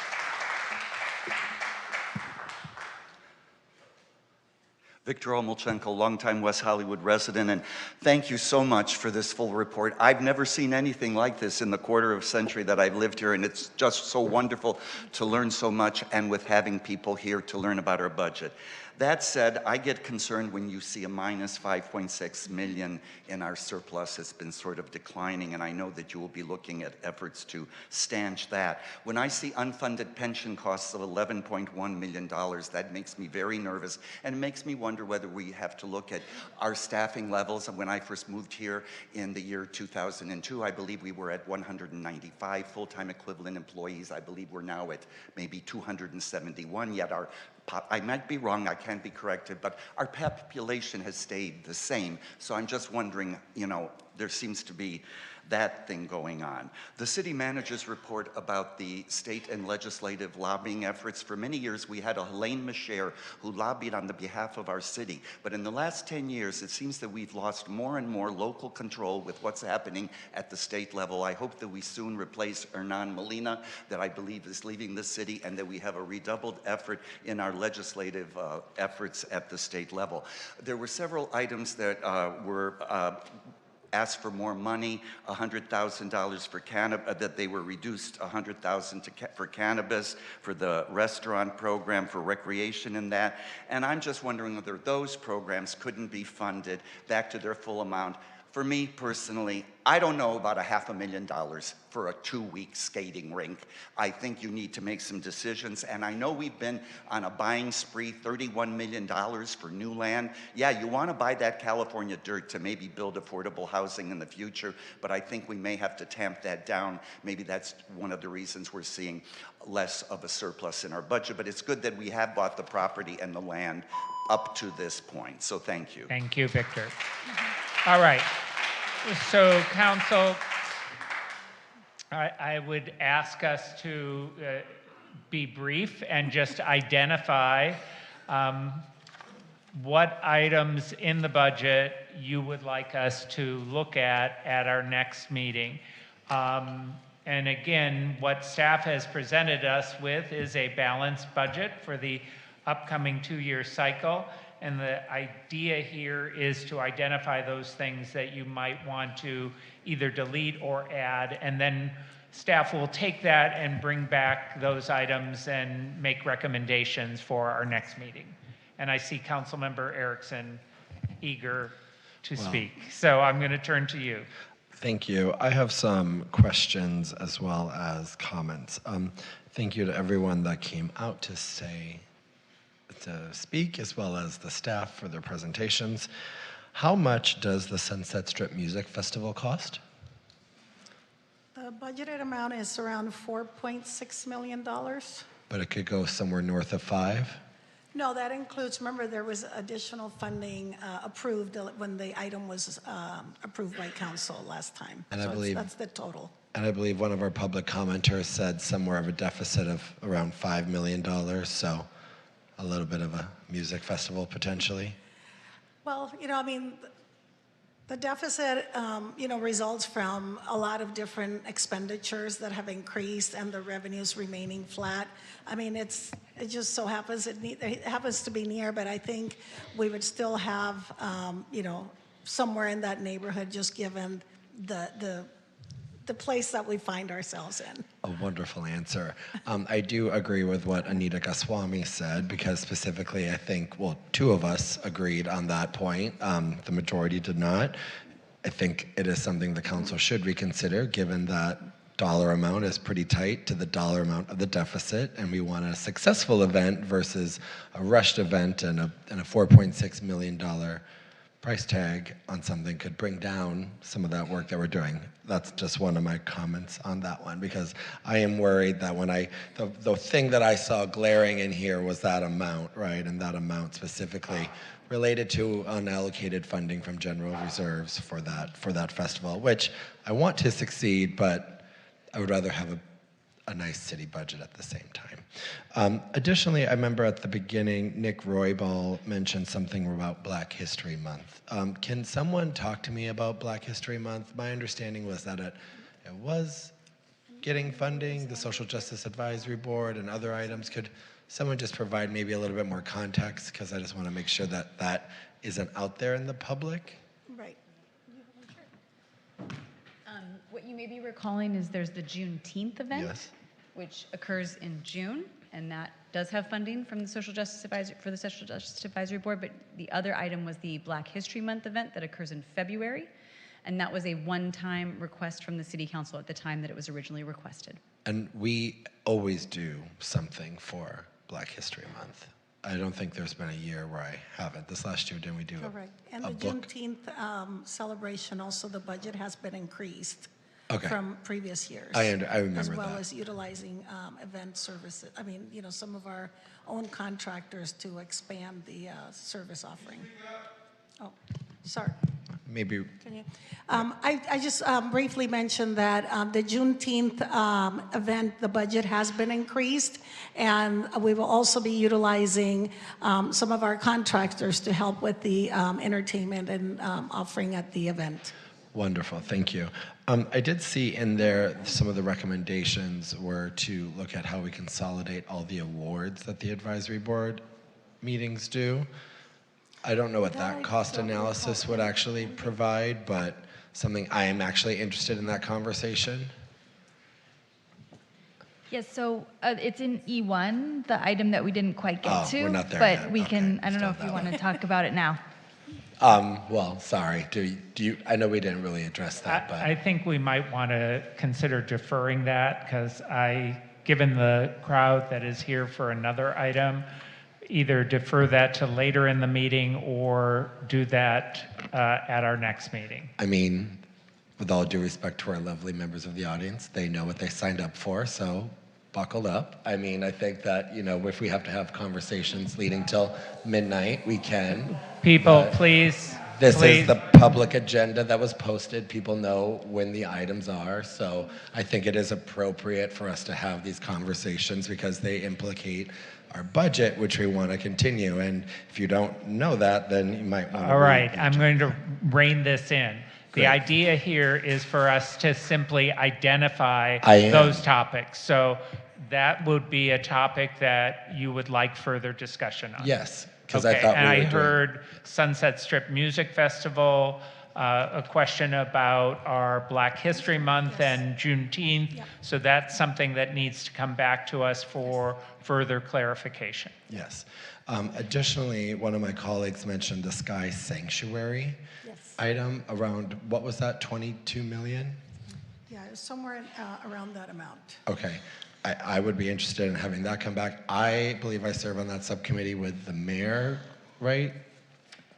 Or who am I on that? I'm sorry. You were the mayor at the time. Never mind. Apologies. But unless there's an update on funding that we don't know about, I would like to know what the possibility of that would be, given I think a lot of the new conversations, but I'll defer judgment until later. And I think what would be helpful too, and I know we can't solve all of these areas tonight, but if you can be more specific about, like, do you want us to consider a reduction, to eliminate it Sure. entirely or defer it much further? Because that will help us when we go back and then we're able to look at the numbers. Sure, through that happy lens. to. I would like us to slash the Sunset Strip Music Festival given the budget constraints and look at potentially doing it next year should the budget improve. I want to make sure Black History Month programming is funded as well as a part of whatever conversation. Additionally, I want to make sure we look at the Advisory Board and Commission awards as well as the different fairs that we have that I believe you recommended consolidating in item E, whatever one it was. Additionally, unless there's some major movement on Sky Sanctuary, I don't really see why it needs to be on the books for the immediate future. It's beautiful, but obviously I just don't think that's ever going to happen given what I think some other public commenters talked about tonight regarding the K line. Additionally, then I would love more information on what's really going on with cannabis, because I understand your decision to cut the budget from the original request, and I am trying to better understand how longer does the city hold the bag for the Emerald Village, which I enjoy and I think they do a great job, but if the licensees and the legacy businesses aren't paying into what they are supposed to pay into, or have no interest in doing it, we do have to talk about potentially sunsetting that because the whole goal was that to be self-sufficient and what that looks like. And I've had these conversations with Scott, so he's not hearing this for the first time. And then I can talk about some of the E1 items, but I'll hold back, and if there's something else that comes up. Okay, thank you. Thank you. Councilmember Meister, Councilmember Byers, you ready? Sure. Great. I'm going to be a little bit more 30,000 feet. I think that we have bitten off more than we can chew when it comes to capital projects and also land, real estate that we have purchased. So I would like to have an understanding of what best practices are, what a healthy ratio is of capital projects to, I don't even know what you compare it to, I guess, revenue, and also number of projects that, a city should be juggling at one time in terms of capital projects. I think we do have to definitely look at it in terms of capital projects versus capital maintenance. Capital maintenance is a necessity that must happen. So I would like to look at those capital projects, and yes, we may have to eliminate some of those projects.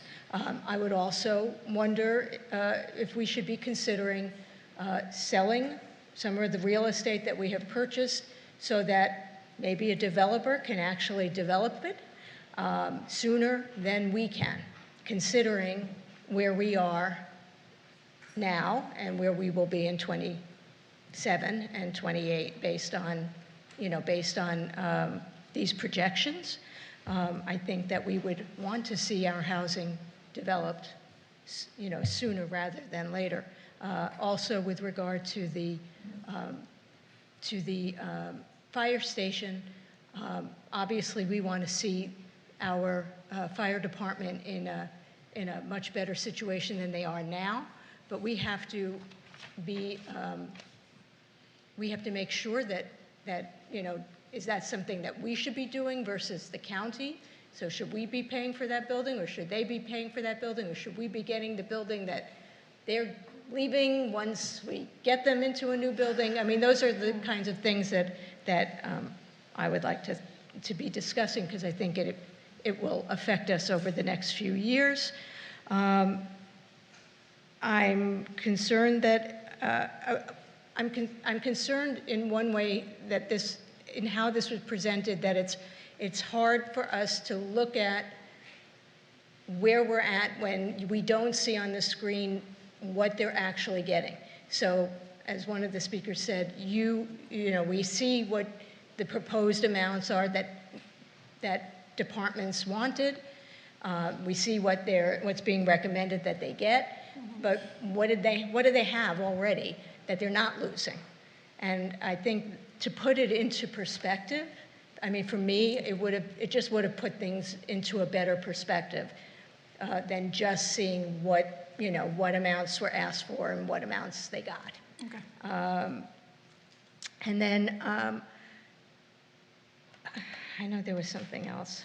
Oh, on the cannabis, I would say that I would like to know what taxes have brought in, the cannabis tax specifically, and what we have specifically spent the taxes on, and if they've just gone into the general fund, or have we used them for specific purposes like public safety or whatever.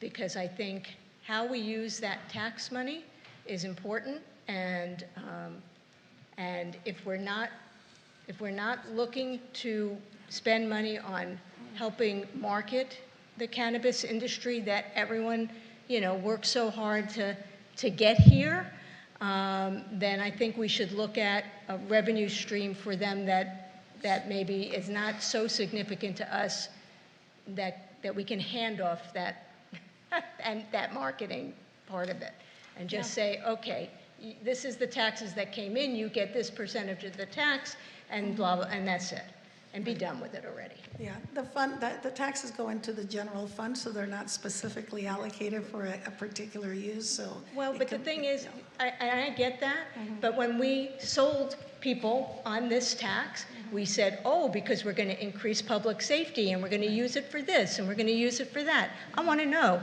if it's not being used for those things, if it's just being thrown in with everything else, then I think then we have to look at using that money in a way that supports the industry, or don't bother, or don't be surprised when the industry disappears here. I think that that's pretty much what I would like to see from my point of view. Thank you. Thank you. Councilmember Byers. Yeah, thank you. I'll jump in. Thank you so much for the presentation. I appreciate the format and just grateful. I know it was a long amount of time invested, but I think this format obviously serves the community's interests really well and us on council, so I just want to appreciate that first. I want to say that I am pretty concerned that the number of newer events, the Ice Rink, the Sunset Strip Music Festival, are, as presented, sort of competing with more of the signature legacy events that we've had as a city. It's concerning that we can't already forecast or guarantee funding for WeHo Pride 2 years out from now. I think that flags and signals a major concern about where our priorities have fallen, and I just will name that I also agree that deferring the Sunset Strip Music Festival to me is the right idea in this timeline, if only to ensure that we're making sure what will become a magnificent signature event for the city is done well and not at the expense of other events.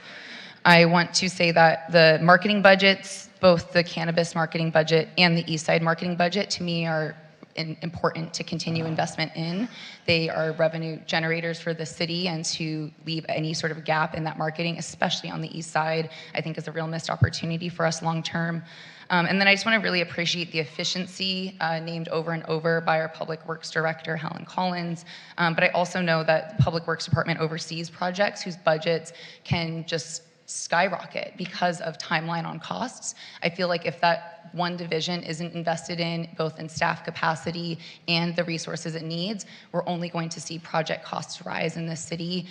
The project or the division is clearly led by a director who has efficiency in mind, so I trust any investment in that division. But just to name, that division is going to be overseeing the EIFD, K-Line, and those are major projects for the city, and making sure that they have all the support feels essential to our long-term work as a city. And then just finally on the capital projects, I think we are in a moment right now where our ambitions and our desires as a council and as a city have certainly surpassed the growth that we're seeing, and that's okay. But I also don't think that we're in a stagnation for a long haul. I think it would be really foolish for us to start cutting projects from our capital projects list at this time, certainly projects that the public has invested in, staff has invested in any sort of way. I'm happy to come back with a prioritization discussion, but since Sky Sanctuaries has been named so many times tonight, that is one project that, regardless of its named cost, had a $2 million specific commitment from this council, and that was it. The rest of the budget was going to come from grants. So to mistake that project total for something that would be invested in by this council, I think is a miss. And as a reminder, that is about ensuring that the public space that we use consistently for all signature major events is safer, is more eco-friendly and climate-friendly with the shade structure that would come. It is also a massive way that we would be creating a tree canopy to capture stormwater, which has destroyed and devastated businesses all along Melrose. So I think we're missing what that project is really meant to be and serve as, and I just want to name that importantly for this community again. Thank you. Thank you. Vice Mayor Hang. Thank you, Mayor. Thank you, City Manager. Thank your budget team, and to my colleagues, past and present, who were on the budget subcommittee. Thank you for bringing forward this budget, and thank you for providing a very robust report to the council and to the community.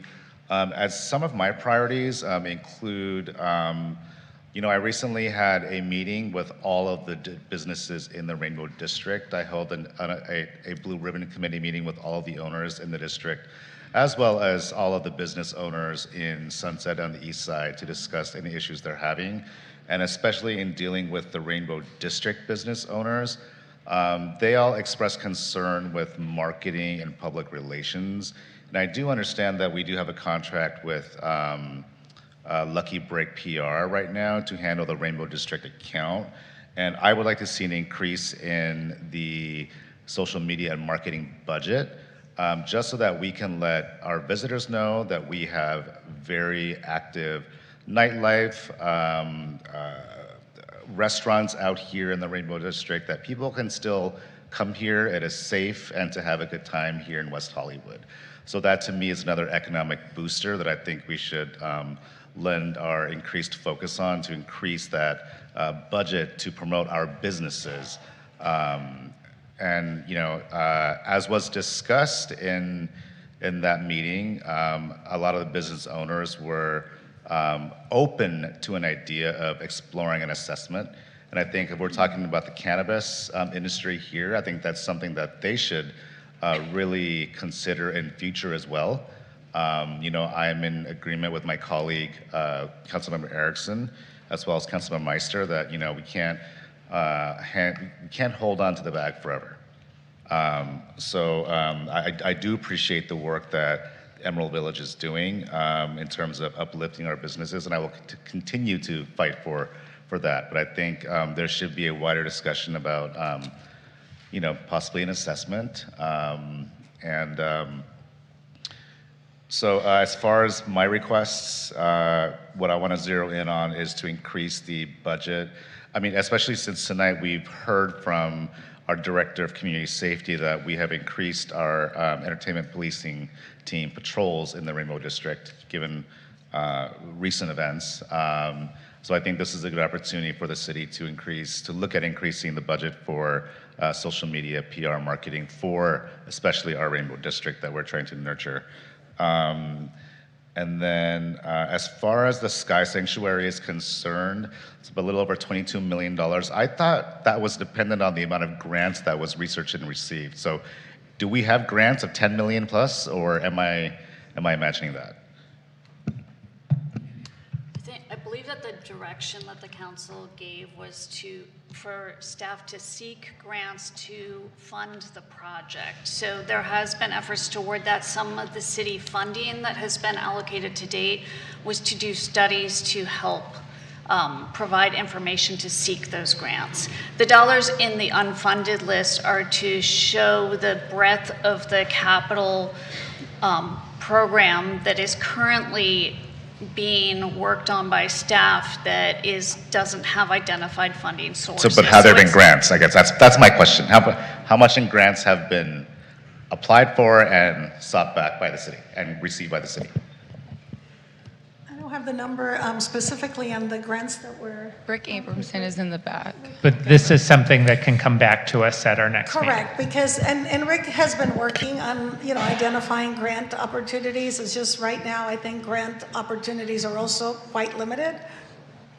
And that was my understanding too. I misspoke about the 22 million. Thank you for correcting, Councilmember Myers, because I understood that when the original direction was given, it was at grant basis. We just haven't had a meeting in quite some time, so we haven't really had an update. I'd be happy to have a meeting as well, so. Okay. Vice Mayor Hang, back to you. Okay, so we don't have the amount of grants. The city has committed to $2 million. That's what I heard, right? So the city's cost, also including staff time to find grants that may or may not have come in. Okay, I understood. Thank you. And I had some items. I am in agreement with my colleague, Councilmember Meister. I do appreciate the county and the federal government teaming together to provide the grant of $500,000 to the new fire station. But if there's a way because the city is providing a portion of the funds for the purchase of the new property for the county, for our firefighters, our men and women who are protecting this community, is there a way for the city to engage in negotiation with the county to somehow obtain the property that they are leaving, or what Councilman Meister mentioned earlier was piqued my interest. We can certainly discuss that with them. We don't know what's available. And I just want to clarify too that the city made a commitment to purchase property, but all the construction costs will be provided for by the county for the construction. So does that mean other cities make a commitment to purchase properties, or does the county provide properties for other cities? Yeah, that I can't answer, but I can certainly look into that. Okay, got it. I would like that. I would like an answer to that if other contract cities actually pony up money as well, or does the county actually purchase all the property for them, for the contract staff that the city pays for? And in addition to that, there's been, Mayor, I have some questions about item E1, but we'll revisit that. It is part of the budget, because that's how we're going to discuss the discretionary council items, discretionary funds for the council. But there's been a lot of talk about the Sunset Music Festival. I'm seeing this as an economic driver for the community. It's not just a music festival. I've had a lot of community members reach out to me, and a lot of the businesses on the Sunset Strip who I was very fortunate was able to join me for my Blue Ribbon Committee meeting on the Strip. So it's very important to them and very important for the neighbors in that area for this festival to help add to the economic vitality, to not bring back what was, but to bring back what can and what will be for the Sunset Strip. There's been talk about the Strip dying. I don't see it like that, but it needs a little bit of help. And the city is in a fortunate position to allocate over $7.5 million for the Pride Festival and over $1.5 to $2 million for Halloween. And I think that we should be able to spread that love to the Sunset Strip because they are not going to be, they're not a stepchild in my book. I represent the entire city, not just the Rainbow District, not just Design District, but I also represent the Sunset Strip. Thank you. Thank you. I want to first thank staff for all of the work that's done on the budget all year long. As soon as we adopt one budget, staff is already working on the next year's budget, and that's how long it takes to develop a budget for an organization of our size. Big picture, you're presenting us with a balanced budget, and I want to thank you for that. That was the direction we gave you, and that's what you've come back with. Some of the ideas that we have, I think we're all committed to having that balanced budget. I also want to point out that despite the challenges that we're facing economically, we still have a very healthy reserve. Most cities are very envious of our financial position. So I again want to thank our finance staff for their stewardship over many years. And I think going back to what Councilmember Byers said, we have a lot of ambition. Our community is very engaged. There are a lot of people who want things done. And that's why we have so many items in our capital improvement budget. I think that's a good thing. Obviously, we're not going to be able to get everything done, certainly not this year, and probably not for the next couple of years, but that doesn't mean that we should scale back our ambition. It means that we need to be prudent here. One of the things that Helen spoke about, the capital repair and replacement analysis that's being done. Yes. And I think that's going to be very important because, as Councilmember Meister said, there are certain things that are in the capital improvement program that are not really wish list items. They're things we have to do.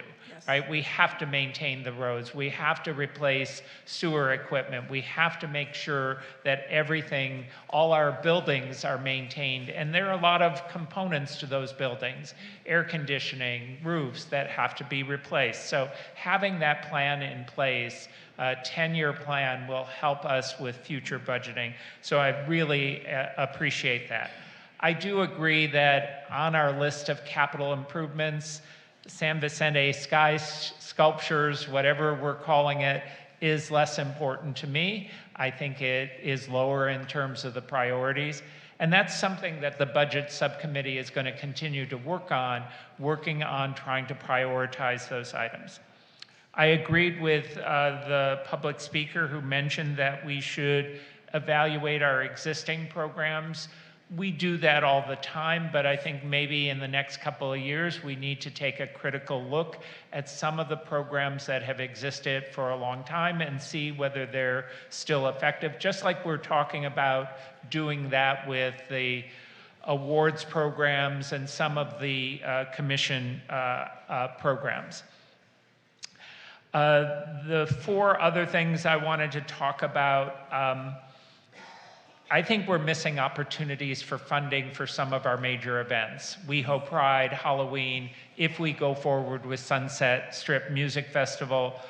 There are corporations that want to support these activities. They get a lot of attention and brand recognition. I think we need to look at separating sponsorship from JJLA. We love JJLA, they do great things, but I don't think it makes sense to have them trying to identify sponsorship when, to some degree, what's their incentive? We're already funding them to put on the program, so why would they go out and try to find sponsorship when they're already getting city dollars? So that's something I would like us to look at. We just had a very successful event on the east side, the Mishka Festival. Like all of our other events, the staging costs and production costs have increased, so that's an item that I think we should look at, whether the budget is appropriate for that. The Russian language library, very small item, but I would like to see that funded. And then the legislative action days, I think we can scale that back. I don't know that we need representatives from all our boards and commissions going up to Sacramento to lobby. It's great, it's nice, but we have a professional lobbyist. Having a council member, maybe a commissioner go, I think that's sufficient. I don't think we need to continue the program. So those are my ideas. We will come back to this, I understand, in our first meeting in June. Everyone, have you given your ideas? And you, of course, can give more ideas to staff, and they will look at it and bring those back for analysis and discussion at our next meeting. Councilmember Erickson. Thank you. And to piggyback on the capital improvement projects, ones that receive statewide grants, federal grants, and county grants should be prioritized because we're getting that money from the taxpayers to work out and figure out how we can actually fund these programs. So I think that if that is a potential on how we weigh things, it's critical. I mean, when we look at the $500,000 from Congressmember Friedman, the land swap value for both of those parcels, and all the work that we're doing for the fire station, I think those also add up, right, and what that looks like. So I just wanted to add that little thought, Mayor Heilman. Great. All right, Melissa. Thank you. So I just want to reiterate that, yes, we are increasing the budget. We are not making cuts at this point in time. And so, but we did have to make choices in what we proposed to add to be able to maintain the balanced budget. I appreciate the feedback. There are so many incredible things that are being done by staff throughout the city. It's pretty incredible. Just mentioned that we did do some major changes to the budget book, and so if you look at those department summaries, I think that might also answer some of the questions that you had about what's going on, because each department now summary has their budget, but a list of core services as well as accomplishments, goals, and workload indicators and performance measures, which tie to the strategic plan. So that is new and might be helpful information. We are incredibly lucky. We are at a turning point, right? We definitely, with the revenues, it's not that revenues are declining incredibly, but the growth rate is slowing down. And so we do have to make choices that we haven't had to before, which is new, and we're all getting used to, but it's something that is really important, and I think will help us prioritize instead of, making decisions as they come forward. They're really looking at in totality. So I appreciate the feedback. Melissa, the mic. Oh, sorry. I appreciate the feedback, the specific feedback, especially like, for instance, being able to, wanting to move forward with increasing funding for the Russian Library, but scale back for the Legislative Advocacy Day. If there's other areas where council members have asked to increase, if you have thoughts on where other things that you think could be scaled back, that would be really helpful information for us as we come back. I think one of the conversations we've had in the past, and we have to have again, and it might be part of that item, is events. We have a lot of events, and we don't need to have 3 events on one day. It's just too much, and we can't. I think we have to come to the realization that we cannot accommodate every single request that we get. And we really have to prioritize those events as well. There's one additional area, the discretionary budget for council members. It's a new program this year, and we've said it's pretty significant. It definitely increases the total budget line. I would be in support of, as a first-time program, not making it $50,000 per council member. I think we've all made individual requests that would go beyond that. It seems like a pretty clear place to me to do that, and I just want to offer that immediately. And my question, and to piggyback on that, because I was going to ask that question, when that item get passed, it was originally, I'm going to get the math wrong, like 150, but when the mayor and the vice mayor, which was you two at the time, it was increased by making it it was $50,000 per council member, but it was increasing it for you to have those account balances versus what it was originally, right? Okay, so the original one was like, do you get what I'm saying? It went from 130,000 to, the recommendation now is 250. So that's what I'm saying. I don't know if for the time being, do we want to implement a new system now or stay with the same old process as before to save those dollars? Or we could do both. I mean, we Right. could Yeah, go to okay. a new system and lower the total amount. Yeah, I agree. I think But that's- that may be something that we want to look at our next meeting as Yes. well. Okay. Okay. One last, and then we're going to take a break. Thank you, Mayor. And thank you for my colleagues for indulging me. I'm also in alignment with my colleague, Councilmember Erickson, and also some of my other colleagues here that we have a lot of events here, especially when it comes to boards and commissions. And I've said this last year on this dais, and I haven't heard back from it. I think we need to consolidate a lot of the boards and commissions awards into like a Congress of the Commission day where everyone gets recognized. That means there's more people there, and you're only serving food once. You're only reserving the auto court once or the chamber once. So I think that would be a cost saver, and we'd have more people here, more people at that event to celebrate each other versus the same 3 people that show up for a specific board. So that was direction that I provided last year, and no one came back, or I haven't heard back from it. So hopefully, and also, you know, there's a lot of bodies. You know, we worked as a council to reduce the amount, and some of the bodies cross-sect with each other. So perhaps that's something that we can take a look at. You know, because we're having staff do double the work if one body's working on something that another body's working on, when to me that doesn't make any prudent sense at all, especially when we're having a budgetary crisis right now. Thank you. I mean, not a crisis, that's my wrong word. Wrong word to use. Mayor, reiterate your We have a balanced budget. We are going to take a 10-minute break. I wanted to report that the city clerk has informed me that we have about 30 speakers on item F2. And I'm guessing that many of you are going to be saying similar things, that you want us to adopt a local transit-oriented alternative plan. So, yes. And if that is the case, during our break, maybe you will talk to one another and identify people who could serve as representatives rather than all of you speak, because I would imagine you would like us to make a decision tonight. And if everyone speaks for the full 2 minutes, we're not going to get to decision making until probably after 11 o'clock. And I will just say the council doesn't make its best decisions after 11 o'clock. So think about that, and think about if you can simply say, I agree with the previous speaker. We're going to take 10 minutes. We'll come Mayor? back, and thank you. Mayor, sorry, before you take a break, did you decide to table E1? We're holding it off for now.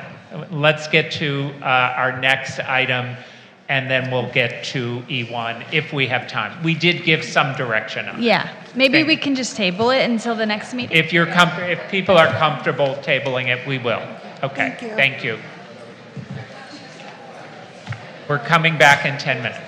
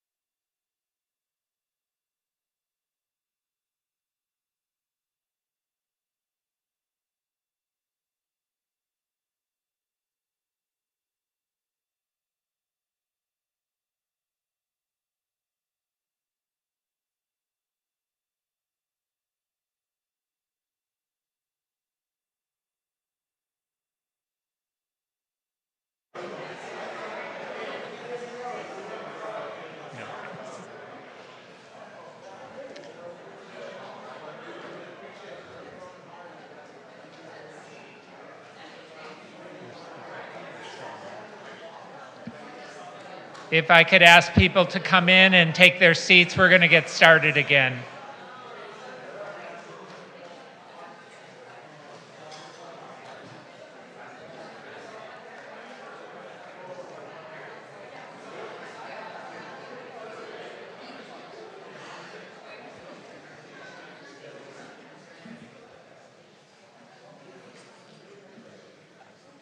All right, if people can take their seats, we're going to get started. Thank you, everyone, for your patience.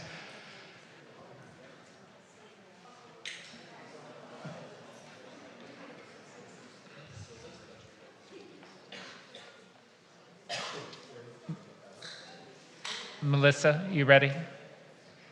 I am, Mayor. Thank you. All right. Thank you, everyone. So we're now going to move to item F2. I'm getting my numbers mixed up tonight. I apologize for that. And I know that Nick and Jennifer are here in case we have technical questions that we want to address. I want to thank everyone for their emails and their comments earlier tonight. This has to do with SB 79 and how we in the city are going to address it and implement it in our city. As everyone knows, I believe SB 79 was signed into law in October 2025, and it goes into effect on July 1st, 2026. SB 79 is entitled the Abundant and Affordable Homes Near Transit Act. It establishes various statewide standards for transit-oriented housing development near transit-oriented development stops. The whole point of this is to address the housing shortage that we have in the state and to encourage new housing to be built near high-quality transit lines and transit stations. Because the law may limit what the city has the ability to do and it may limit our local zoning ordinances, this item directs staff to evaluate how SB 79 applies in West Hollywood and what local options are available to us. In order for SB 79 to be triggered, a proposed project has to be located in an urban transit county, and LA County is designated as an urban transit county. The project has to be on a site where either residential, mixed use, or commercial development is allowed. And in West Hollywood, that's pretty much all of our city. All of our city, for the most part, is zoned for residential, mixed use, or commercial. The only zones that would be excluded are those zones that are zoned for parking or for parkland or for public use. A proposed development to qualify for SB 79 has to be within a certain distance from an eligible transit-oriented development stop. And depending on the nature of the stop, it's either a quarter mile or a half mile. There are a number of specific standards for SB 79 projects. There is an important limitation. SB 79 specifically exempts projects that demolish more than 2 rent-controlled units that were occupied within the past 7 years. It also exempts projects that include hotel units. One of the things that the Southern California Association of Governments is supposed to be doing is preparing a map. They have not yet completed that map. That map would identify those areas that are subject to SB 79. A number of concerns have been raised through the community. We've heard them, and many of you are here to express those concerns tonight. One of the biggest concerns we've heard is the impact on single-family zoned areas such as West Hollywood West, as well as the Norma Triangle. We've also heard from some speakers concerns about SB 79 and the impact on the Rainbow District, the area where our bars, restaurants, and nightclubs are, and the possibility that those would be decimated by new housing utilizing SB 79. And then a third concern that we've heard is a concern that SB 79 will incentivize developers to replace existing rent-controlled housing stock with denser, high-rise residential buildings. As I noted, there are some protections in SB 79 for rent-controlled housing, but those protections only apply to those units that have been occupied in the previous 7 years. There are a number of issues that are still left outstanding with respect to SB 79. In particular, the issue of timing and whether or not West Hollywood is subject to the July 1st deadline, since our locally preferred alternative for the subway was adopted after the ordinance was enacted, after SB 79 was enacted and before its effective date. That's a question of interpretation, and that's a legal question that we'll need answers to. Obviously, if SB 79 is not triggered right away in West Hollywood, that gives us greater time to develop the appropriate response. In my agenda item, I identified 4 different options for us. One option is to take no action whatsoever and simply let SB 79 go into effect. And I think that option removes from us the ability to tailor SB 79 development into areas where we think it's more appropriate. A second approach that some cities have adopted is a phased-in approach, allowing some areas to go into effect under SB 79 and taking some others out, and developing specific guidelines, taking a little bit more time for certain areas. Another approach that was adopted by the city of LA was to have targeted capacity increases in certain areas, but allowing SB 79 to go into effect in other areas. The final option, and the one that we've heard a number of speakers on already, is to develop our own local transit-oriented development alternative plan.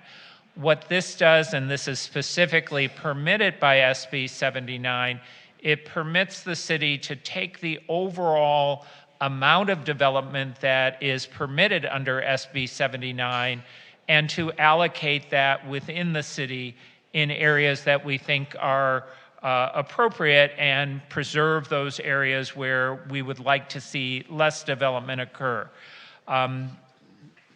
The other benefit in my mind of having this local alternative plan is that it allows us to actually target development where we think it is actually going to occur, rather than simply relying on the approach of SB 79 that allows development in a number of areas where it's probably not likely to occur.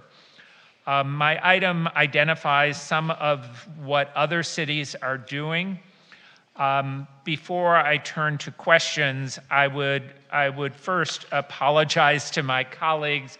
I brought this topic up while we were talking about the Enhanced Infrastructure Financing District, and although it is a related topic, it was not the right situation to bring it up. I think having it here as a standalone item allows us to discuss this directly. I'm open to answering any questions that my colleagues have, and as I said earlier, we do have a number of speakers who are prepared to speak tonight. We're okay with going to public comment. And again, how many speakers do we have now, Melissa? 38. 38. All right. I'm going to really ask people, if somebody has said what you believe, it's perfectly okay for you to say, I agree with the previous speakers. Also, I would ask people not to take their full 2 minutes if they don't need it, if they've already made their point. Thank you. Our first speaker is Victor Omachenko, to be followed by Anita Goswami, and then Craig White.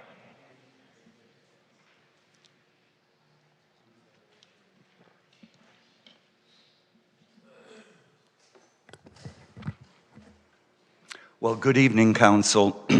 I'm Victor Omolchenko, West Hollywood Center City resident, and as a previous homeowner and now a rent-stabilized tenant, I am here to ask for a 5-0 vote tonight to immediately initiate a transit-oriented development alternative plan, a TODAP.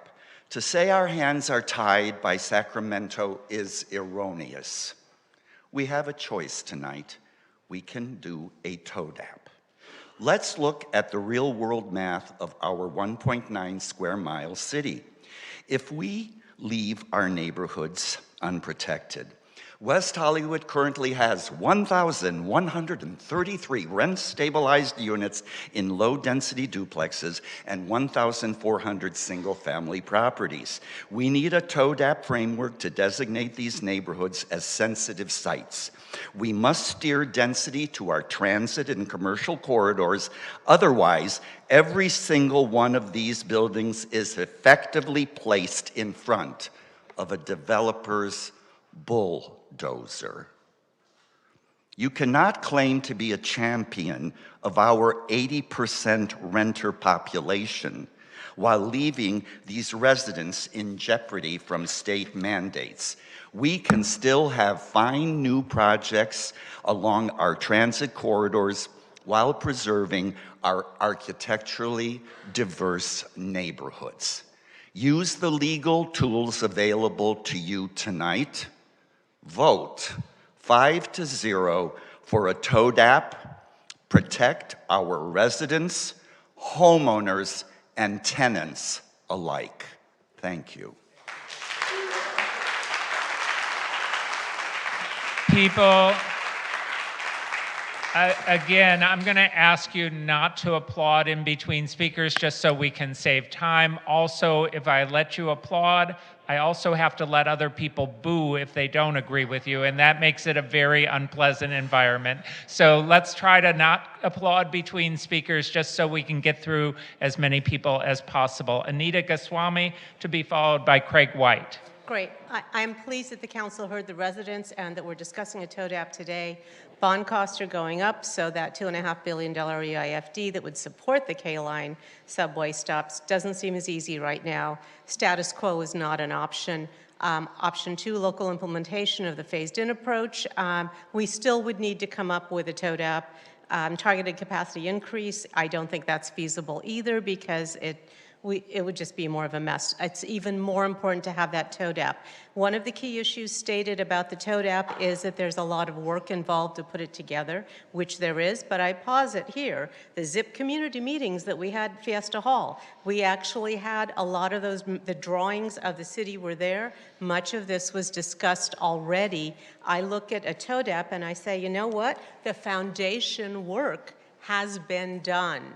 And this is something where we can, you're seeing, the community is here. We are interested. We're very interested in this. We can come together. We can work to get a TODAP put together. We need to work fast because the deadlines are still coming up, but we can do it and there is a foundation. We just look at pivoting that work that was for ZIP, which the reality is it's the same stuff that would be needed for a TODAP.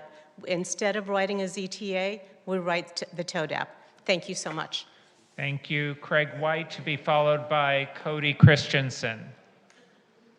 Craig White, Craig White. Cody Christensen, to be followed by Jeff McMullen. Hello, Council, Mayor. If anyone has any hesitation with voting yes tonight on option 4, I implore you to look around. Continue listening intently. Keep looking the residents in their eyes as they speak their truths. These are your neighbors and your voters. I attended the ZIP meetings, sitting at tables with neighbors. We drew on giant maps of West Hollywood, the places where building housing made sense for us. Everyone is so hopeful that their ideas would be made real. What happened? It is clear the residents want a plan. They want a TODAP. We are the creative city, so let's make a creative plan for its future, and fast. I implore you to vote yes. Thank you. And remember this, these people are the we in WeHo, and you represent all of them above all else. Thank you. Jeff McMullen, to be followed by Pierre Falari. Good evening, City Council, City staff. Jeff McMullen.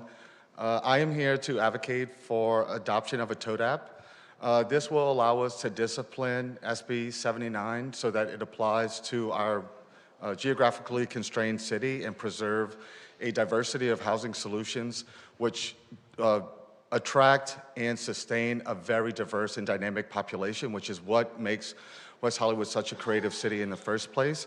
Specifically, I'd like to suggest that when we look at a TODAP, we concentrate, just as Beverly Hills has done, development around certain of the expected transit stops, and focus on commercial property that is otherwise underutilized.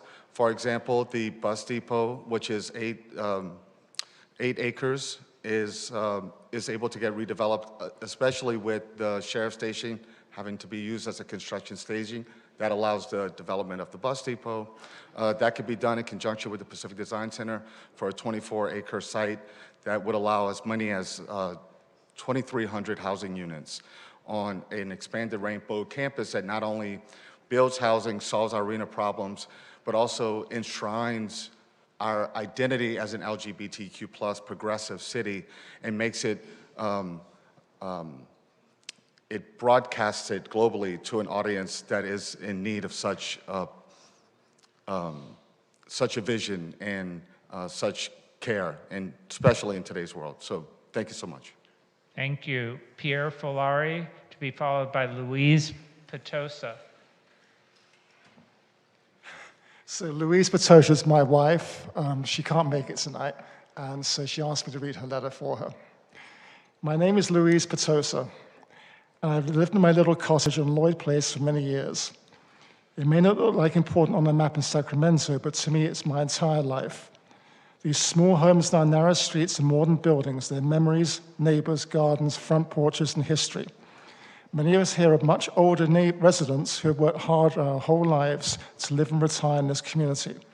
We are not wealthy developers or investors. We are ordinary people trying to hold on to our homes that we painstakingly look after and love.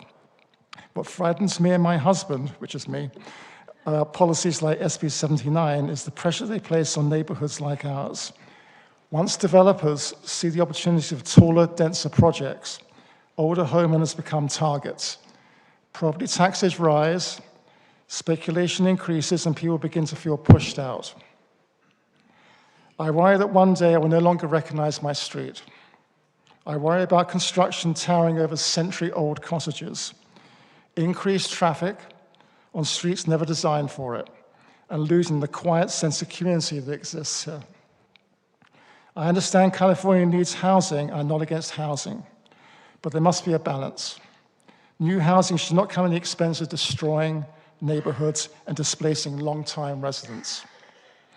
Please keep permitting and planning decisions local, where people actually understand these streets and families who live on them.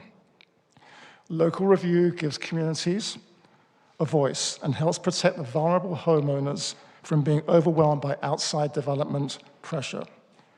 Once these historic cottages are demolished, they are gone forever. And for many of us, so is the feeling that we have a place to stay in this community. Please vote for TODAP. Thank you very much. Thank you. Ignacio Darnati, to be followed by Jay Jacobson.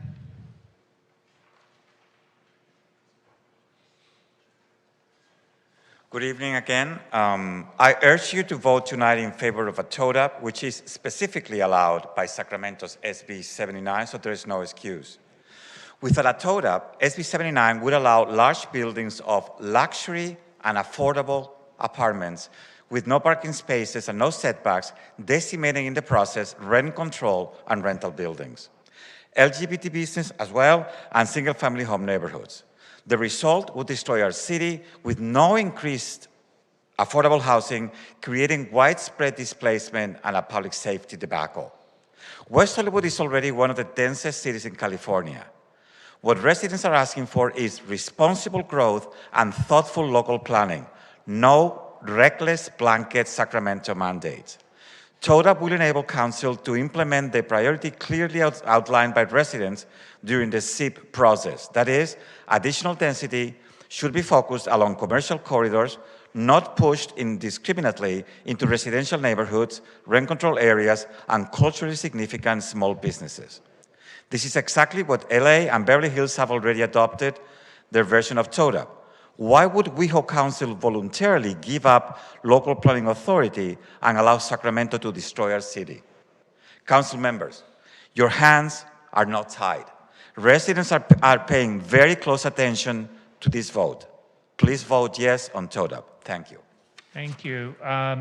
Jay Jacobson to be followed by Mike Holtzman and then Ed Holman. Hi, as a 30-plus year WeHo resident, I'm here to strongly urge you to adopt option 4, the TODAP, because it's the only option that actually preserves West Hollywood's ability to control its own future. For months, residents have been told that the city's hands are tied by Sacramento, but tonight's staff report makes it clear this is simply not true. SB 79 specifically allows cities to create their own alternative transit-oriented development plans, which would give WeHo a legal pathway to keep local control if City Council chooses to use it. A TODAP is not about stopping housing, it's about deciding where housing should go and protecting the neighborhoods and cultural resources that make West Hollywood unique. Without a TODAP, Sacramento's one-size-fits-all SB 79 standards take effect, and according to your own staff report, could impact nearly every zoning district in West Hollywood, bringing taller buildings, reduced parking, setbacks, and increased development pressure into residential neighborhoods. Your report also recognizes the risks to single-family areas, rent-stabilized housing, and the historic LGBTQ business district, threatening longtime residents, seniors on fixed incomes, and the community character that makes WeHo unique. TODAP is the only option that allows the city to direct growth toward appropriate commercial corridors while protecting sensitive residential areas and vulnerable housing. Other cities are doing this because they understand something very simple. If you do nothing, you actively surrender local control. So tonight, the fate of West Hollywood is not in Sacramento's hands, it's in yours. So you can either choose to let the state reshape the city or choose to preserve West Hollywood's ability to plan thoughtfully for itself. Please vote yes on option 4 and direct staff to proceed immediately with the TODAP. Thank you. Thank you. Mike Holtzman to be followed by Ed Holman. Oh, that was Mike Holtzman. Oh, Mike Holtzman here, I'm sorry. And then Ed Holman, and then Elise Eisenberg. Sorry about that. That's okay. Sorry, I'm Jay. Mike Holtzman. I'm a 39-year resident of West Hollywood, 29 years as a homeowner and 10 years as a tenant. I'm here tonight to urge all of you to vote in favor of pursuing a TODAP. Importantly, adopting a TODAP is not about opposing housing, it's about planning growth responsibly. The city has a long history of supporting housing, walkability, sustainability, quality of life, and transit-oriented development. Without a TODAP, we risk losing meaningful local control over where density occurs, how projects relate to neighborhoods, and how growth integrates with infrastructure, mobility, and community character. SB 79 will allow the development of 5 to 8-story buildings across significant portions of the city, including residential neighborhoods with reduced parking requirements, smaller setbacks, and additional pressure on already congested streets and aging infrastructure. The TODAP creates the opportunity to focus increased density along appropriate commercial corridors and transit-serving areas, particularly where increased density can be achieved without effectively overriding provisions of the current zoning ordinance governing low-density residential districts. These views and priorities were consistently expressed during the city's ZIP community meetings. A locally created TODAP would be consistent with approaches taken by the cities of Los Angeles and Beverly Hills. By moving forward now, Council can create a balanced approach that accommodates new housing while respecting the new characters of our neighborhoods. Thank you. Thank you. Ed Holman to be followed by Elise Eisenberg and then Ruth Sislowski. Good evening, Mayor, Vice Mayor, Council. Ed Holman, West Hollywood, 30-year resident. I am here tonight to strongly urge the Council to direct staff to pursue option 4, the TODAP option. With the K-Line Northern Extension coming to WeHo, SB 79 is going to fundamentally change the landscape of our city. If you take no action, you completely surrender local control to Sacramento. Option 4 is the only rational pathway that protects the unique character of the place we call home. A comprehensive TODAP is the exact tool we need to shield our vulnerable single-family residents neighborhoods from aggressive upzoning. It is also how we protect the historic Boys Town Business District, ensuring that our LGBTQ plus spaces, bars, and cultural venues aren't decimated and replaced by massive unchecked high-rises. I'm realistic about the timeline of a massive transit project like the K-Line extension. Given how long these projects take to build, I know I'll probably be old as hell or deceased by the time all of this actually comes to fruition. But I'm standing here tonight because I want to be on the record for future generations of WeHo residents. I want them to look back at the archives and know that we spoke out to protect what makes this city special. Carrying out option 4 successfully requires a city council that actually listens to the people who live and vote here. The impending July 1st deadline is a critical turning point for the future of our city. Do not let campaign dollars dictate the literal blueprint of our neighborhoods. Look at the proactive models being established by our neighbors in Beverly Hills and Santa Monica. Vote tonight to direct staff to draft a local alternative plan that protects our tenants, preserves our historical cultural resources, and respects the residents and voters who call West Hollywood home today and those who will call it home tomorrow. Thank you, Ed. Elise Eisenberg, to be followed by Bruce Soslovsky, and then Jonathan Feinstone. Elise Eisenberg, West Hollywood resident of close to 40 years. I'm going to make the assumption that you will all vote for a TODAP because it makes sense, and I will assume that you will probably do the one that keeps local control. So I applaud you in advance for that. I was going to say that there is already a lot of development along Sunset Commercial Corridor, just 2 buildings alone, the Viper Room and a project the Charles Company is planning on producing almost 10% of the required housing, so it makes total sense. What I'm going to ask for, I'm also here representing my neighborhood. I'm head of the West Hollywood Heights neighborhood. We are in the designated high-risk fire zone, which I think all of you know. I think you're all aware we've had some serious fires up there, man-made, not wildfire, but we are at greater risk than a lot of the other neighborhoods. We have steep, narrow streets. I submitted written comments outlining language from the City of LA's TODAP, which I hope will be adopted for our neighborhood, excluding us from any more density at all, which the city supported 15 years ago in the last general plan, the 2035 plan. Thank you to Council Heilman, who helped shepherd us through that project. Unfortunately, a lot of the city planners have changed over the years. The staff has changed, so they're not directing developers away from our neighborhood. We had asked back then, while we support more housing, what we are losing is our longtime residents with rent stabilized and rent control units in favor of luxury development with one housing. So I'm asking, please direct planning to protect my neighborhood. It's a public safety issue. It's a life and death issue. We've already had millions of dollars in damage in just a few buildings from fires. So that's my request. Thank you very much. Thank you. Bruce Soslovsky, to be followed by Jonathan Feinstone, and then Ellen Harrington. Hello, I'm Ruth Soslovsky, longtime resident of the city of West Hollywood. I guess I'm up here tonight because it seems rather evident to me that a key element for community organizing is knowing not only what people want, which you're hearing a lot of tonight, but also balancing that with what people need and long-term growth of the community.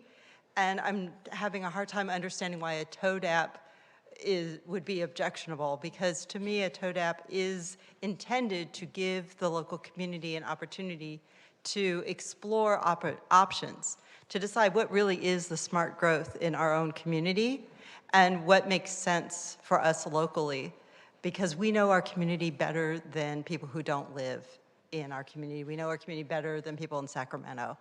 So I would encourage us to not be afraid of looking at alternatives and exploring options, but to be open to gathering information and doing research and understanding what is possible in our own community and what we can do to make this the best possible public transit system that still balances walkability, density, affordability for the neighborhood. I also appreciated Mayor Heilman's suggestion that we look at what is option available with the state as regards extending the time frame, because we've given ourselves, due to lack of whatever inactivity previously, but we have given ourselves a very short time frame in which to explore options. So if we can have an extension, I would appreciate the city finding out if we can't have more time beyond July 1. Thank you. Thank you, Ruth. Jonathan Feinstone, to be followed by Ellen Harrington, and then Barry Z. Scott. Good evening, members of the City Council. I'm Jonathan Feinstone on behalf of the West Hollywood West Residents Association. For nearly a century, West Hollywood West and most of West Hollywood has had planning shaped by the original home builders and later reinforced through city zoning that created stable, predictable neighborhoods where people could build lives, raise families, and invest in their communities. SB 79 deletes that 100 years of planning with the stroke of a pen. And let's stop dancing around it. SB 79 upzoning is government redlining, plain and simple. You are targeting single-family neighborhoods. You are targeting homeowners, longtime renters, seniors, working families, and working gay families who specifically chose these communities because they offer stability, safety, and a quality of life. You are drawing a line around these neighborhoods and declaring that these people who live there no longer have the same rights as others. This is not planning, this is government-imposed erasure. On April 18th, our association hosted a community gathering on the rooftop of this pool deck, and nearly 100 residents from every neighborhood in West Hollywood showed up furious about SB 79 and the broader assault on local neighborhoods. These were not activists or political operatives. They were residents who feel betrayed by elected officials who are supposed to represent them. SB 79 is anti-family and it is anti-gay family. You are saying no to gay families in West Hollywood if you stick with SB 79. Chelsea, your hands are not tied like you said at the ZIP meeting. Your first duty is to protect current residents, the people already living here, paying taxes here today, not imaginary future residents. If you stay silent now, then you too are complicit. You are redlining West Hollywood. You must stop that immediately. Ellen Harrington, to be followed by Barry Z. Scott, and then Robert Stodd. Hi, I want to thank you all for staying so late and for listening to us with seriousness. I hope you're all keeping your heart and your minds open as much as possible. I think some of you've made up your minds already. I'm directing my remarks a little bit more directly to Vice Mayor Hong, because I understand that potentially you're more of a swing vote. My remarks are much more personal than some of my friends here, my neighbors. I'm a West Hollywood resident for 30 years. I gave birth at Cedars-Sinai and raised 2 children here. I'm an advocate for public transit and a regular bus and metro rider and TAP pass holder. I'm excited about the San Vicente Metro stop, and even though I might be pretty old by the time it finally opens up. I'm a fan of mixed-use buildings, affordable housing, and a mix of residence choices in West Hollywood. And I strongly reject the us versus them idea that we are NIMBYs just because we love our communities and our neighborhoods. And it's a false dichotomy to say that we're renters versus owners. It's just not true. Many of the owners that you're talking to today are heavily leveraged and deeply indebted to own their homes and to maintain them and to pay property taxes and things like that. Also, professionally, I'm a cultural historian. I've spent my career working to preserve Los Angeles motion picture history as chief curator for the Academy of Motion Picture Arts and Sciences. West Hollywood has a unique and special history. It's a unique blend of people and neighborhoods. I live in a house, as many of these others do, that's over 100 years old. So we really are hopeful that when you look at what other cities are doing in the region, whether it be Beverly Hills, Los Angeles, Santa Monica, there needs to be a balance between future development and preserving our special neighborhood quality. Why wouldn't West Hollywood do everything in its power to find creative ways to respond to SB 79? We are the creative city after all, aren't we? Why are we special? Why are we unique? Because, as John Heilman said earlier, we deserve to be our own city. Thank you. Thank you. Barry Z. Scott, to be followed by Robert Stodd, and then Paul Hanneman. Good evening, Mayor and council members. My name is Barry Scott, and I'm a resident of the WeHo Heights neighborhood for 43 years.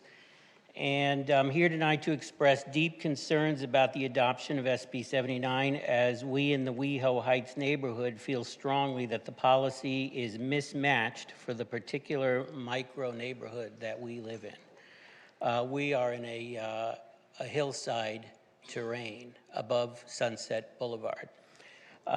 We have fire safety concerns, as we are in a very high fire severity zone, which is a matter of record within the official zone disclosure reporting. Additionally, the access roads to the neighborhood are constrained, with only 2 streets providing access for emergency vehicles and other emergency services. Currently, there is a 6-story, 22-unit apartment building now before the WeHo Planning Commission, which is giving us grave concerns. Currently, the neighborhood is already high density, with buildings like Horn Plaza and Shoreham Towers, among others. So I encourage the council to consider an exemption from SB 79 for the WeHo Heights neighborhood. But I also will add that I broadly agree with all of, or most all of the other public speakers this evening. I think the policy is ill-conceived, and I believe it will mislead the city governance in very crucial matters of appropriate housing development. And I really feel that should be considered very carefully. Thank you. Thank you. Robert Stodd, to be followed by Paul Hanneman, and then Brad Kiesler. Robert Stodd, Paul Hanneman. Are you Robert? What? We say Stodd or Stella? No, Stodd, S-T-A-D-D, sorry. Paul Hanneman, to be followed by Brad Kiesler. Good evening. We understand we need more housing, especially housing that is actually affordable for working people. But SB 79 is the wrong approach. This bill is a major state intrusion into local planning decisions that have historically belonged to cities and neighborhoods. It replaces careful community planning with a broad statewide density framework that does not adequately account for infrastructure, traffic, parking, neighborhood context, or livability. If the goal is truly affordable housing, then we should be focusing density where we can build the most units, including more affordable units, with the strongest infrastructure and the least disruption to established neighborhoods. West Hollywood West is a clear example. It is a quiet, single, and multifamily neighborhood directly adjacent to a proposed station area, yet SB 79 would allow dramatic increases in density there with limited consideration for compatibility or scale. And frankly, residents are frustrated because legitimate planning concerns are too often dismissed instead of addressed. When residents raise questions about infrastructure, traffic, parking, or neighborhood fit, they are labeled anti-housing or offensively NIMBY. That is not a serious response. I support housing. What I do not support is abandoning basic planning principles. There is a real difference between building high-density housing along major corridors versus placing 7-story buildings directly into residential neighborhoods that were never designed for that intensity. Density belongs on corridors like Santa Monica, La Cienega, and Beverly Boulevards, areas that have the infrastructure, transit access, and urban forms to support major growth. That is smart planning. We should also prioritize underutilized sites like Melrose Triangle before impacting stable neighborhoods. That site could support larger scale housing, including more affordable units in a more appropriate setting. And in affordability, SB 79 is being sold as a solution, but most of the projects it enables will still be market rate housing out of reach for Californians. So in this regard, please vote in favor of a TODAP. Thank you. Brad Kiesler, to be followed by Jonathan Wilson, and then Kathy Waldman. Hi, I'm Brad Kiesler from live in West Hollywood, and I've listened to all the wonderful arguments, or I hate to say arguments because I agree with some of the other people that this is not a debate between renters and owners or and I don't think it's a debate between, should not be a debate between the council members here, because I believe they could all see the reasonableness of our group, that we hear mostly owners. And I would just like to see all of you vote yes on Heilman's proposal, TODAP. And that would be really nice to see a unanimous vote, so we don't have the division. It's not really a division, I don't believe, just like it's not a division between renters and owners. And anyway, when you go on down to look at it, this whole thing is based on 79 wants people to be closer to the to the transit stops. So I took it's all based on a radius. And if you live inside a neighborhood, you're going to have to go like this to get to. It's not going to be the shortest distance. The shortest distance is in a straight line, and Beverly is a straight line going to Cedar Sinai, and San Vicente is a straight line. So that's the shortest distance. That's the way it is. Sorry to take so long. Thanks. Thank you, Brad. Jonathan Wilson to be followed by Kathy Waldman and then Daniel Nakamura. Good evening. I got in the office at 6:30 this morning, so hopefully I make sense. Jonathan Wilson here, business owner and also a resident. And thank you, Mayor, Vice Mayor, council members.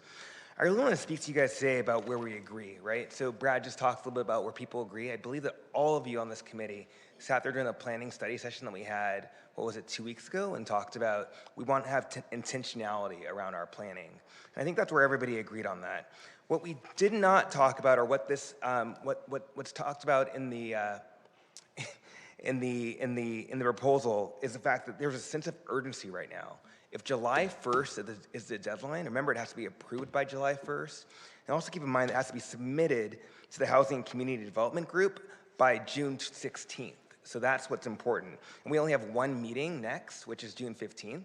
So that means that we have to really kind of step it up in terms of what we're going to propose and how we're going to do this. Obviously, I'm in favor of option 4. I want to make sure that we are very clear, though, about what we're actually looking for. We're looking for intentionality and a little bit of clarity. What we're trying to also do is get rid of some of that divisiveness between pitting developers against residents, or residents who have to feel like they're fighting for their lives on every single decision. If we're leaving it up to the state, we're actually losing control of our city. So I really want to say now that a vote today is not a vote against housing. It's a vote for clarity and intentionality for how we plan to develop our city. I really do think that it behooves all of us to really make sure that we're thinking about the residents here, and we're focused on what it means to be part of West Hollywood, not necessarily just part of California. So thank you very much for this time, and please vote yes on option 4, with also the acceleration of getting it done by June 16th. Thank you. Kathy Waldman to be followed by Daniel Nakamura, and then Dr. James Cunningham. Good evening. My name is Kathy Waldman. I'm a 30-year West Hollywood resident in the WeHo Heights neighborhood. I'm here to urge you to approve the SB 79 TODAP because our neighborhood desperately needs the protections it provides. Here's why this matters to me. On April 27th, tenants of our rent-stabilized building were served a THP notice. Beginning June 15th, our landlords intend to construct a 731 square foot 2-bed, 2-bath ADU, permanently eliminating our entire carport and storage. Our 6-unit building sits 3/4 of the way up Larrabee, one of the steepest streets in West Hollywood, in a designated very high fire hazard severity zone. Street parking is already severely limited. Street cleaning restricts it 2 days a week, and the upper portion of Larrabee falls in the city of Los Angeles. West Hollywood residents cannot park there. Our building already doesn't have enough parking for all existing tenants, and once this ADU is built, we will be competing for street parking with the very residents of the unit that took our parking away.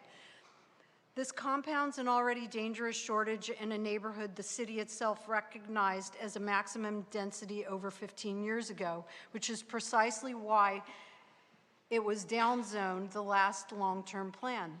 Our landlord has offered alternate parking at 8383 Santa Monica Boulevard, over a mile away. This is not a reasonable substitute. It is not accessible for tenants with disabilities or mobility limitations. I am asking, how will disability accommodations be addressed for residents who depend on nearby parking? ADU and new development projects are not one size fits all. Each project should be evaluated against the specific property, street conditions, and neighborhood impact. The TODAP process under SB 79 creates exactly that framework. Please vote yes on Thank you. option 4. Thank you. Daniel Nakamura, to be followed by Dr. James Cunningham, and then Robert Steloff. Hi, my name is Daniel Nakamura, members of the council. I live in WeHo Heights, a California-designated very high fire hazard severity zone. I want it to be on the record that you have been informed of the following. As of today, the Sandy fire is burning 30 miles from our neighborhood, over 1,300 acres, 0% contained. This is no longer unusual, it is increasingly normal. Los Angeles and Beverly Hills have both reviewed SB 79 and adopted Transit-Oriented Development Alternative Plans, or TODAP, that permanently exempt very high fire hazard severity zone parcels from its density requirements. Both cities look at the same law, looked at the same risk, and made a deliberate, documented decision to protect their fire zone residents. If this council does not pursue a TODAP with very high fire hazard severity zone exemptions, it is consciously choosing to be the outlier on a public safety question without a stated reason. That choice will be in the public record. The residents of this fire zone will know it was made, and will know it was made today while a wildfire burned 30 miles away. I'm not asking you to stop development. I'm asking you to apply the same standard of care that your neighboring cities have applied. Approvals made in fire hazard zones without weighing those consequences are not defensible ones. Thank you so much. Thank you. Dr. James Cunningham, to be followed by Robert Steloff, and then Kyle Brazil. Dr. James Cunningham. Robert Steloff, Kyle Brazil, then Stephanie Harker. Robert.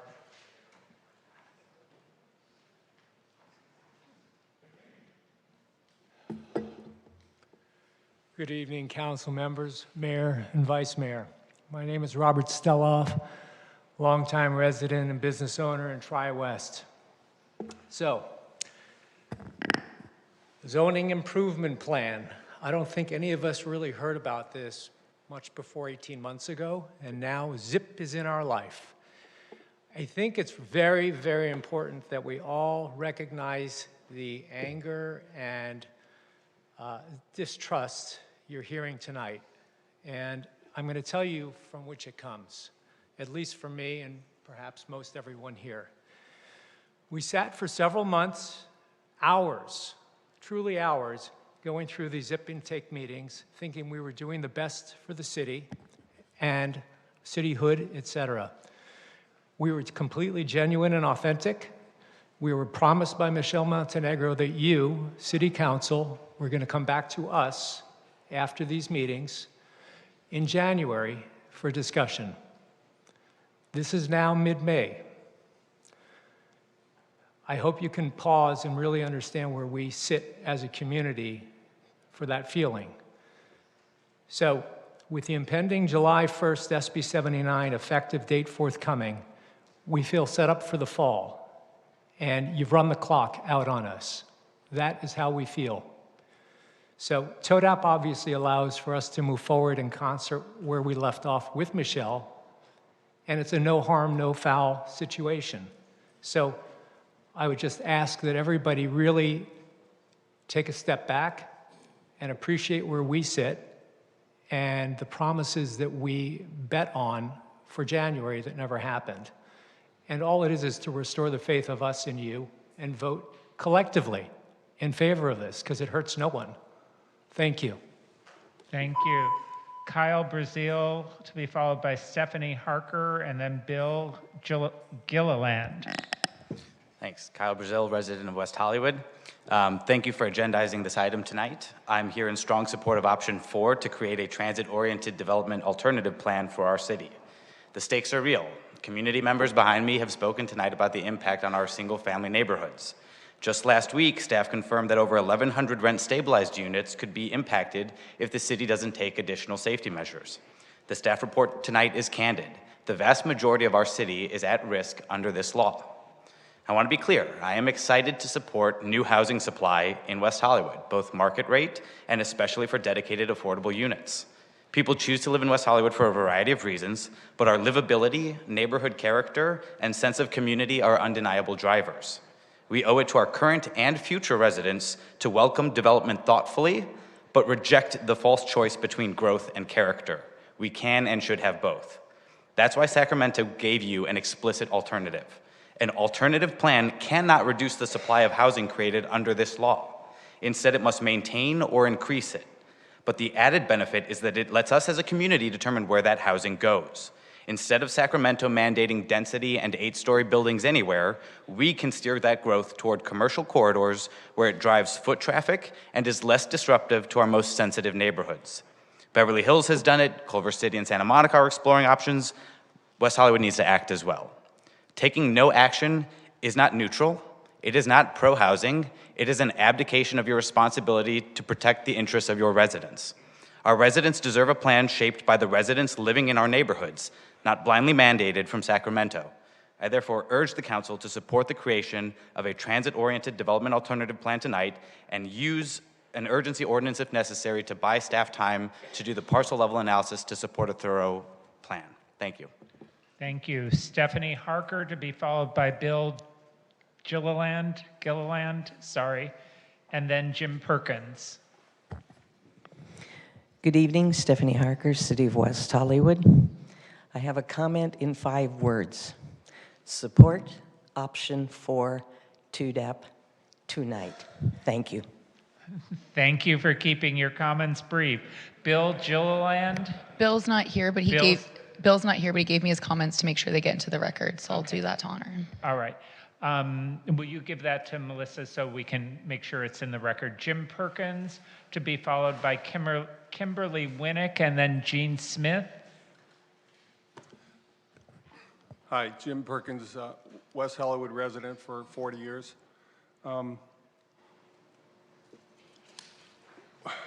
I'm proud of our city, and I want to take us back to where we started. 42 years ago, that was the inception of the city, and remember what it was driven by? It was driven by an intense desire to set ourselves apart and to actually structure what we want that's separate and apart from the rest of the city of Los Angeles. This was an intense activity taken, and since then we built a beautiful city.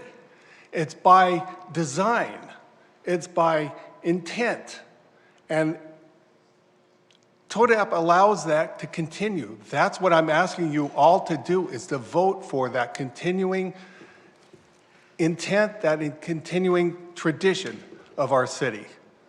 Thank you. Thank you. Kimberly Winnick to be followed by Gene Smith and then Joe Guadarrama.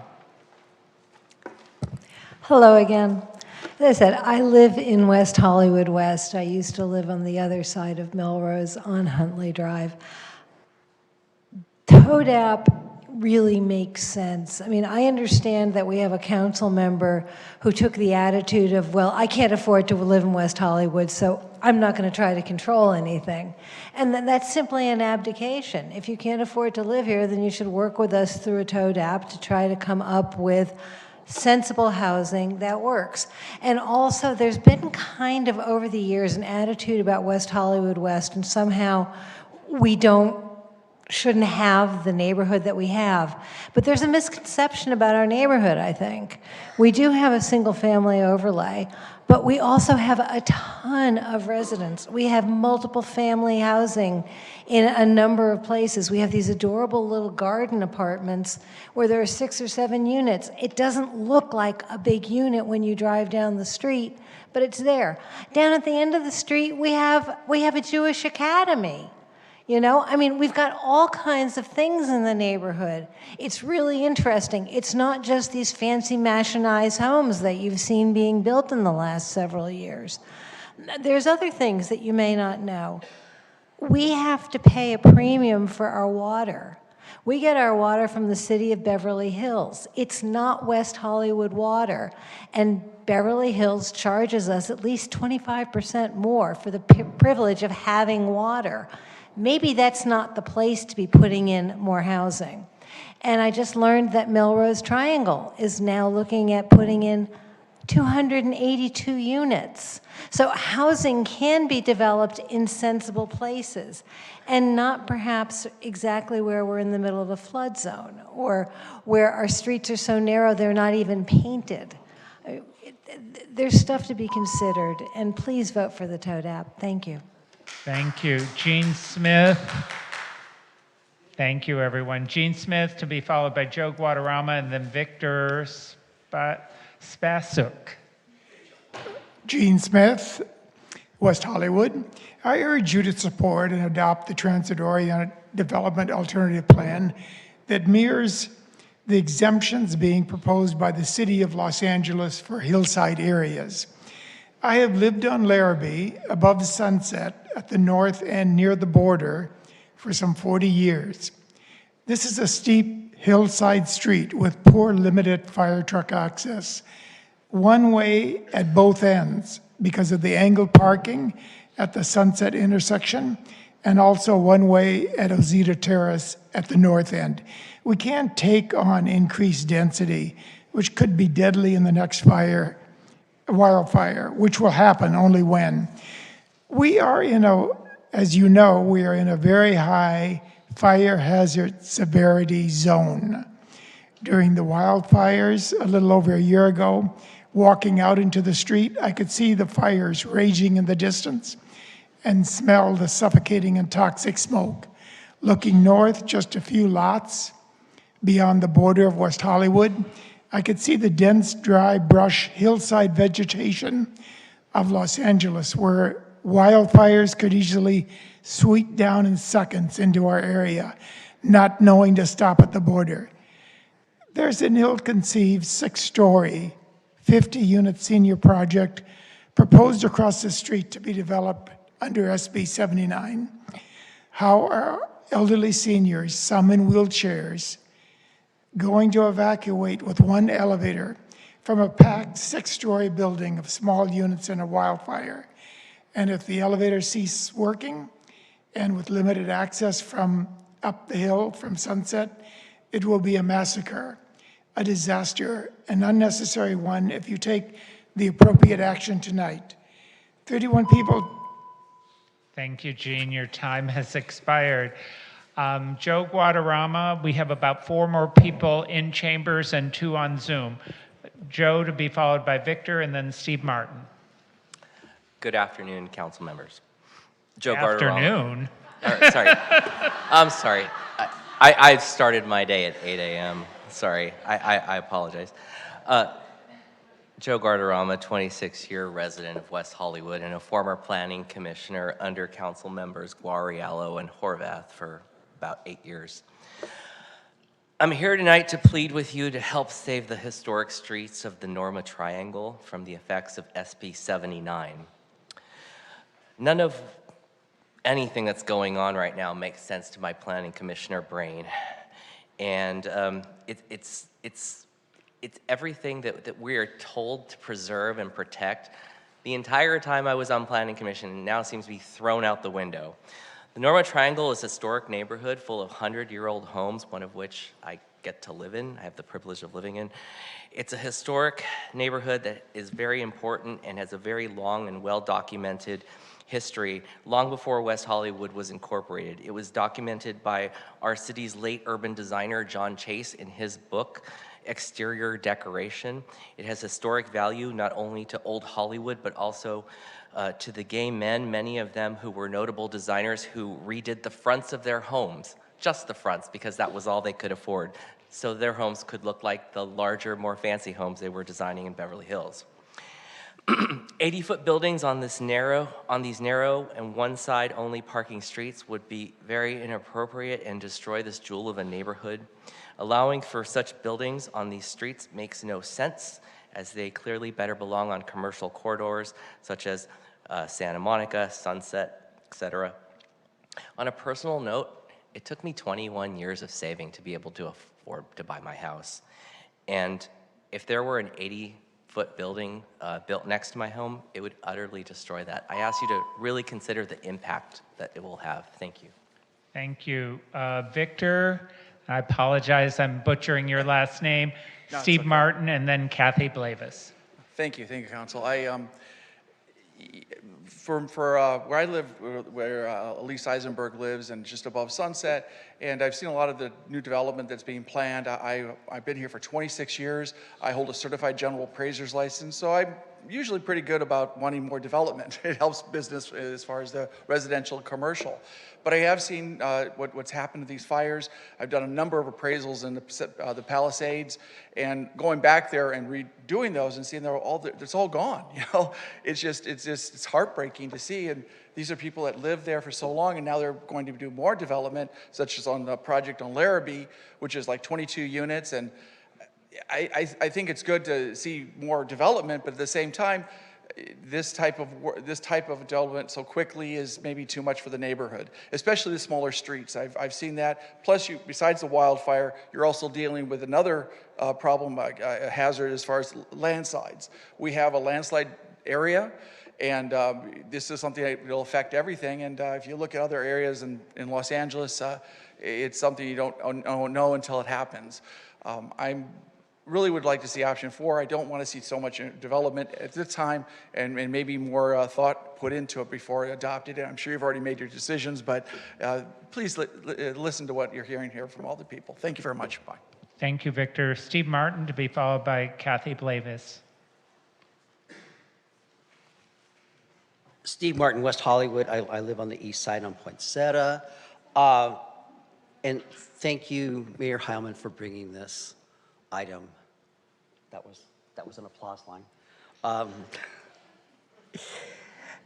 The basic thing with the proposed TODAP, it doesn't reduce any of the density or any of the housing. It just moves it in a rational way. Moves it to Santa Monica, moves it to Sunset, La Brea, Beverly. I mean, maybe we should look at this as an opportunity, putting enhancing residential area on Sunset, perhaps getting rid of our mixed-use ordinance, could actually change the Sunset Strip, could actually make some of our other areas more viable and make it easier to build housing. I know I've been before you talking about some of the problems and challenges we have using our mixed-use ordinance. Maybe we can just get rid of it and just say there can just be residential on Santa Monica. There's just a lot of things that can happen here, but I think people just need to sort of step back a little bit and approach this with a sense of community and with a sense of humility. I mean, we've been here 42 years ago. We incorporated not because we wanted to be told what to do, but because we wanted to be able to make our own decisions. And we're not particularly asking for a lot. We're not being radical. LA, Beverly Hills has done this. Culver City's looking at it. Nobody here is trying to burn the building down, and most of us have a long history of both supporting the K-line and supporting housing. So I don't know whether it's just a sense of fostering class warfare, but I really hope that we can get behind this and adopt the TODAP. Thank you so much. Thank you. Kathy Blavis, and then we had one additional speaker, Ali Shahidi. Long wait. Good evening, Kathy Blavis, City of West Hollywood. Yes, thank you, Mayor Heilman, for bringing this item forward. I am in support of option 4. It seems to be it seems to be one of the few approaches that balances the need for additional housing with the responsibility of preserving the qualities that make West Hollywood unique. Developers will still have significant opportunities to build and invest in the city. Growth cannot be stopped. Option number 4 simply recognizes that development policy should also consider neighborhood character, livability, infrastructure, and the voices of residents who actually live here. For years, many residents have felt dismissed rather than heard. Supporting option 4 would send a strong message that you hear, you're listening, and understand that thoughtful planning matters. West Hollywood's historic charm, walkability, and sense of community are not incidental. They are exactly why people choose to live here. Especially in today's political climate, this would truly be a win-win. Continued housing production alongside a renewed sense of trust between residents and city leadership. So please support option 4, and thank you. Thank you, Ali Shahidi, and then we'll turn to our Zoom speakers. Chelsea, I first want to apologize for that sign. This was not against you, but this was intended to bring attention to what we are all talking about. We have been talking about this for more than 6 months, and we felt that our repeated outreaches to this council was ignored. The votes that you had done on the council to bring this topic to the agenda was dismissed 3-2, and that's why we are here. We are here because you ignored our voices. I am sorry that I made this personal. We had to make it personal, otherwise you would have ignored us. John, you were on your cell phone. I had to call you out when we were talking about this. This was not about you being on your cell phone. This was about you listening to what we have to say. Let me just tell you about a little bit of history. One of the speakers said that he worked for 20 years to be able to afford to buy a house here. So did I. I've been here at the West Hollywood for 20 years. The house that I live in was the house, talk about history, was the house that was owned by the first openly gay actor in Hollywood, William Haynes. And I chose not to do anything to that house. I cleaned it up myself with my own hands. And by you choosing to do TODAP, you can keep history of West Hollywood alive. Thank you. Thank you, Ali. We'll now turn to our Zoom speakers. I believe we have 2 of them. And then there are some citizens' position slips. Our first speaker is Richard Gray.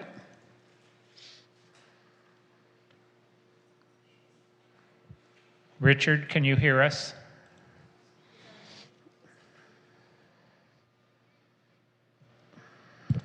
Richard, please press *6 to unmute yourself. I'm here. Can you hear me? Go ahead, 2 minutes. Good evening. My name is Richard White, and I'm a resident of West Hollywood Heights, north of Sunset. I want to be clear in saying that permitting huge housing developments of any type, be it luxury condos or affordable housing, that take advantage of bonus density laws in very high fire hazard severity zones, such as in WeHo Heights, is not appropriate because of the extreme vulnerability of the steep hillside area during wildfires and other fire emergencies. Over the past year, my neighbors and I in WeHo Heights have been trying to sound the alarm about this issue in public comments, in multiple city meetings, including in-person meetings with city officials. Nothing has happened. Nobody has answers for us. The city has discretion to shape where high-density housing projects are permitted, and we are relying on you to keep those of us who live in very high fire hazard severity zones safe. I respectfully request that the city move the TODAP forward and flat out prohibit huge developments in WeHo Heights and steer transit-oriented development to targeted locations. Thank you. Thank you, Richard. Our next speaker is Rory Barish. Rory, you can press *6.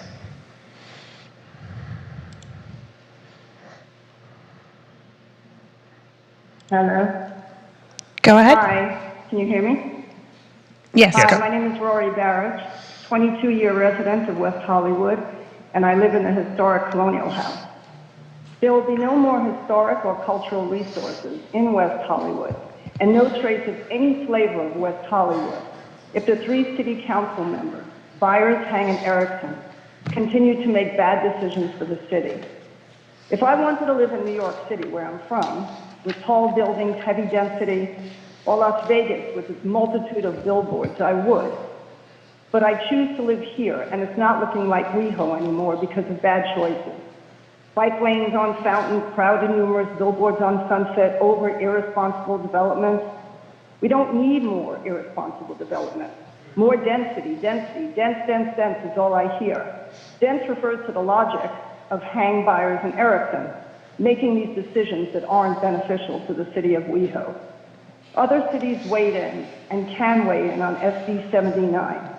But you, Chelsea, say your hands are tied. You know that's not true. It's just a lousy excuse. You can do something before it's too late. Preserve and protect the city. You need to vote in favor of TODAP, option 4, because that's the right thing to do. Do you 3 council members, Hang, Byers, and Erickson, want your legacy to be that you destroyed the city of West Hollywood or that you preserved it? That's your choice. Thank you. Thank you. That's our last speaker.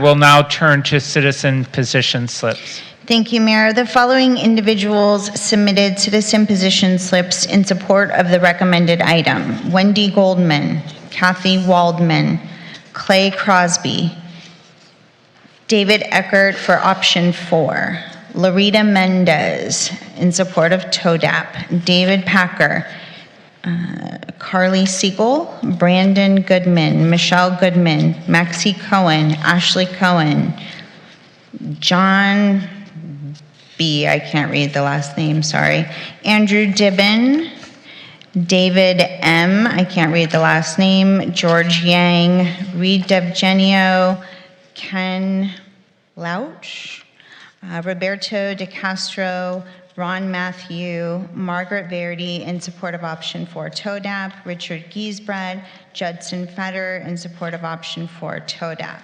The following individuals submitted slips in opposition of the recommended item: Lori Perrin, Daniel Nakamura, Richard Perrin, and Stuart Denenberg. Oh, I'm sorry, there's one more, and Beverly Denenberg. That's it. Thank you. Thank you. Thank you, everyone, for your patience tonight, and thank you for your cooperation as we tried to get through all of the speakers tonight. Now time for council discussion and deliberation. A number of you mentioned this comment about our hands being tied. In a sense, our hands are tied, that SB 79 is in fact the law of the state. However, our hands are not tied in terms of how we implement it. So I appreciate everyone's comments tonight. Does anyone want to begin? I have questions. Oh, questions. Thank you, Councilmember Erickson. And maybe our community development staff can come forward as well. Nick and Jennifer. Thank you. This one's for our city attorney, Lauren Langer. Can you define what redlining is?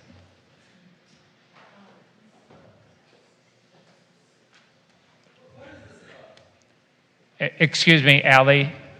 Please do not do that. Otherwise, I'm going to ask you to leave. Thank you. No, we're not going to have any more of that. Thank you. Lauren, you had a question. Yeah, the question was, what does the term redlining mean? I think historically it's a systematic discriminatory practice denying financial services to people based on where they live. And it's usually targeted towards communities of color? Yes. Thank you.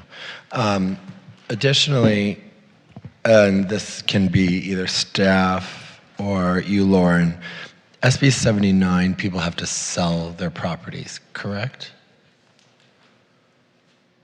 I think it requires combining multiple properties in order to be able to develop. So, for example, if all 5 of us lived next to each other and we said, you know what, we're going to do a big old affordable housing project, we would all sell our properties at probably a marked up value, correct? But in order for SB 79 to kick in that area to apply, we would have to sell it. No one's being forced to sell their homes, correct? No one's being forced to sell their homes. I think in order to accommodate some of the projects, you have to combine. Yeah, so to accommodate some large, dense projects, multiple people have to do it. Excuse me, There's going to be no more of that shouting from the audience. Otherwise, I'm going to have you removed. I'm sorry. We've listened. You might disagree with the council member's comments, but he has a right to ask questions to the city attorney without interruption. Thank you. My question is about ZIP. When did ZIP stop?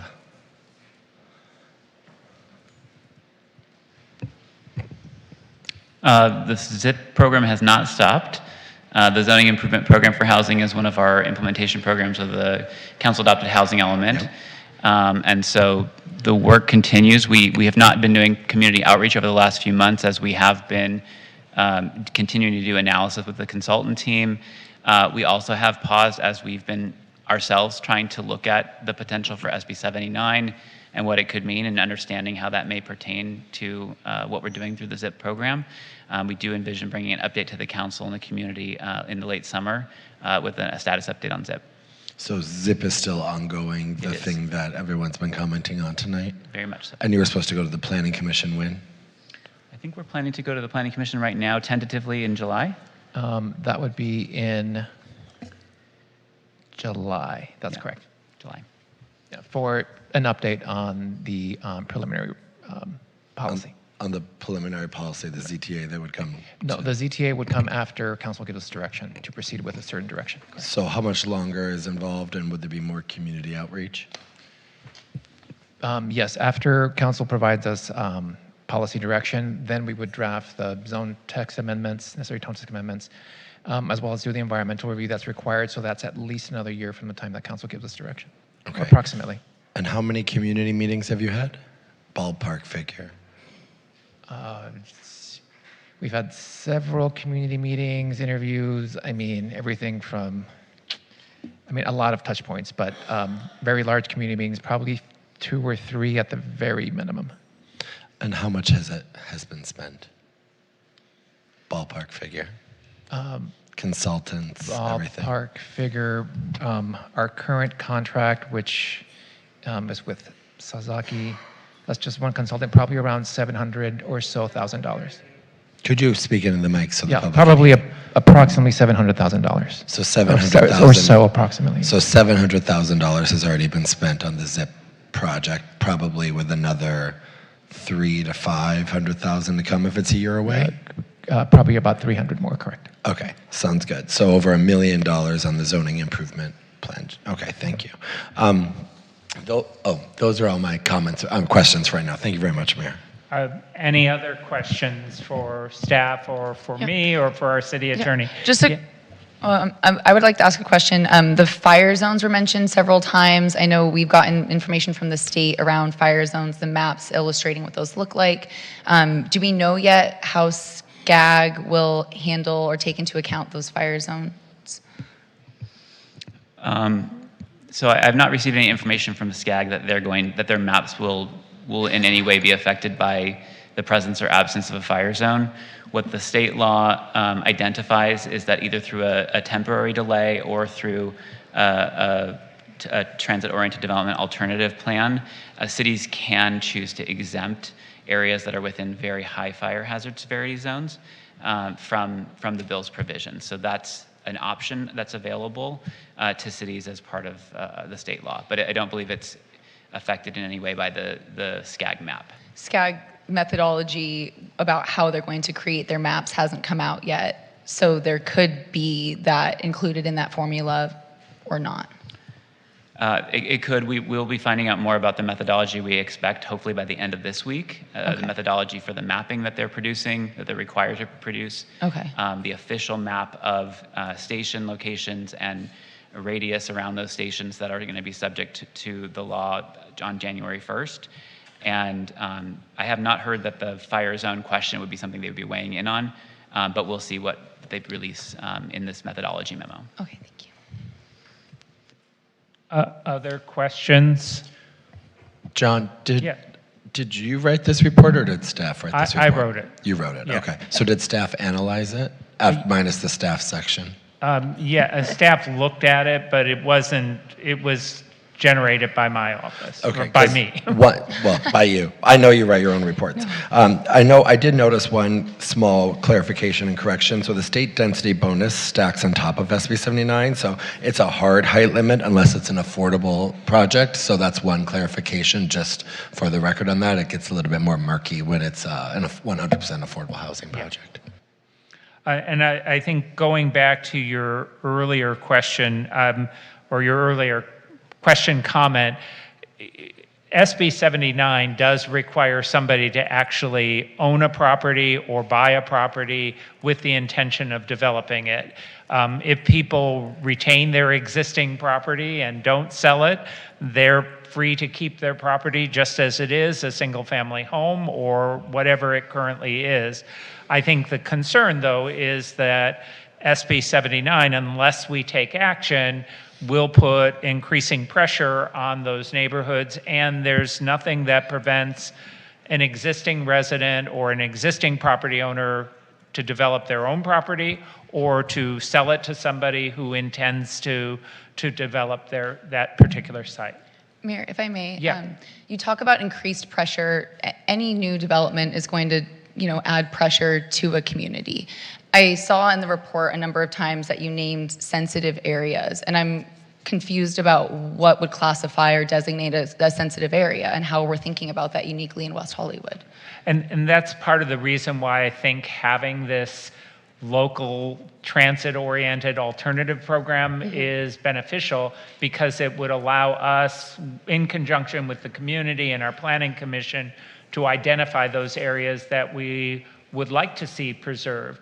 I identified the single-family zones. I also identified the historic Rainbow District as areas that we would probably want to steer development away from, recognizing, of course, that even with an alternative plan, we still have to plan for the number of units that SB 79 requires. So that may mean that the trade-off is we protect a single-family zone, but instead of a 7-story building along the commercial frontage, there's going to be a 12-story building, or there's going to be several 12-story buildings at the transit stop in exchange for protecting the single-family zone.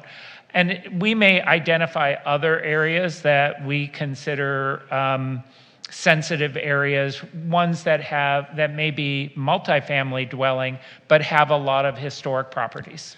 And currently, nothing is preventing the commercial district from being redeveloped. Nothing's preventing apartment buildings or denser buildings of any scale from being built in these neighborhoods right now. Well, the zoning in the single families. And I live in the Norma Triangle, where there's a 7-story apartment building coming up just down the block from me. So in effect, there are pathways that allow for that sort of housing scale to be developed all across the city. I think that zone is actually R4 or R3, whereas the single-family zones, that wouldn't be permitted. So there's been some conflation tonight about Norma Triangle being a single-family neighborhood because there's single-family homes there. Yeah, there are certain portions of the Norma Triangle, particularly along Doheny, which are not single-family. There are portions of West Hollywood West. Although it's largely single-family, there are some of the streets that are not zoned R1. They're zoned higher because of the existing patterns of development. Sure. Yeah. Oh, yeah, if you want to jump in, Councilmember Meister. Yeah, and just to clarify, they're both in the Norma Triangle and in West Hollywood West and on the east side and in the area where the Laurel also has R1, R1B, which are primarily single-family homes and duplexes. There are blocks that are R3 and that are R4, and that's where those buildings, yeah, you're right, those could happen, and they could be large buildings based on state density bonus, but it doesn't mean that they have to be 18-story towers. What I see is with TODAP and option 4, first of all, staff has been working on ZIP for several years. So it's not like we're starting from scratch. the sketches that they showed us in the various working groups that they had at Plummer Park and wherever else you were, they were pretty sophisticated. And they were looking at transit zones, and at that time, you know, people were saying, well, how do you know that there's going to be a transit zone there? And so, but now we know there are going to be potential transit zones, transit there, and so those sketches are actually very close to reality. I think that having the ZIP plan, remembering that we have a general plan, and having this opportunity to align with the general plan, we should be taking that very seriously, because the general plan is a promise to our residents, in a sense, that this is what they can expect.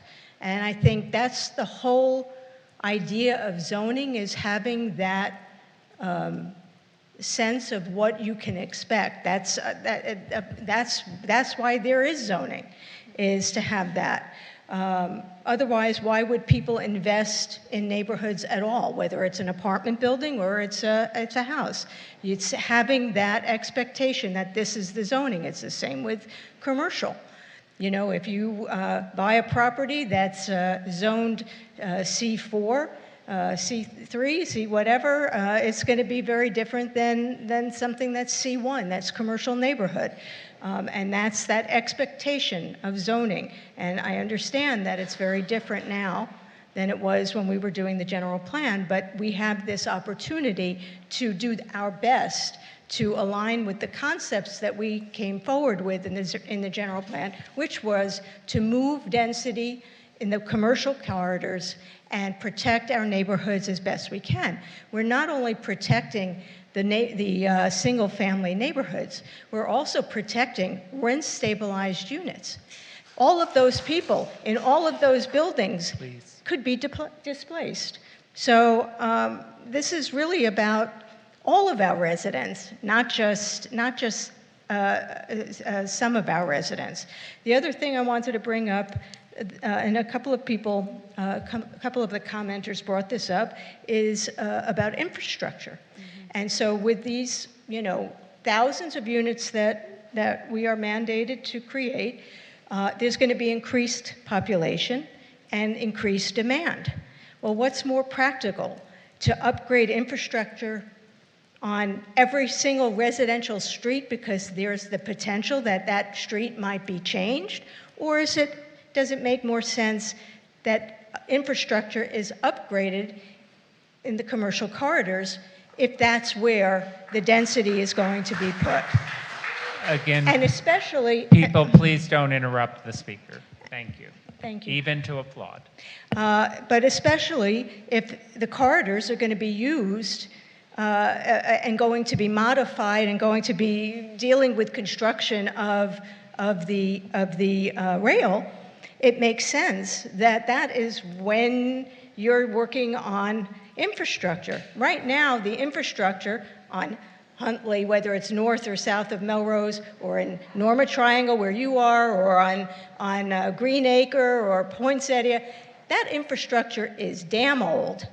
And I'm going to tell you, it cannot handle density. And if we force that density there, if we don't think about this, if we don't plan for this, who is going to do it? Is the state going to do it? Is the state going to go ahead and fix our infrastructure and have it ready for all these units? Absolutely not.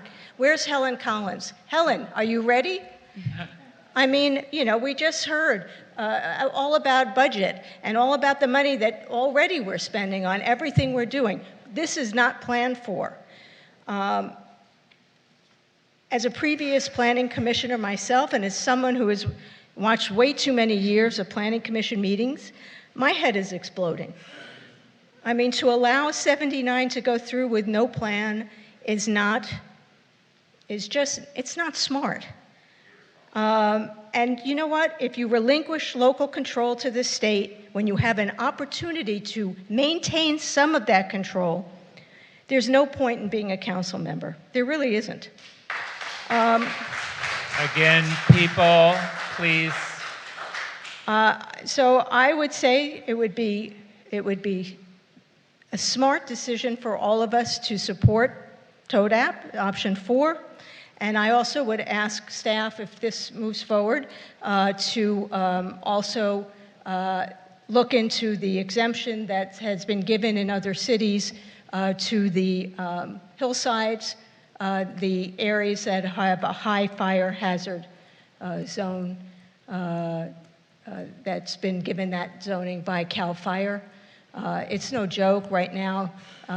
Simi Valley and, parts of LA County next to that are on fire. I mean, we just can't play around with this stuff.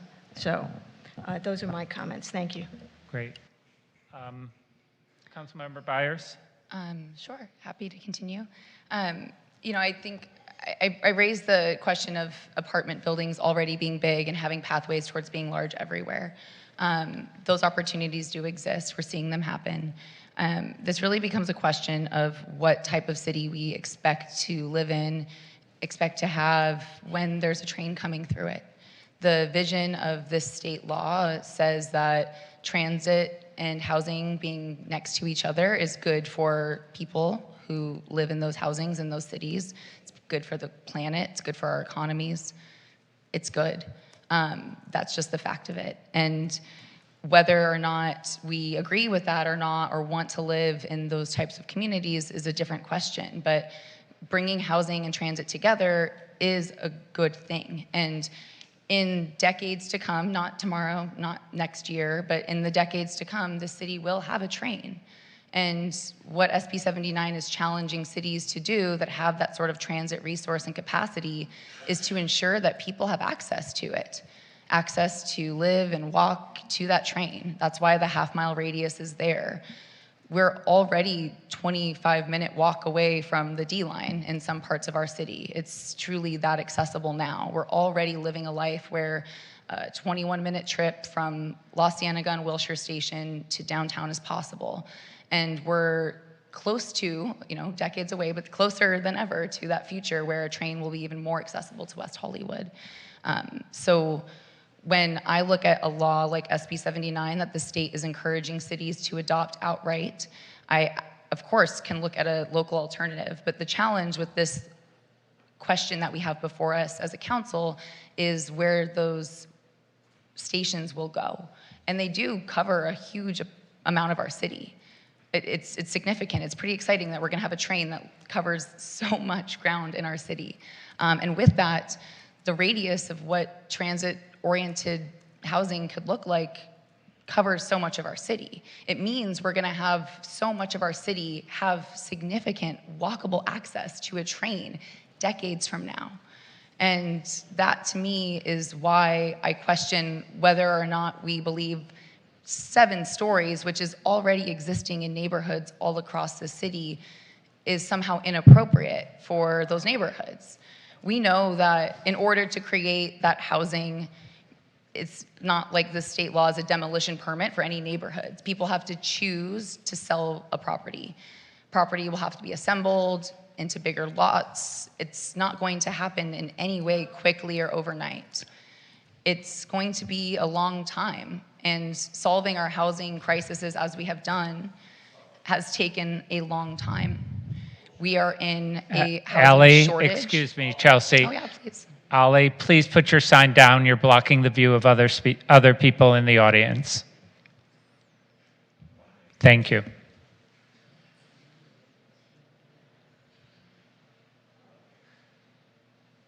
May I proceed? Yeah, I'm sorry, Chelsea. No, it's okay. Go ahead. Excuse me, people. Please stop doing that. I'm giving you a warning now. The next person who disrupts the meeting, we're going to take a break, and I'm going to ask the Sergeant at Arms to escort you out. I don't want to do that. You've been very patient. I hope you can appreciate that we're trying to get through this.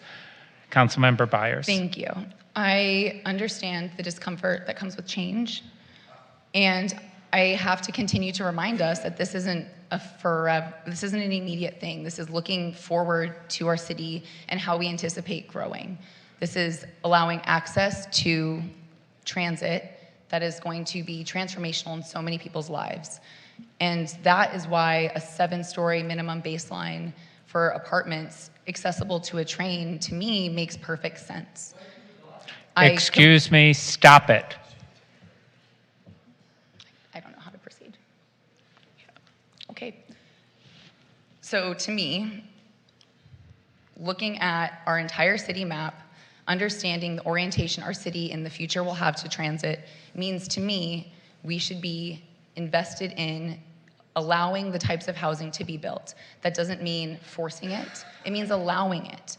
We can't guarantee that any housing will actually be built.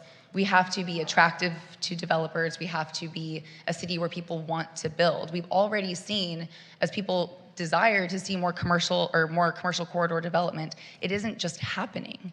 That isn't happening. And still West Hollywood has housing challenges that we have to meet.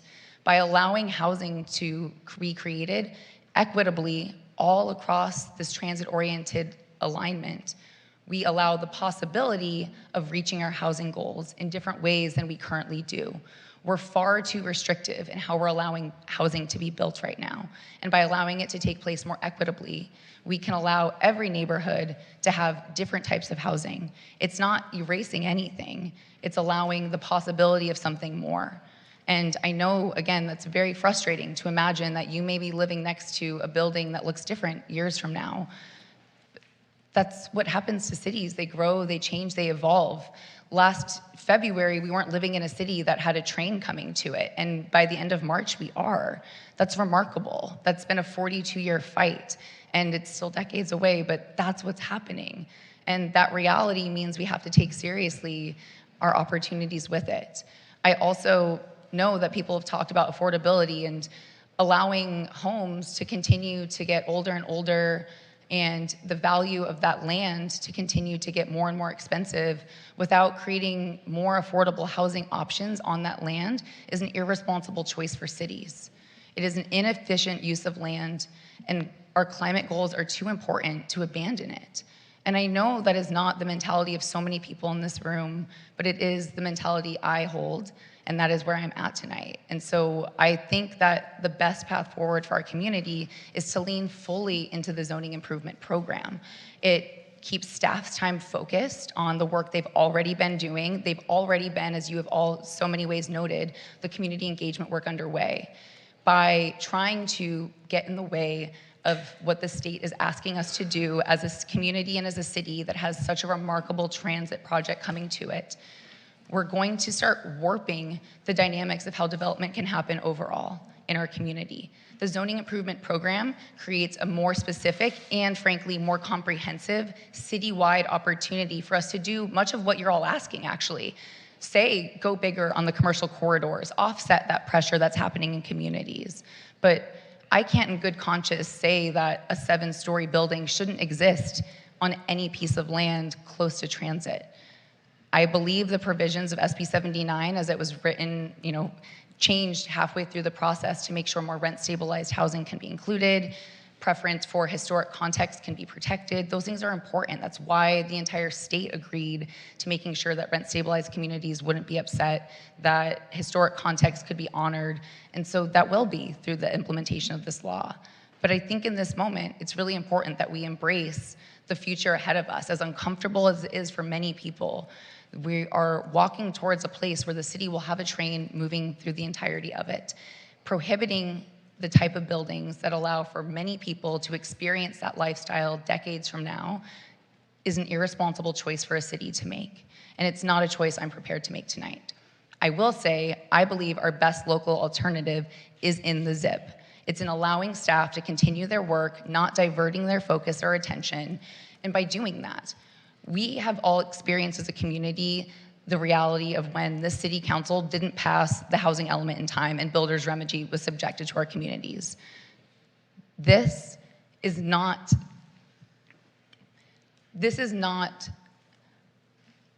some sort of random application of an imbalance of state law. It's permission to build equitably in a way we never, ever have before. And I really think that that's how we need to start looking at this and embracing it. We can't allow for pressure of development to only exist in parts of the community where you all may not live, the many of you who don't want to see this happen. It's been happening We see it on the east side. We see parcels where people are trying to convert into development. And we see people in those communities experiencing that. And so many people in West Hollywood have been protected from that sort of effect. But we're at a point where we have to face the story. Equity has to be a part of the conversation when it comes to housing, and we have to look at a citywide approach to this. So that's why I'm really interested in allowing for SB 79 to be implemented in full on July 1st, and for our citywide zoning improvement program to move forward. So that's where I'm at. Thank you. Vice Mayor Hang. Thank you, Mayor. So I've heard a lot of discussion tonight. Mayor, thank you for your robust presentation. I've heard a lot of concerns from the residents from the various neighborhoods in the city. I don't think it's really unreasonable for people to want to clarify what this new law could mean for their neighborhood. And I also want to express that I want to ensure that we're protecting, existing rent-stabilized units. But I wanted to go back to something that you brought up, Mayor, as well as Councilmember Byers and staff brought up regarding the maps. When will that be released out? So SCAG has not given us an exact date for when they're going to release the maps. They've told us the next step is that they plan to release their methodology, which will describe their process and in terms of how they're interpreting the law, how they will create the map. Yeah. And then they'll be bringing that methodology, so they're going to be releasing that publicly, we expect later this week. I was told personally by SCAG staff that when we see that document, we will have a much better sense of what it means for us when it comes to July 1st, because it will describe how they're approaching future planned stations as opposed to, people that, cities that are facing the law taking effect with existing stops. What does the language mean for future planned stations? At what point in the planning process does the law then put that stop on the map? Is it the LPA? Is it some future step in the planning process for a transit line? So we're eagerly awaiting that additional information from SCAG. My understanding is that will then be presented to the subcommittee, the committee, one of the SCAG committees in early June, and then they'll be releasing the map in June. Then they will be taking that to their regional council board at their meeting on July 2nd. So that's the process that's been explained to me, and I don't know if anyone else has any other information, but that's my understanding as to the timeline for the map. So do we have any actual certainty that the planned K-Rail extension stops in our city are actually going to be included on the maps? We do not. So we could be having this meeting all for nothing. Is that We correct? do not know whether the map as to how the law applies July 1st will include West Hollywood. Certainly, as the law is currently written, the K-Line Northern Extension is the type of project, and the stations are the type of stations that SB 79 would trigger. So it's really, to me, it's more of a matter of. But it may not include when. West Hollywood. That's my question. Yeah, so it's more a matter of when, not if it applies, but at what point in the process. Is it now? Is it based on the LPA that was approved earlier this year in March, or is it some subsequent stage in the planning process for the rail line? Understood. So, I come from an immigrant background. My parents came here with nothing. They worked very hard, just like some of you here said in the audience. They became blue-collar business owners, so to speak. You've all heard me talk about my mom's nail salon, or that my dad worked as being a machinist, making the very military airplane and jets that defend our nation, because he was an immigrant, so he took very much pride in that. How do we balance neighborhood concerns with the reality that many homeowners view their property, like my parents, as their primary investment for their kids or even for their retirement? Because that for me is kind of like the free capital market telling people what they can or cannot do with their property, especially if they made a long-term investment by working 30 years and they're not able to sell when they're ready to sell it. I don't know if that was for staff or for me. Nothing in adopting a locally preferred alternative transit plan prohibits people from selling. And nothing prohibits people right now from selling their property. So I guess what I'm trying to understand is, I think my colleague brought up the notion earlier that in order for a neighborhood to completely change, then that would mean that a developer would have to come in and buy entire swaths of land all at one time. Is that No, correct? No. Somebody could come in and buy 1 or 2 lots, and they could build what SB 79 allows. But that would require somebody to actually sell. That's true, or it could be somebody who, and there are a number of people in West Hollywood West who are developers themselves, who own properties that they're planning on developing. They would be allowed to take advantage of SB 79 and build to the maximum on their own property. Some of the lots are probably too small to accommodate a 7-story, but all they need to do is buy the next property, the property next to them, to accommodate that kind of building. So I guess this is kind of where I'm at, right? I understand where people are coming from, but I'm of the mindset where I can't in good conscience make a decision until I have all the right information in front of me, and that would include any of the maps that can be possibly proposed to be regarding the project. And as staff had confirmed that, you know, the maps may not even end up including the city of West Hollywood on there. Perhaps maybe the methodology, as what staff was saying, but you're right, is that not what we just discussed? The methodology is the next piece we expect to be released by SCAG, and then followed by the maps. Yeah, So but there's really no 100% certainty. until we have the maps, we will not have 100% certainty of the maps, but my understanding is that the way the methodology, I haven't seen it yet, but the way they explained it is that the methodology document is going to lay out their approach to how they're going to treat a future planned transit stop with respect to applicability of SB 79. So I think we should know more when we have the methodology document. Of course, then they're going to take it through to their governing board and through that process. And so until that process, until the map is out, I don't think we have certainty about whether it's going to have an immediate effect on us. I think that's, I wish that wasn't the case. I wish we knew right now whether we were going to be on the map or not, but we just don't have that information from SCAG. And we've asked. Who makes that decision? The law authorizes the local metropolitan planning organization to produce the map, and they need to do so before July 1st. So, I mean, the decision about whether us not having it yet, and then it got approved, and whether it's the LPA or the whatever. So it's SCAG that makes that decision? Yes. I think the challenge is that SB 79 was enacted. It includes within its language LPAs, locally preferred alternatives.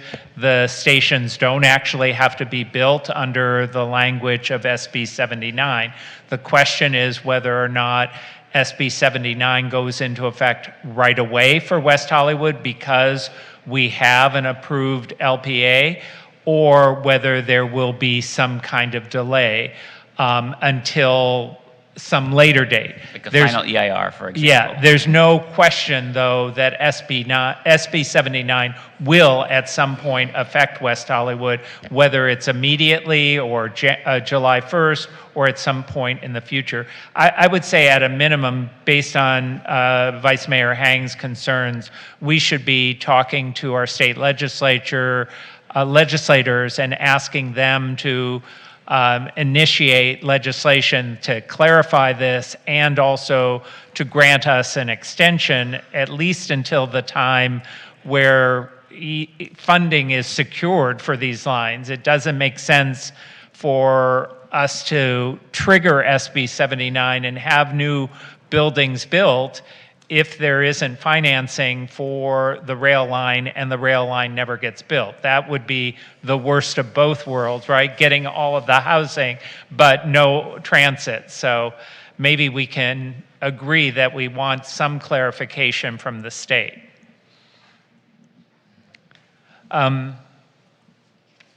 Councilmember Erickson. Thank you very much. Thank you to everyone that came out tonight and spoke, and thank you for my colleague. Just a clarifying question on process. There was a public comment that said we stop this item from ever coming to the city council. That's not how our process works. Any council member can initiate an item like you did, which you did tonight. So there was never a stoppage of it. We just stopped it during that specific conversation. That was your point earlier, correct? Yes, as I clarified, we were talking about the topic of an enhanced infrastructure financing district, and I brought up SB 79 and asked that we have a conversation about it. As I said earlier, that was probably not the right time to have that conversation. That's why I brought this item forward tonight. Thank you. So here are my main takeaways. In understanding the differences, I believe one of my colleagues, I believe it was Councilmember Meister, talking about a different type of extension based on other cities that have gotten extensions. We're not Simi Valley or Palmdale or those other areas. I mean, Beverly Hills got a carve out in SB 79 because of their population size. Is that correct, Nick? They're under 34,000? There's a provision in the law that reduces the eligible radius around a station if a jurisdiction has a population under 35,000. So it goes from the half-mile radius to just a quarter-mile radius. Correct. Wonderful. Thank you so much. So I'm really interested in how we legalize building more housing in West Hollywood so they can be built as soon as possible. And how do we really ensure the speedy and efficient creation of our EIFD so that way we can see the K-line in our lifetime. I mean, it is really interesting. We want to talk about a sense hindering ourselves from collecting millions in tax revenue from new property development at a time when we want to supercharge the EIFD so that way we can meet these demands. And I think by ultimately focusing on this, we are actually hurting ourselves and never actually seeing a train ever. And I think by killing it, then Metro goes back and will do exactly what they always do and take that money and that push away. What I'm really not interested in is this delaying the inevitable implementation for a short-term win that actually hurts us in the long term. And I think artificially downzoning areas that are I think being carefully planned through the ZIP process that's already been going on is I think a bridge too far for me. And I'm really also concerned that we would be throwing away ZIP in a sense that we've already spent $750,000 estimate, of course, don't want to put that in your mouth, on something that then what did we do it for? I mean, we promised the community a process, and that is exactly what we've been doing. And the ZIP, to my understanding, which is why I asked you the question, was actually supposed to reach our planning commission last fall. It was supposed to reach our city council last December, and it's been delayed and delayed and delayed, and we are under our housing element to actually deliver that. And there is serious ramifications that I've been looking into, and because of this, and I don't think the analysis was there, that our housing element could actually be decertified in certain ways as well, just like different overlay zones in the beach cities are being, their housing elements are being taken away right now, and they are still subject to builder's remedy. And so I think by essentially removing ZIP, which was a means to get us to what we were supposed to produce, is something that I do not want to do, because ultimately then we might not even have a housing element. And Jennifer, I see the look you're giving me, but ultimately the look you're giving me is something that you and the planning staff, I'm wondering why hasn't ZIP come to our planning commission? It was supposed to be there last December. I don't know if that was a direct question, but it was a reference to you. Jennifer, would you like to respond? I'm sorry, what was the question? Why wasn't ZIP at the planning commission last fall. I'm sorry, Councilmember Erickson, I can help answer that. Sure. So we're still doing a lot of analysis. So it's just a very complicated, very thorough analysis. We have been waiting on decisions regarding inclusionary housing, which we kind of just had with regards to the special study session that we had not so long ago. And we were also anticipating some of the work regarding transit-oriented development. So we're actually working on some of that through the ZIP program. We're waiting also patiently for some information as to whether we need to update some of that analysis in order to fine-tune and refine based on the inevitability of SB 79. So it just requires additional analysis, more than what we initially expected. So how do you expect to develop a TODAP within 30 days if we can't even develop a ZIP within a year and a half? I mean, you're essentially asking, if we pass this tonight, we're essentially going to you and saying, figure this out by July 1st. I can tell you, HCD is not going to give us an extension. I mean, that's just not going to happen. But I mean, how much money is this going to cost? But we pass this right now. How much money is it going to cost to do everything that we're supposed to do in option 4? Do you have those consultants on staff? I'm guessing it's going to be quite a sizable contract, not under Jackie's purview to approve. Do our people that are already contracted have the ability to do so? I'm guessing the answer is no. Yeah, Councilmember, can you I think let staff respond? Yeah, first? I think the depending on the direction you take that is given to staff. So I think the first direction to consider is what, if any, ordinance or urgency item can be brought back to you before that July 1st effective date of implementation of SB 79. The component then is like, if you do direct us to follow up with the TODAP, I think that's in the staff report. It's going to take at least 6 months for us to do some of that analysis, some of that work. We will not be bringing you a TODAP by the end of, or before June, the end of June. But I think it's sort of a bifurcated recommendation. I'm not speaking for the mayor, but the mayor can confirm it's, what can we do in the interim, whether we can effectuate some sort of change to delay some of the implementation of SB 79, and we will work with the city attorney to figure that out. And then part 2 is, if we're directed to do any type of alternative plan, to come back with that alternative plan with some of that analysis so that staff can then make that consideration. And that's more, the 6-month timeline that's in the staff report. But you've already been doing this stuff under ZIP. We've been doing similar analysis to some of the SB 79 work. Not apples to apples. No, they're very different, but you've also been doing a lot of density here, density there. What does it look like along commercial corridors? If you look at 100% of 4, I mean, you've been doing quite a significant amount of work already to determine where we get this housing in. Correct. Correct? Correct. Yes, correct. Okay. Yeah. And you're supposed to shove that into 6 months? No. I mean, when does the community meetings occur? When do notices go out? I mean, I'm asking you these questions because you essentially have a lot of projects before you. Who's taking over those projects? Because who from staff is going to be dedicated to doing this? Because we have major development projects, there's capital improvement timelines, there's timelines that have to be met per state guidelines. All of that going away because of this? If I may, because it's, pursuing an alternative plan would really be a TOD strategy, and the ZIP program has already been looking at TOD strategies associated with future transit stops, existing transit stops. We would, if the council gave us that direction, we would, I think, very much look to integrate that into the work that we're doing in ZIP, that direction. You would just start ZIP back up with a vigor. We would incorporate the direction from council into the work we're already doing, which includes TOD planning. Okay, seems like a lot of, my comment, not a question to you, seems like a lot of unknowns and frankly, a lot of variables.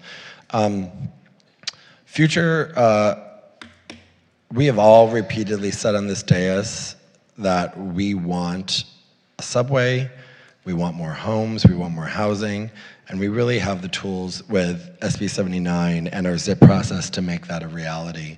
That's why we're here. You know, we were the first city to endorse this bill, along with a number of the West Side cities and our West Side cities COG. We actually have the regional COG representative at the end of the way, so she herself will understand when these items come before us. And SB 79 creates billions of dollars in revenue for WeHo, so we can actually build a subway. And we have to meet those dollar amounts that we have to do. Future subway stops and upzoning increases property values. The understanding that we want to do anything to downzone areas is just an understanding of why. Like, I just don't understand why. It's my turn to speak, not yours. I'm so sorry. I listened to you for an hour and a half. Please respect up here, just Council as the mayor member, did. please. The mayor, please control the meeting. Let's not get into disputes with the audience. Well, then let's control the meeting like I asked you to during the break. And another thing, I just have to say how deeply offensive it is. Mayor, would you like to take a break and actually hold true to what you said to him earlier on? If I'm removing people, it may include some of the council members too. Let's keep,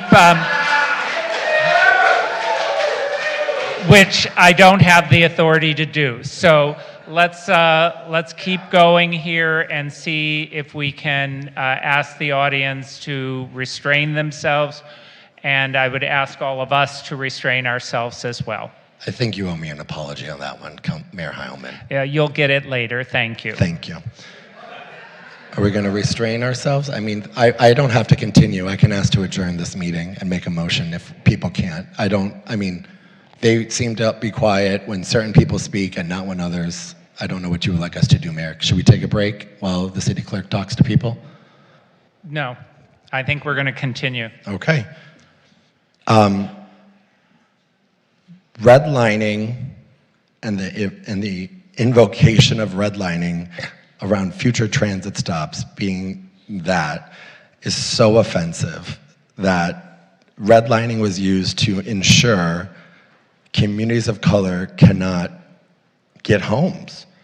And like, if anyone in this audience right now is being denied a bank loan because they're being redlined out of it, please let us know because of the color of your skin. We will vigorously defend you as a city if that is the process. But please stop using racist tropes to combat to your understanding of what that even looks like. It is offensive to what actually the history of redlining is in this country and the severe, severe racial harm that has caused millions and millions of Americans. SB 79 allows us to supercharge our EIFD. It gives us the tools to create these resources and allows us to unlock billions in transportation financing. It allows Metro to grant an early project delivery status for the K-Line Northern Extension. It also allows Metro to begin groundbreaking for our subway line in 2029 rather than having to wait until 2041 before they can start. And I think if we vote to delay, we can kiss the subway goodbye. But we're not voting to delay. The city has already been pursuing our own TOAD through ZIP. Before SB 79 was even filed in the state legislature, we are already working on our own TOAD app. But we don't call it that here, and it's because it's always been called what our zoning improvement plan has been pushed out. And for a year and a half, those have been having community meetings, and a lot of significant dollars have been spent to ensure that those dollars would go to that program. ZIP was supposed to reach our planning commission last fall. It did not. It was supposed to reach our city council last December. It did not. It has been delayed, and we are under now a deadline per our housing element to deliver on it, and now we're under another deadline as being discovered and being talked about on July 1st.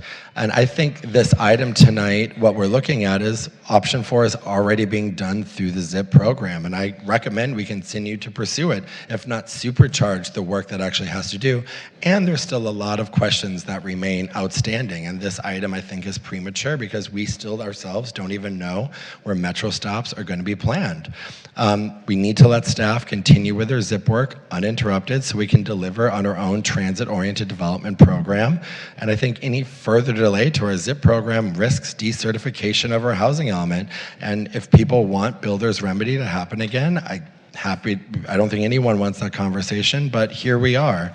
Additionally, in some comments, It takes so long to do anything in this city that is ultimately why we have to streamline projects to begin with.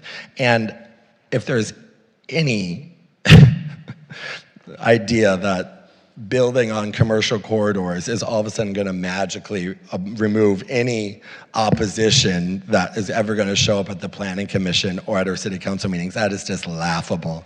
I have seen so many people come and say, it can't be here, it should be over there, they don't have enough water for this, and they shouldn't do it here, that's why I'm voting against this, or this shouldn't be over here. I mean, it's just insane to think that. Let's put it all in our commercial corridors. Heck, 100% affordable infill housing projects are getting voted down or having a no vote from the city council. And that's all I have to say, is that when we're actually looking about building housing, it's housing for some people and not for others. And I have to think that building in our cities and ensuring that the exorbitant impact fees that we charge, which go to upgrade the infrastructure, should be put to better use and followed more specifically, because that's why we charge them in the first place. And at the end of the day, this is not West Hollywood's fault. West Hollywood itself is a victim of other cities not building housing. It has happened time and time again. The Housing Accountability Act, multiple laws, SB 50, SB 9, SB 5, all of these laws are a result of cities not taking seriously the responsibility to house the next generation. And as a renter, and as someone who understands the idea of that, I'm never going to own a home, and that's fine, put it on a billboard if you want, or bulletin board, whatever you want for the next meeting. The understanding that we would want to prevent other individuals from ever being able to live in this city under a bunch of unknowns that we don't even have for our planning needs yet, I think is just putting the cart before the horse. We have this program already in place. It's ZIP. I continue us to have the next community meeting as soon as possible to continue that process, and that's where I'm at on this item. Thank you. Councilmember Meister. Yeah, I had a question and then a comment. Nick or Jennifer or Francisco, if ZIP had already been approved and then SB 79 passed, okay, and we didn't do anything about 79, and our ZIP had, you know, it's like zoning, right? It's like our zoning code. Wouldn't it override what we did on ZIP? If it, you know, like if someone wanted to build in the Norma Triangle and we didn't have that as one of the spots on the ZIP, but we didn't fight 79 or do something like TODAP, would it override Yes, ZIP? it would override, because in order for local jurisdictions to pursue an alternative to the law as it's written, you have to follow certain steps in the law. You have to submit the ordinance to the State Department of Housing and Community Development. They have to review it. So there's a certain process. There's also certain limitations and constraints about what cities can and can't change. Through an alternative plan, you cannot just necessarily keep things exactly the way they are, even through an alternative plan. So there's specific parameters in the law, and I couldn't say that something the city would have done in advance would necessarily meet all those parameters. Right, so we would have had to still do TODAP whether ZIP was done or not, unless ZIP said, you know, open zoning, you know. Yeah, unless the zoning exceeded what would be allowed. Okay, thank you so much. And then I just wanted to also say the reason I brought up Simi Valley was about the fires. It had nothing to do with the zoning. It had to do with the exemption for areas that are wildfire hazards. And then lastly, I will say that this city did not strongly endorse 79. The vote was 3-2 to support 79, SB 79. Mayor Heilman and I voted against doing that. Takes 3 to tango. Thank you. I wanted to just clarify something that Councilmember Meister asked, and that is, I think two of my colleagues have said we're already doing ZIP. In fact, Councilmember Erickson actually said if we do ZIP, we'll have our own transit-oriented plan. But what you just said is even if we adopt ZIP, if we decide under ZIP that, you know, West Hollywood West is going to be an area where there's 2 stories or 3 stories allowed, it will not qualify as a transit-oriented alternative plan under SB 79. In other words, whatever we say in ZIP, SB 79 completely overrides it. And Jennifer, I see you shaking your head. Or that was just random I late think we would night need movement. to look into the mechanics of that. I think there's a lot of different scenarios that could be considered. You know, certainly if there was direction from the council to align the ZIP program with certain objectives relative to SB 79, you know, I think we would need to look at the process for bringing forward the alternative plan. Partly what the law does is it allows cities to take an interim step between now and 1 year following the next housing element cycle, so effectively 2030, that cities can take temporary measures. But the alternative plan is really something that can live on. So some cities are taking temporary measures, as your item explained. Some cities have pursued an alternative plan. But I think in terms of what the specifics would be that would go into that, whether it comes through the ZIP process, we would need to see we would need to follow the process outlined in SB 79 for it to be truly an alternative plan under the law. Okay, so this was my item. My goal is not for us to throw out all the work that's been done under the ZIP program. A lot of really good work and a lot of good discussions have been had, and members of the public have spoken about the mapping that has been done. But I don't think we have to choose between ZIP and an alternative transit-oriented plan. My goal here is to get us to do an alternative transit plan, taking advantage of the work that has been done through ZIP and actually incorporating that and making it an alternative plan. I think that we're not necessarily completely out of alignment here with thinking that the work done on ZIP is important and it shouldn't be disregarded. But there is a way for us to fold a transit-oriented alternative plan into that ZIP work and actually have it count for SB 79.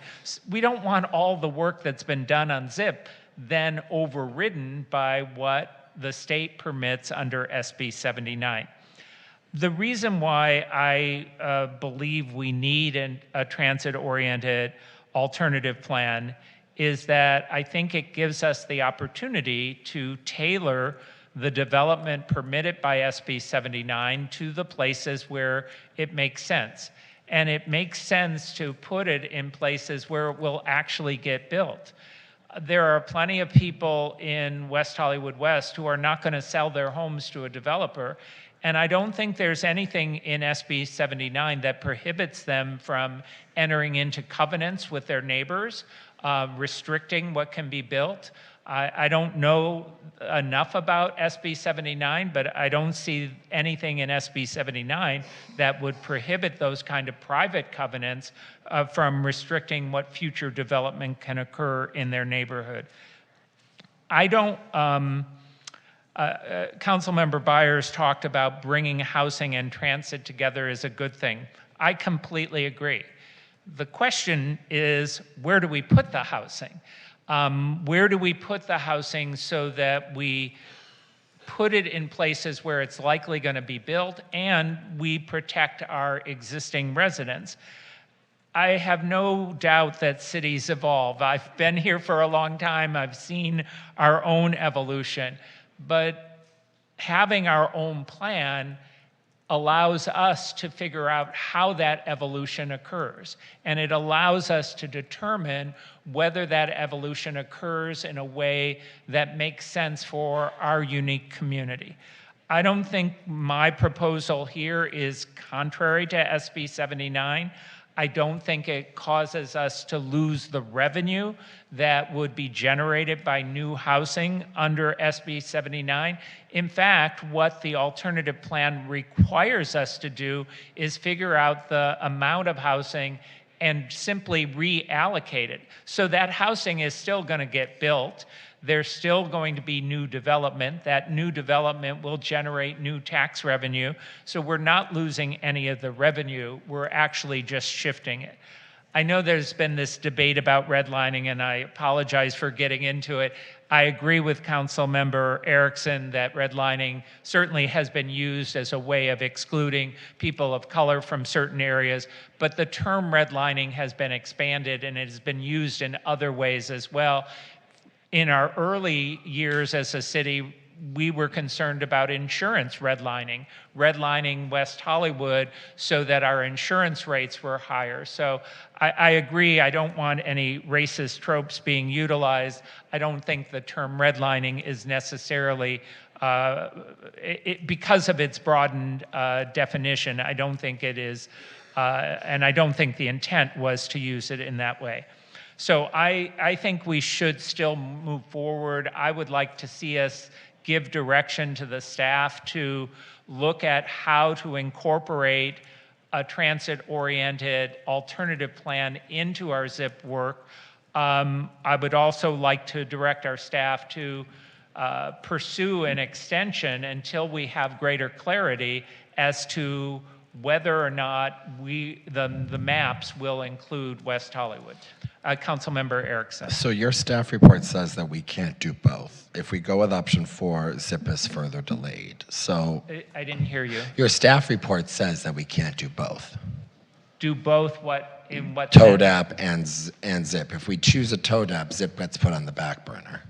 I don't think my staff report indicates that. I think the staff report was intended that we would have a zoning improvement program, and that we, certainly my intention is whether that can be integrated. If you look on page 8, it says staff should evaluate whether a local TOD alternative plan could be integrated with the city's zoning improvement program and used to direct capacity towards appropriate corridors or opportunity areas while addressing neighborhood concerns. But what we heard from staff is they cannot do both. I heard they cannot do both right now. That's not what I heard from Nick, but maybe Nick can clarify. Can you do a TODAP in this amount of time and do ZIP at the same time? The timing question is a separate question. We could certainly, if the council gave direction, we could incorporate TODAP into the work we're doing with ZIP. Because, as I said, the alignment, we're already doing TOD planning through ZIP, so we could align those as part of that effort based on council direction. The timing question, I think, for July 1st, that's there's not enough time to do a TODAP before July 1st, but the law doesn't limit cities, and as I said before, that's intended to be, and many cities, I think, have not adopted TODAPs. I think Beverly Hills is one of the few that has actually gotten one in place, but even the city of Los Angeles has not, to my knowledge, adopted a TODAP. They've adopted other types of strategies to buy more time so that they can do a TODAP. But that's the issue with timing, but they're not exclusive. It's not either or. Yeah, and I don't know if Lauren Langer wants to weigh in on this, but my understanding is with the July 1st deadline, even if we don't have a TODAP adopted by then, we still could adopt one at some point in the future. That's correct. Okay. All right, so I don't know whether we're prepared to make a decision tonight. I did hear Vice Mayor Hang saying he would like some more information about the maps. Councilmember Meister? I'm ready to move forward with the motion you were making. I wasn't making a motion yet, but, well, I can try to make a motion. My motion would be that we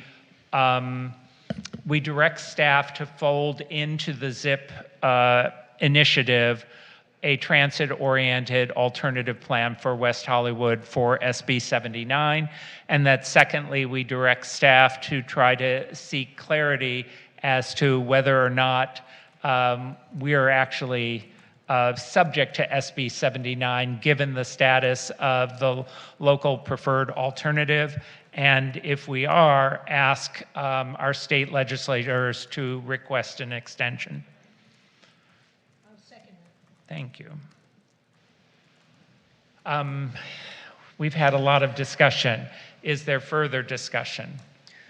Are we prepared? So I'm clear, because of the timing that staff's indicated, we will likely at the next council meeting, which is June 15th, get an update on the status of the maps. At that point, the methodology will be published. We may not have a full map actually that we're looking at, but we should have through that narrative methodology enough sense of whether West Hollywood will be included at this time or at a later time. So the idea by folding ZIP in with the TODAP, I mean, can we make that decision at a point in time when we know better or not whether we're doing that? I didn't hear you, Councilman. I think that's my biggest concern, is that having it in June gives him the more information that he needs and us better understanding what SCAG is actually going to do. And I mean, I will say that for me, my position remains. I don't understand the concern of having a 7-story apartment building where it's allowed to be built. And I think the city has a responsibility to allow housing to be built all across the city. And if SB 79 is going to go into effect July 1st, I'd be interested to see what happens right away. I don't imagine that our greatest fears are coming into place. I think by allowing housing to be built, we're aligning the city with a baseline of development that's necessary. I believe our zoning improvement program allows us to go above and beyond, and in the ways that are necessary, alleviate pressure from the entire city from being overdeveloped in any one place. But we only do that when we do that through a comprehensive citywide zoning approach, which is ZIP, not TODAP. And we only do that when we have the information about what we're actually facing and when. And ZIP is already the process. So I don't support folding TODAP in. I think 7 stories is a reasonable baseline we're seeing everywhere. And I believe by allowing our zoning improvement program to think in ways that go above and beyond that baseline in places differently across the city, we alleviate that pressure. So that's where I'm at. So I do not support the motion on the table. Thank you. Other comments? I'm just not ready to make a vote tonight because I need to have more information, and I can't in good conscience vote for something where I don't have the information on. And I think I think our community members would expect more of me to not vote on something without all the information. Thank you. So, excuse me, come on. So the information you're really looking for are the maps, and we believe that we'll have those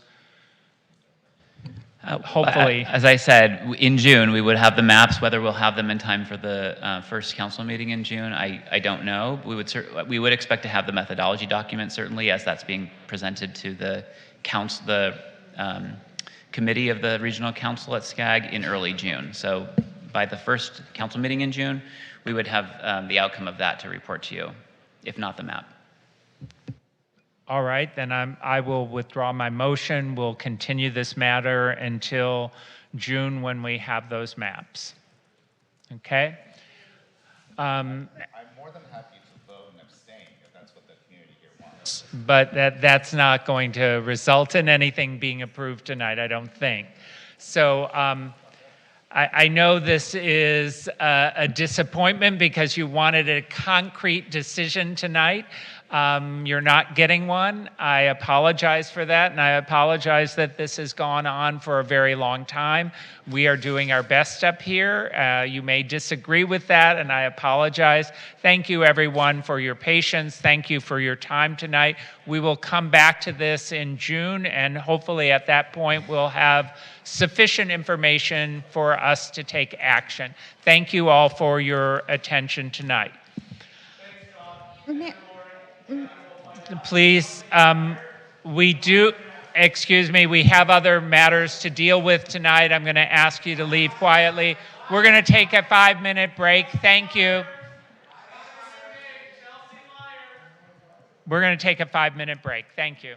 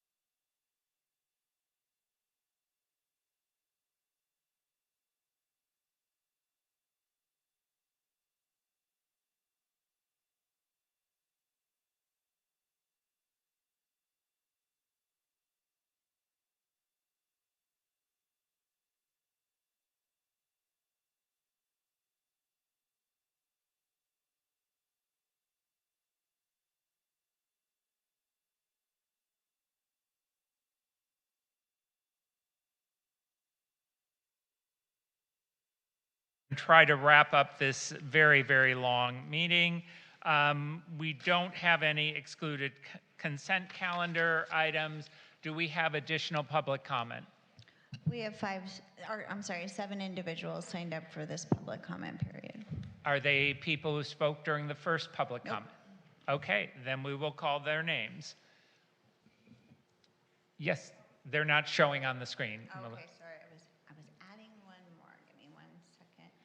Victor Omolchenko, to be followed by Stephanie Harker.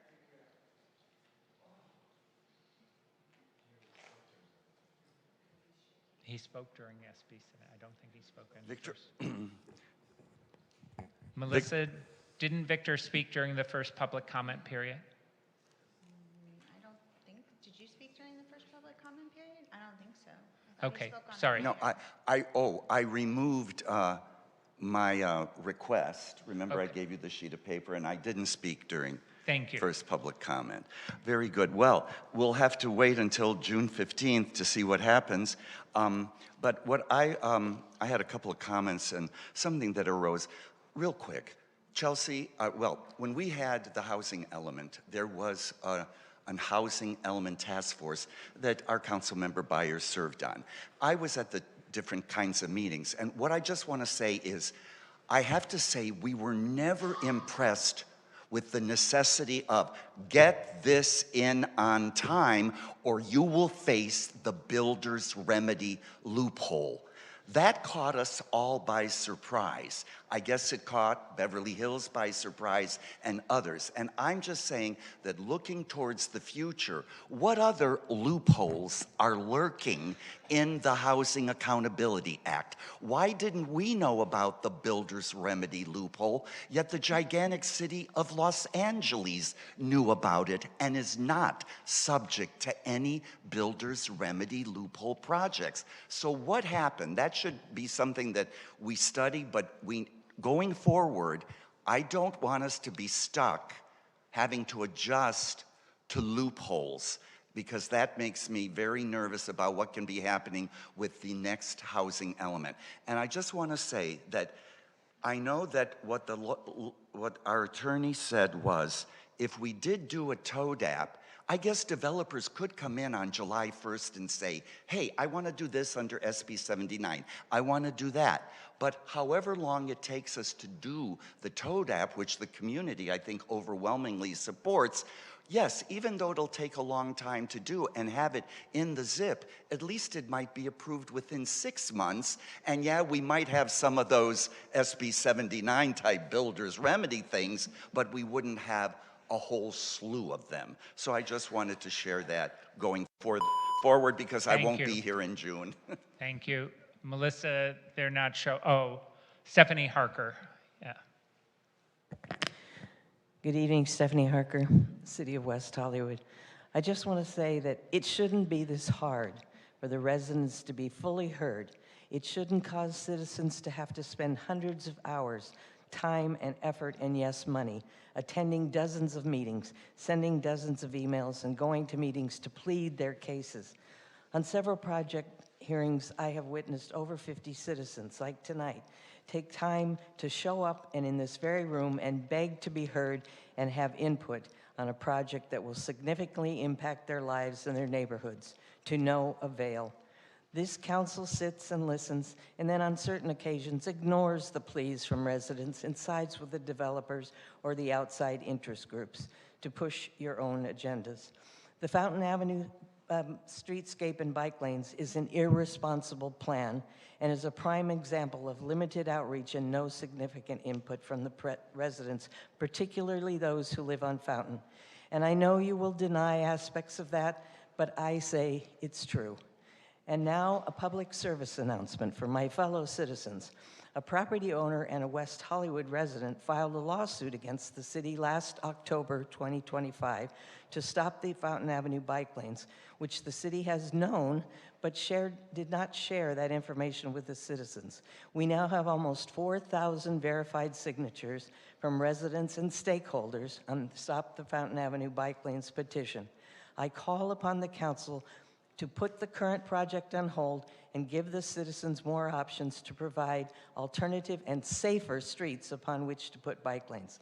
Safety for all is imperative. The project on Fountain has the real potential to cause more problems than it fixes. Thank you. Thank you. Adam Green, Adam Green, Adam Green. Elise Eisenberg,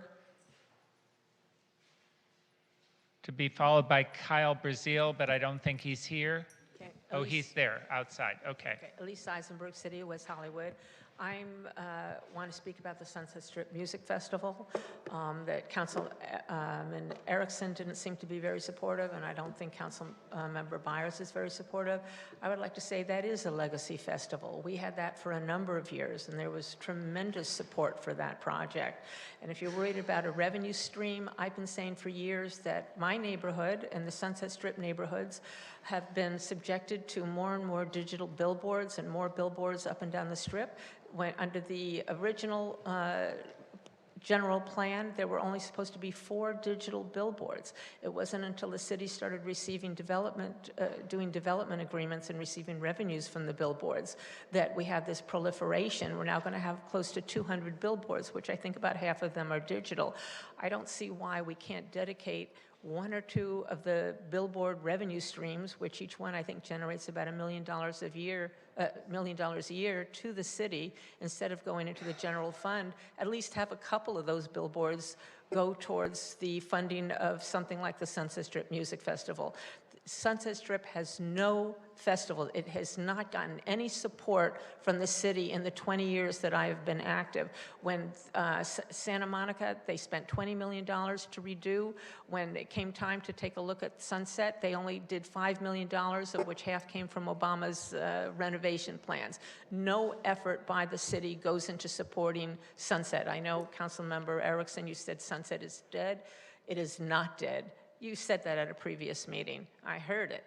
And it is time for the city to spend some money and effort and energy on something that the residents, there is no objection to the Sunset Strip Music Festival. It's supported by the businesses, it's supported by the residents, and it's supported by the community, the music business. It is what this West Hollywood is known for throughout the country. For people who don't pay attention to gay Elise, issues, they thank pay you. attention to our rock and roll history. Thank you. Thank you. Kyle Brazil, to be followed by David Eckhart, and then Kathy Blavis. Kyle Brazil, resident of West Hollywood. I would say tonight has been a frustrating meeting to sit through. We have 2 council members who I think genuinely care about the interests of residents here in West Hollywood. I think we also saw what happens when we get people using West Hollywood as a political stepping stone, coalescing extreme interests, trying to make their way to the county, to the state, wherever else. I'm sorry, Councilmember Erickson, I would love to support a member of the West Hollywood community at the state Senate level, but quite frankly, you're far too dangerous to put in a more higher office. I think you're our burden to bear for the next 2 years. I watched the conversation tonight, and I could just see you 2 stretching for excuses to act outside the interests of the residents that live in this community. When it's convenient, we say, oh, don't worry, development will take years to take place, so we shouldn't be worried about this. Yet, Councilmember Erickson is on the other hand saying, we've got to develop as fast as we can to support and fund the EIFD for the K-line. You choose performative arguments that serve your needs in the moment to get away from supporting interests of the residents. So again, this is probably the 3rd or 4th time I've gotten up, but I just am incredibly frustrated that we keep getting people more concerned about their own political ambitions than serving the residents that put them into these seats. And perhaps it shouldn't be surprising when people were living in West Hollywood for less than a year before they made it onto this council that they don't appreciate the unique character and values of the residents of this community. So I think it's time we put people that are going to sit in this seat and start representing the interests of the community, not their own political ambitions. Thank you. David Eckert, to be followed by Kathy Blavis.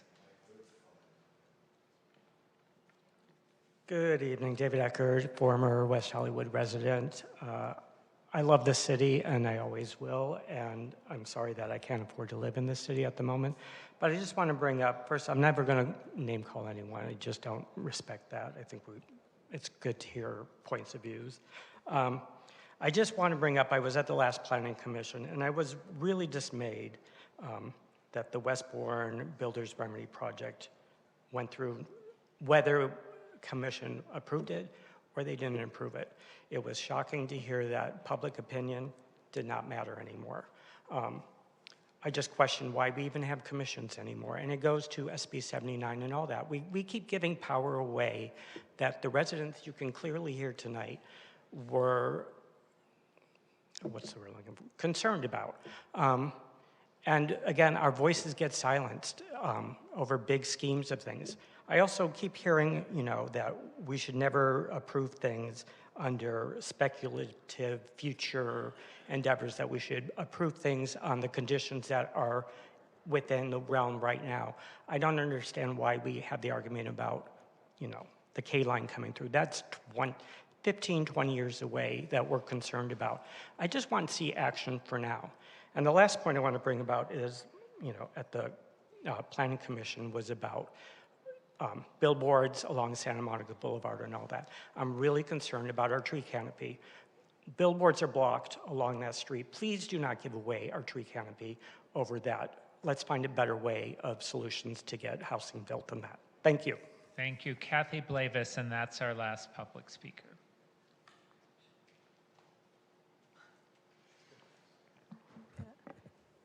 Good evening, Kathy Blavis, City of West Hollywood. After sitting through F2, I have to say, I thought I was the one that was deaf. I thought I was the one that couldn't hear. But man, oh man, what I heard tonight, and I'm sorry, I really am sorry I used the hearing devices tonight. I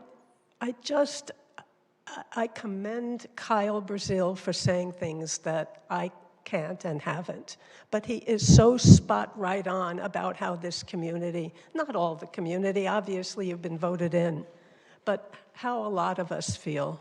And Councilmember Erickson, I saw how uncomfortable you were when you felt you were being disrespected by the community. That's how we feel. That's exactly how we feel. I think it would behoove you to go back and look at some of the council meetings when you have shown utter disrespect, not just for the community, for staff, for other council members, for John Heilman, for crying out loud. I had a conversation with you years ago in Plummer Park when I said to you, I'm going to give you some constructive criticism. And you were receptive. And I said, you have behavior that's unbecoming a council member. And you have proven me right with that. And if you think you have behavior that's going to be the kind of behavior of a state senator, you better go back and watch yourself. I really mean it. So again, I'm so sorry that this happened tonight because Mayor Heilman, you are so spot on with presenting this. The community proved you right. And sadly, with the exception of Lauren Meister, your colleagues didn't. Thank you. We did get another speaker slip, Anita Goswami, and then Steve Martin. So, Anita Goswami, longtime resident of West Hollywood. I'm also an immigrant. My parents were immigrants, so were my husband's parents on one side. They did not know the future. They took the best decision based on the information they had. People come to the city of West Hollywood all over based on the information they have. And what I saw tonight, they take the information of what's available rather than waiting for perfect information. What I saw is people tonight making decisions saying you needed complete information. And what I've observed many times is that decisions are being made with incomplete information. I am just seeing, I was here at the same meeting several months ago, and I saw the slide from a developer showing the organizations that were supporting his project, and those same organizations are the ones that I find that are supporting certain council members. I strongly support what both Kyle said and what Kathy Blavis said. This, and just so many of the residents, we are not being heard, we're not being listened to, and this is, again, why we become frustrated with this. I keep thinking that there is hope, and then I look at that and say, okay, then we're shut down. Over and over again. At some point, we see this at the federal level over and over again, And then I see it here at the local level. That's exactly the same thing that's happening, and that same frustration that is going on of a taking away, the takings of rights at a federal level, and here it is the takings away of residents and what we came here, what we came to West Hollywood for, what we came to America for, what we came to West Hollywood for. So I just, what I heard tonight was not a spirit of, we are West Hollywood, we are our own city, we are people who want to be our authentic selves. What I heard is, Sacramento, come on in and take over. That was what I heard. Thank you. Thank you. Steve Martin.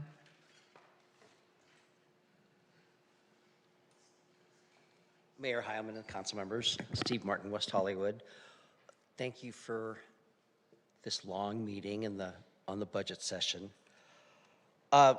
You know, I have a great love for this community, and I know I was sort of an accidental player in its incorporation, and I never intended to be a city council member, but a lot of good things have happened, and I really treasure the life that I've had in this community. But I have to say, this current council does not represent people who love West Hollywood. You've simply used this as a stepping stone. You don't understand this community. You never have. You've only wanted to use it for your short-term ambitions. But a day of reckoning is coming, John. And, you know, your arrogance, your inability to work with other people will be rewarded on June 2nd, because I think almost everybody in this room today is voting for Brian Goldsmith for state senate. I certainly know I am. But I have to say, I think a lot of you seem to think that you're going places. And, you know, if you don't have the community behind you, you're not. And if you don't believe me, ask Abby Land. Because she did some things that alienated people in the community, and the community made sure she didn't get to go to the state assembly. But you are in office, and I think maybe you should take some time to talk to people and try to understand why they come and sit through these meetings and why they have this love for this community. And maybe it'll broaden your horizons. Thank you. Thank you. That completes our public speakers for tonight. We'll move on to council member comments and meeting attendance reports. Thank you, Councilmember Byers. Absolutely. I attended several meetings, the National League of Cities Transportation Infrastructure Services Committee, the Southern California Association of Governments Regional Council and General Assembly meeting, the Los Angeles County Affordable Housing Solutions Agency, the Metro Service Council meeting, and the D-Line opening, which we're still celebrating every day. And then, of course, Contract Cities annual seminar, where our colleague John Erickson became the third president of the association from West Hollywood in its history, which is a remarkable achievement, not only for John Erickson, but of course for our city, and we're so proud. Congratulations, John. Thank you all for a great meeting tonight, the longest of the year, Mayor, but it's okay, well done. And I just want to wish a very happy 5th birthday to Rose, and look forward to seeing everyone out for all the Pride activities, starting with Harvey Milk Day this Friday. Thank you all, and happy birthday, Jennifer Alkire, too. Yeah. Councilmember Meister. Thank you, Mayor. I attended the Mishka Festival, and I have to say I was super impressed with the crowds. I don't think we've seen attendance like that in a long time, so I really give credit to the producers of the event. I think Agassi was one of them, and also staff for really, you know, having a great program and just making this event something that, you know, reminded me of years gone by that have had many, many attendees and a real feeling of community. Also want to say that I don't know how many of you watched the news today, but I think I can speak for all of us to say our hearts go out to the children and the staff of the Islamic Center in San Diego and the families and friends of those who were murdered in an active shooter event. I know that they're still figuring, they haven't released, at least when I had last seen the news, they hadn't released names. And we just all need to be vigilant and careful and see something, say something, and hug your loved ones. Thank you. Councilmember Erickson. Yes, Councilmember Byers took my happy birthday to Rose comment, but never can stop. Congratulations, Matt and Nicole. Your daughter is a lovely person, and she makes me laugh. Additionally, I want to thank my colleagues for attending the Contract Cities fun time, long event. I want to thank all the city staff who made it really possible, Jennifer and Andy, as well as everyone that attended, and Jackie, who now has to go to a lot of more meetings with me on the third Wednesday of every month. I apologize in advance for having to drive to Paramount so much. Additionally, following, I want to thank Supervisor Horvath for swearing me in and Assessor Jeff Prang for being the MC of ceremonies. I attended, I got back, I missed the council remarks, but the Mishka Festival, I want to echo what Councilmember Meister said. It was a wonderful time. I don't think I've ever actually seen it that busy, but it was even hopping at like 6 p.m., which was saying something because they usually have to kick people out. And this year, I think they actually did have to kick people out, as well as a number of different community events. And happy Pride. Looking forward to everything. And be safe out there, to echo what Councilmember Meister said. Thank you, Vice Mayor. Thank you, Mayor. As far as my meetings and attendance are concerned, I attended the ribbon cutting for Guac Daddy in West Hollywood. I was there with the mayor and council member Erickson, and we all got guacked.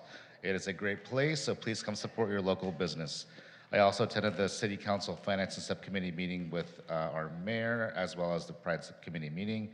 I attended the grand reopening of Maddie's in West Hollywood with Councilmember Erickson and our mayor.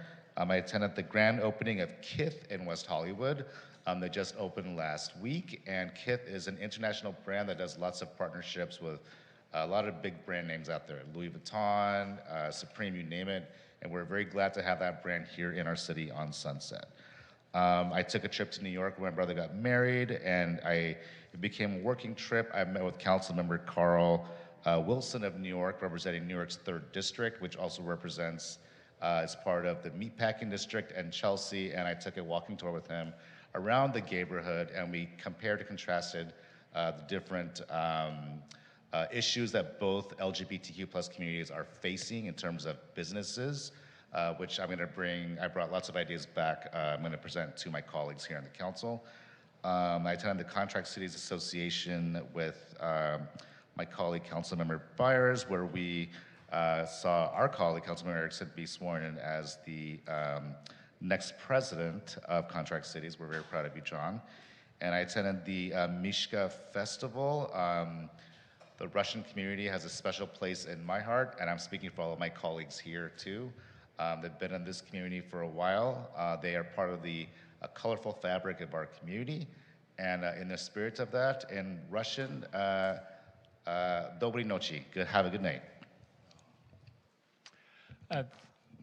I attended the Budget Subcommittee, the Pride Subcommittee.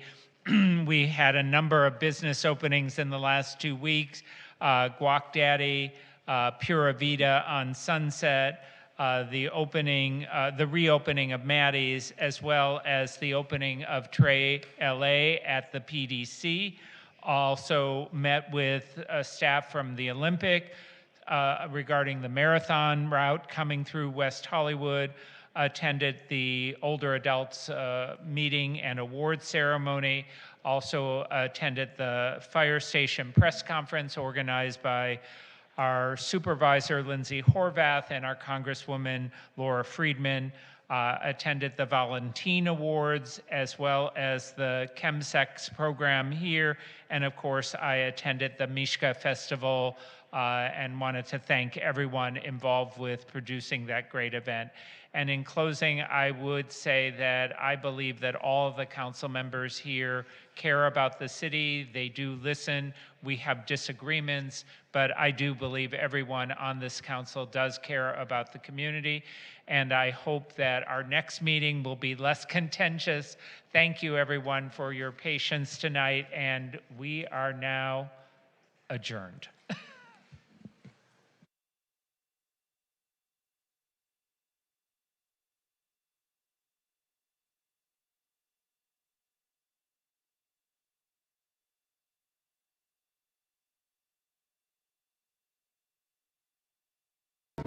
We need community.